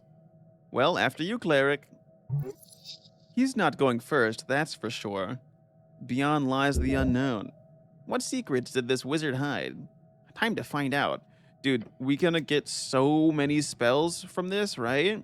If I don't get at least 3 spells, I'm gonna be very upset. Oh, there's so many scrolls, dude. There's gotta be so many spells. A monster manual. What's this? Strange box. Arcane music box. What's that about? What's this even good for? An ancient arcane box with strange knobs and buttons. Each turns to make some screeching foul sound. You are unable to do anything beautiful, artistic, or functional with this. Okay, that's cool. Love that. You can hear the wind outside. An illusion, surely. What's this scroll? Only one scroll appears intact. Dancing light. I memorized dancing light. Isn't that like a cantrip? Pretty sure it is. Yeah, it's a cantrip. Okay. What about the sign? Not a mimic. That's what a mimic would say. A stack of cryptic books. Well, I'm gonna investigate the not a mimic sign. You stare at the sign. Your companion joins in on the staring as well. It does indeed say not a mimic. Who put this sign here? An interesting question. There are many mysteries in the city below, including the shifting tunnels and strangely intense esoteric pockets. Normally, magic like this would be quite rare this close to the coast, but the city below is special. So I'm assuming the chest is a mimic then. The sign appears to point towards that, yes. Did one of your goblin buddies put this sign up? My goblin buddies? Do you not have any friends, Snell? That's not... He stops himself. No, cleric. I can guarantee no one from the halfways put this sign up. I'm gonna figure out what's off about this whole setup. Natural 20. It's that easy, folks. It's that easy. Hold on. Hold on. Wait, did I roll a 30 or higher? That's crazy. What? Look at the sign. I've been doing that for a while now. What about it? Ask yourself one basic question. Is there something behind the sign? How is the sign attached to the wall? Well, obviously, it's the nail up there. Yes, but look at it. Inspect it closer. Oh, it's not. Wait, what? What? The nail is not attached to the wood, nor does it... Nor does it hang upon anything else apparent. Could it be attached at the back? This would be a strange way to hang a basic sign like this. That's true. More importantly, why would the rope still be erect in this fashion? It's as if someone attempted to create a facsimile of a hanging sign and did not think through all the logical steps involved with why each piece is assembled. So what about it? It's suspicious. Yeah, that would be obvious from the start. What do I do about it? See those pebbles on the ground? Toss one of them at the sign. A basic test of corporality. I toss a pebble at the sign. And toss it lightly towards the sign, expecting it to bounce right off. Instead, it just stops. It gets stuck on the surface of the sign. Is that a mimic? Me thinks that's a mimic. Whoa. Whoa. That's, is it it's soft? The pebble stopped as if it were to hit a wall of soft, sticky honey. Huh? As you watch the pebble just sit there on the sign, you also see something emerging. An eye staring at you. Yep, it's a mimic. Oh boy. It's a sign mimic. I knew it! No, he didn't. A mimic! A real-life mimic! Righto, hold on, wait. The mimic is chill. It speaks in a harsh, sharp tone. It speaks? Appears there are eyes upon me. Me who hide in plain sight. Interesting, there have been documentation of mimics bred for greater intelligence, but they are commonly seen as extinct in the current post-war era. Wait, you can talk? Talk and think and breathe and bite. I do. All time. All right then, it's time. Talk this bad boy over to your side. You can do it. I honestly did not expect you to talk. This is kind of throwing me off a little. Do not talk often, no, but you understand? Yeah, I understand you. Understand, that is good. In colony, we speak good, nice forward. Using mouth is not as speak good. The thing might be hideous, but it's not outwardly aggressive right now. If you want to reach out to it properly, try to mimic its speech pattern. Pun intended. So you are friendly? Can you trust a monster built to trick people to death? I think it's fine. The creature makes a nodding-like motion. I am. Well then, time to talk. Look, the goblin says, turning away from the monster, I wouldn't trust the thing at the end of a 10-foot pole. However, if you can get some nice info out of it, trust but verify, right?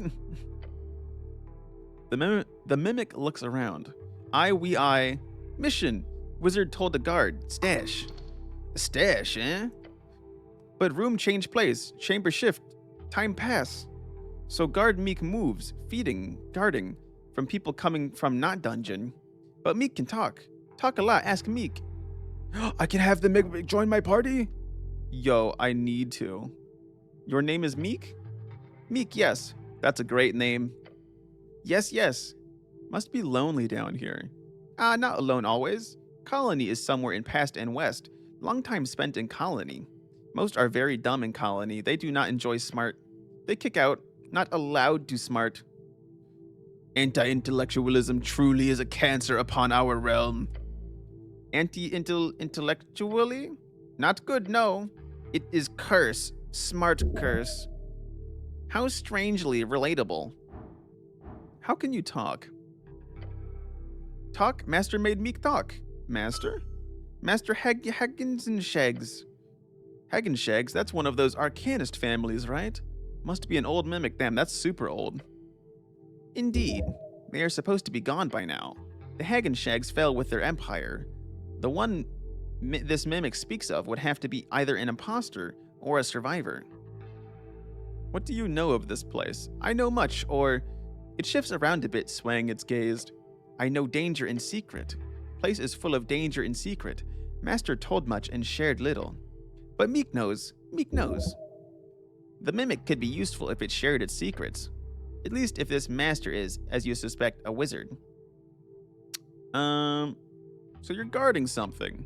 Yes, yes. Most stash is gone, lost, or master took.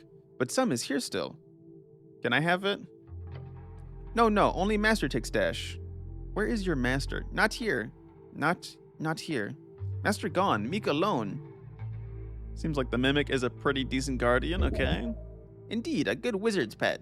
Every wizard requires a familiar. Yes, my familiar. A bit too good. Where do you come from? Master lair. It is not close. Place change. Shift. Here is not where once was and will be. Suddenly, a very complicated sentence. The mimic is a spontaneous poet. What am I supposed to do with this? I'm gonna convince it to join my party. There's no way I fuck this up, right? No nat one, please. No nat one. Thank you. Whew. Join me, Meek, on my great adventure. Right. Well, this might seem pretty simple at this point, but you gotta convince this thing that you'll be its new master. Oh, and to do that, and you do that by, well... Hey, Mimic. Meek? Yes? When was the last time you saw your master? Master? Yes. Master was... It fidgets on the wall. Master had a... Master say Meek should then... Meek not see Master for long. Long. There we go. You made those gears start turning. Now hit him with the big one. Your old master is gone, Meek. Oh, but... No buts. He's gone. It's okay. I'll be your new master. Oh! The mimic's eyes go wide, revealing a horrifying mess of shiny pupils. Then it begins to shake. No, that does not. What? Only master can order. Old order is still fresh order. Maybe ask, what exactly was the order? Order, master talk, guard, Meek guard stash, guard Meek only order by master. Well, there's a loophole here. Your guard, Meek. Guard is title. Title is guard. So if you stop having that title, then you're no longer guard Meek, and thus you don't need to follow the orders. Meek stares at you for a moment. It turns to your companion as well. Sounds logical to me. Yes, Nell, good one. Yes, that's work. But Meek is guard Meek. Not anymore. By the power granted to me by the city of Norvik, I now officially deputize you, Mr. Meek. What? The mimic jolts around on the wall. Your new title is now Deputy Meek. Congratulations. Wanna join the party? A horrid screeching sound is emitted from the monster as it leaps towards you. Shit, the goblin yells and steps back. I embrace Meek in like a super slow motion hug. Within a moment, you realize that the mimic has left its pose and turned into a cloak. Cloak I am. If danger, I tell. A familiar has joined your party. Pog? Keep familiars equipped to gain bonuses in dice checks. Deputy Meek at service. Are you sure that's safe? What's the worst that could happen, Snell? It'll be useful to have a little guy around. Little guy acquired? Yes, little guy. Ah, fuck it, I'm sure it'll be fine. Let's keep the mimic around, why not? He mutters to himself. I can write a book on famous last words after this whole thing. Let's go. I need to equip Meek, come on. Let me do it. What's Meek's stats? He keeps you out of trouble. Can I examine and talk to Meek? Hello, Meek. Hello, Master. You do enjoy being called Master. Yes, a mimic is a strange familiar, but this one is not half bad. Can you turn into anything? No. Very sad, but Meek is not good at shapeshift. So Meek like to stay same for a long time. Meek is more of hiding mimic than changing mimic. That's fine, just be yourself, dude. Be self? That not something Meek has heard previously. Good thing to say, Meek like it. What about your old master? Hagen Shags? Yeah, him. Old master, he is arcanist. Yes, that's what he's saying. Arcanist, just like me then. New master is better than old, better arcanist. Did he cast powerful spells? Yes. Meek once saw old master destroy 10 human all at once. With a fireball, perchance? Perchance, what does that mean? It means, yes, it's a thing. Part smart people thing. Oh, makes sense. Master is smart after all. But no, old master only uses trickery magic. He makes all human go mad. They killed each other with sharp sticks. That's what I would have did. I'm a wizard too. Of course. All right, well that's enough for now. I'll ask more about the old master later. All right, obviously we equip Meek. You know, we got to. I don't fully know what he'll do for me, but you know, I think it's worth it in the end. I don't need to talk to the bureaucrats for quite some time, so we'll get rid of that. Oh, there's a scroll. Look at that. A spell! Knock. That'll help with locked doors. Very nice. I'm gonna open this chest. Hopefully this one isn't a fucking mimic. Oh, that's a lot of crowns, and now I can go buy comprehend languages. Poggers?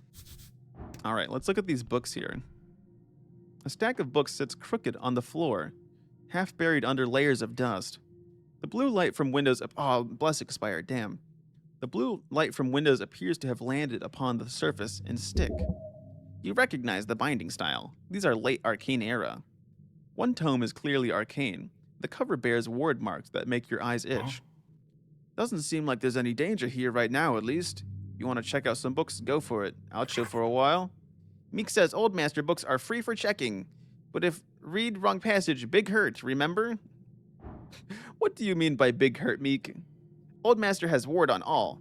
Spellcast delayed spelled, hurt big if not careful. Then just leave them alone? The knowledge will be worth it, surely. I can handle this. This is easy. Watch this. 7 plus 6. Boom, there we go. Easy. A little bit dangerous, but you know, we got it. The wards recognize your competence. They part like curtains. Inside you find a treatise on sensory magic. Illusions. This Hagenshags was studying the relationship between perception and reality. Rigorously, mathematically. Hundreds of pages of experiments of the mixing of illusion and divination. I look over his results. He posits the mind does not receive reality. It constructs it.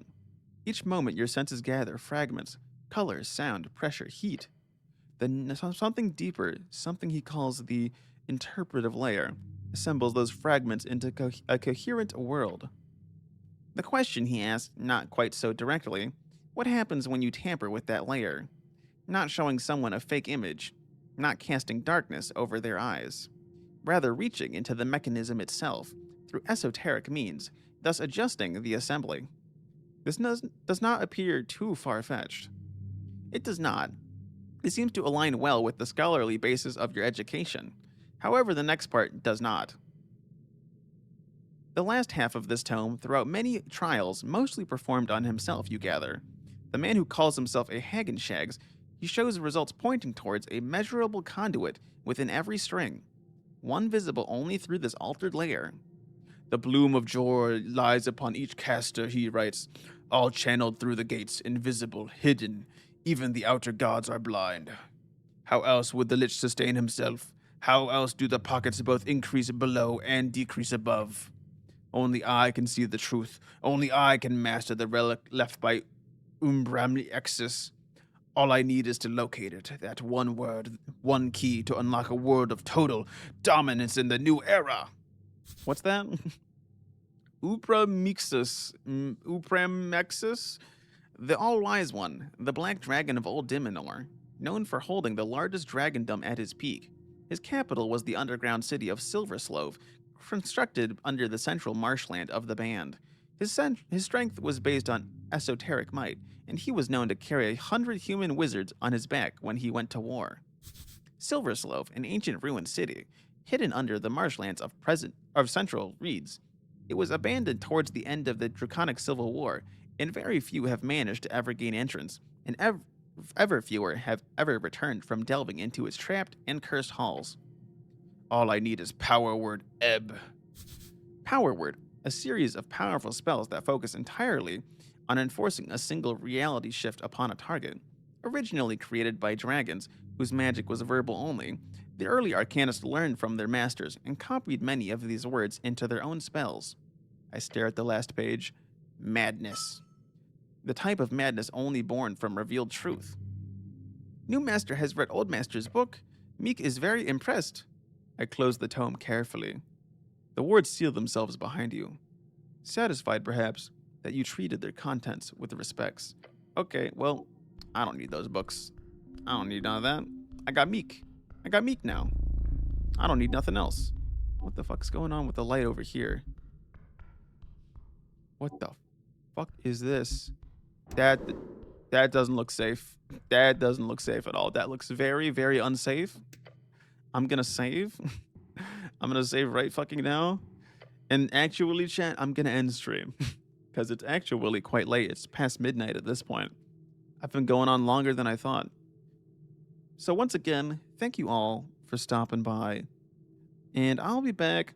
I will likely be back on Monday. I don't think I'm going to stream tomorrow. I might. It's possible. But I'll probably be back on Monday. Probably playing more of this. Who knows? We'll see. We'll see if I can wait, resist any temptation to play more until then. But yeah. Once again, thanks for stopping by. I'm going to go to bed now, though. So we're just going to end right here, right now. Make it nice, clean, quick. You know how it is. All right. Bye-bye.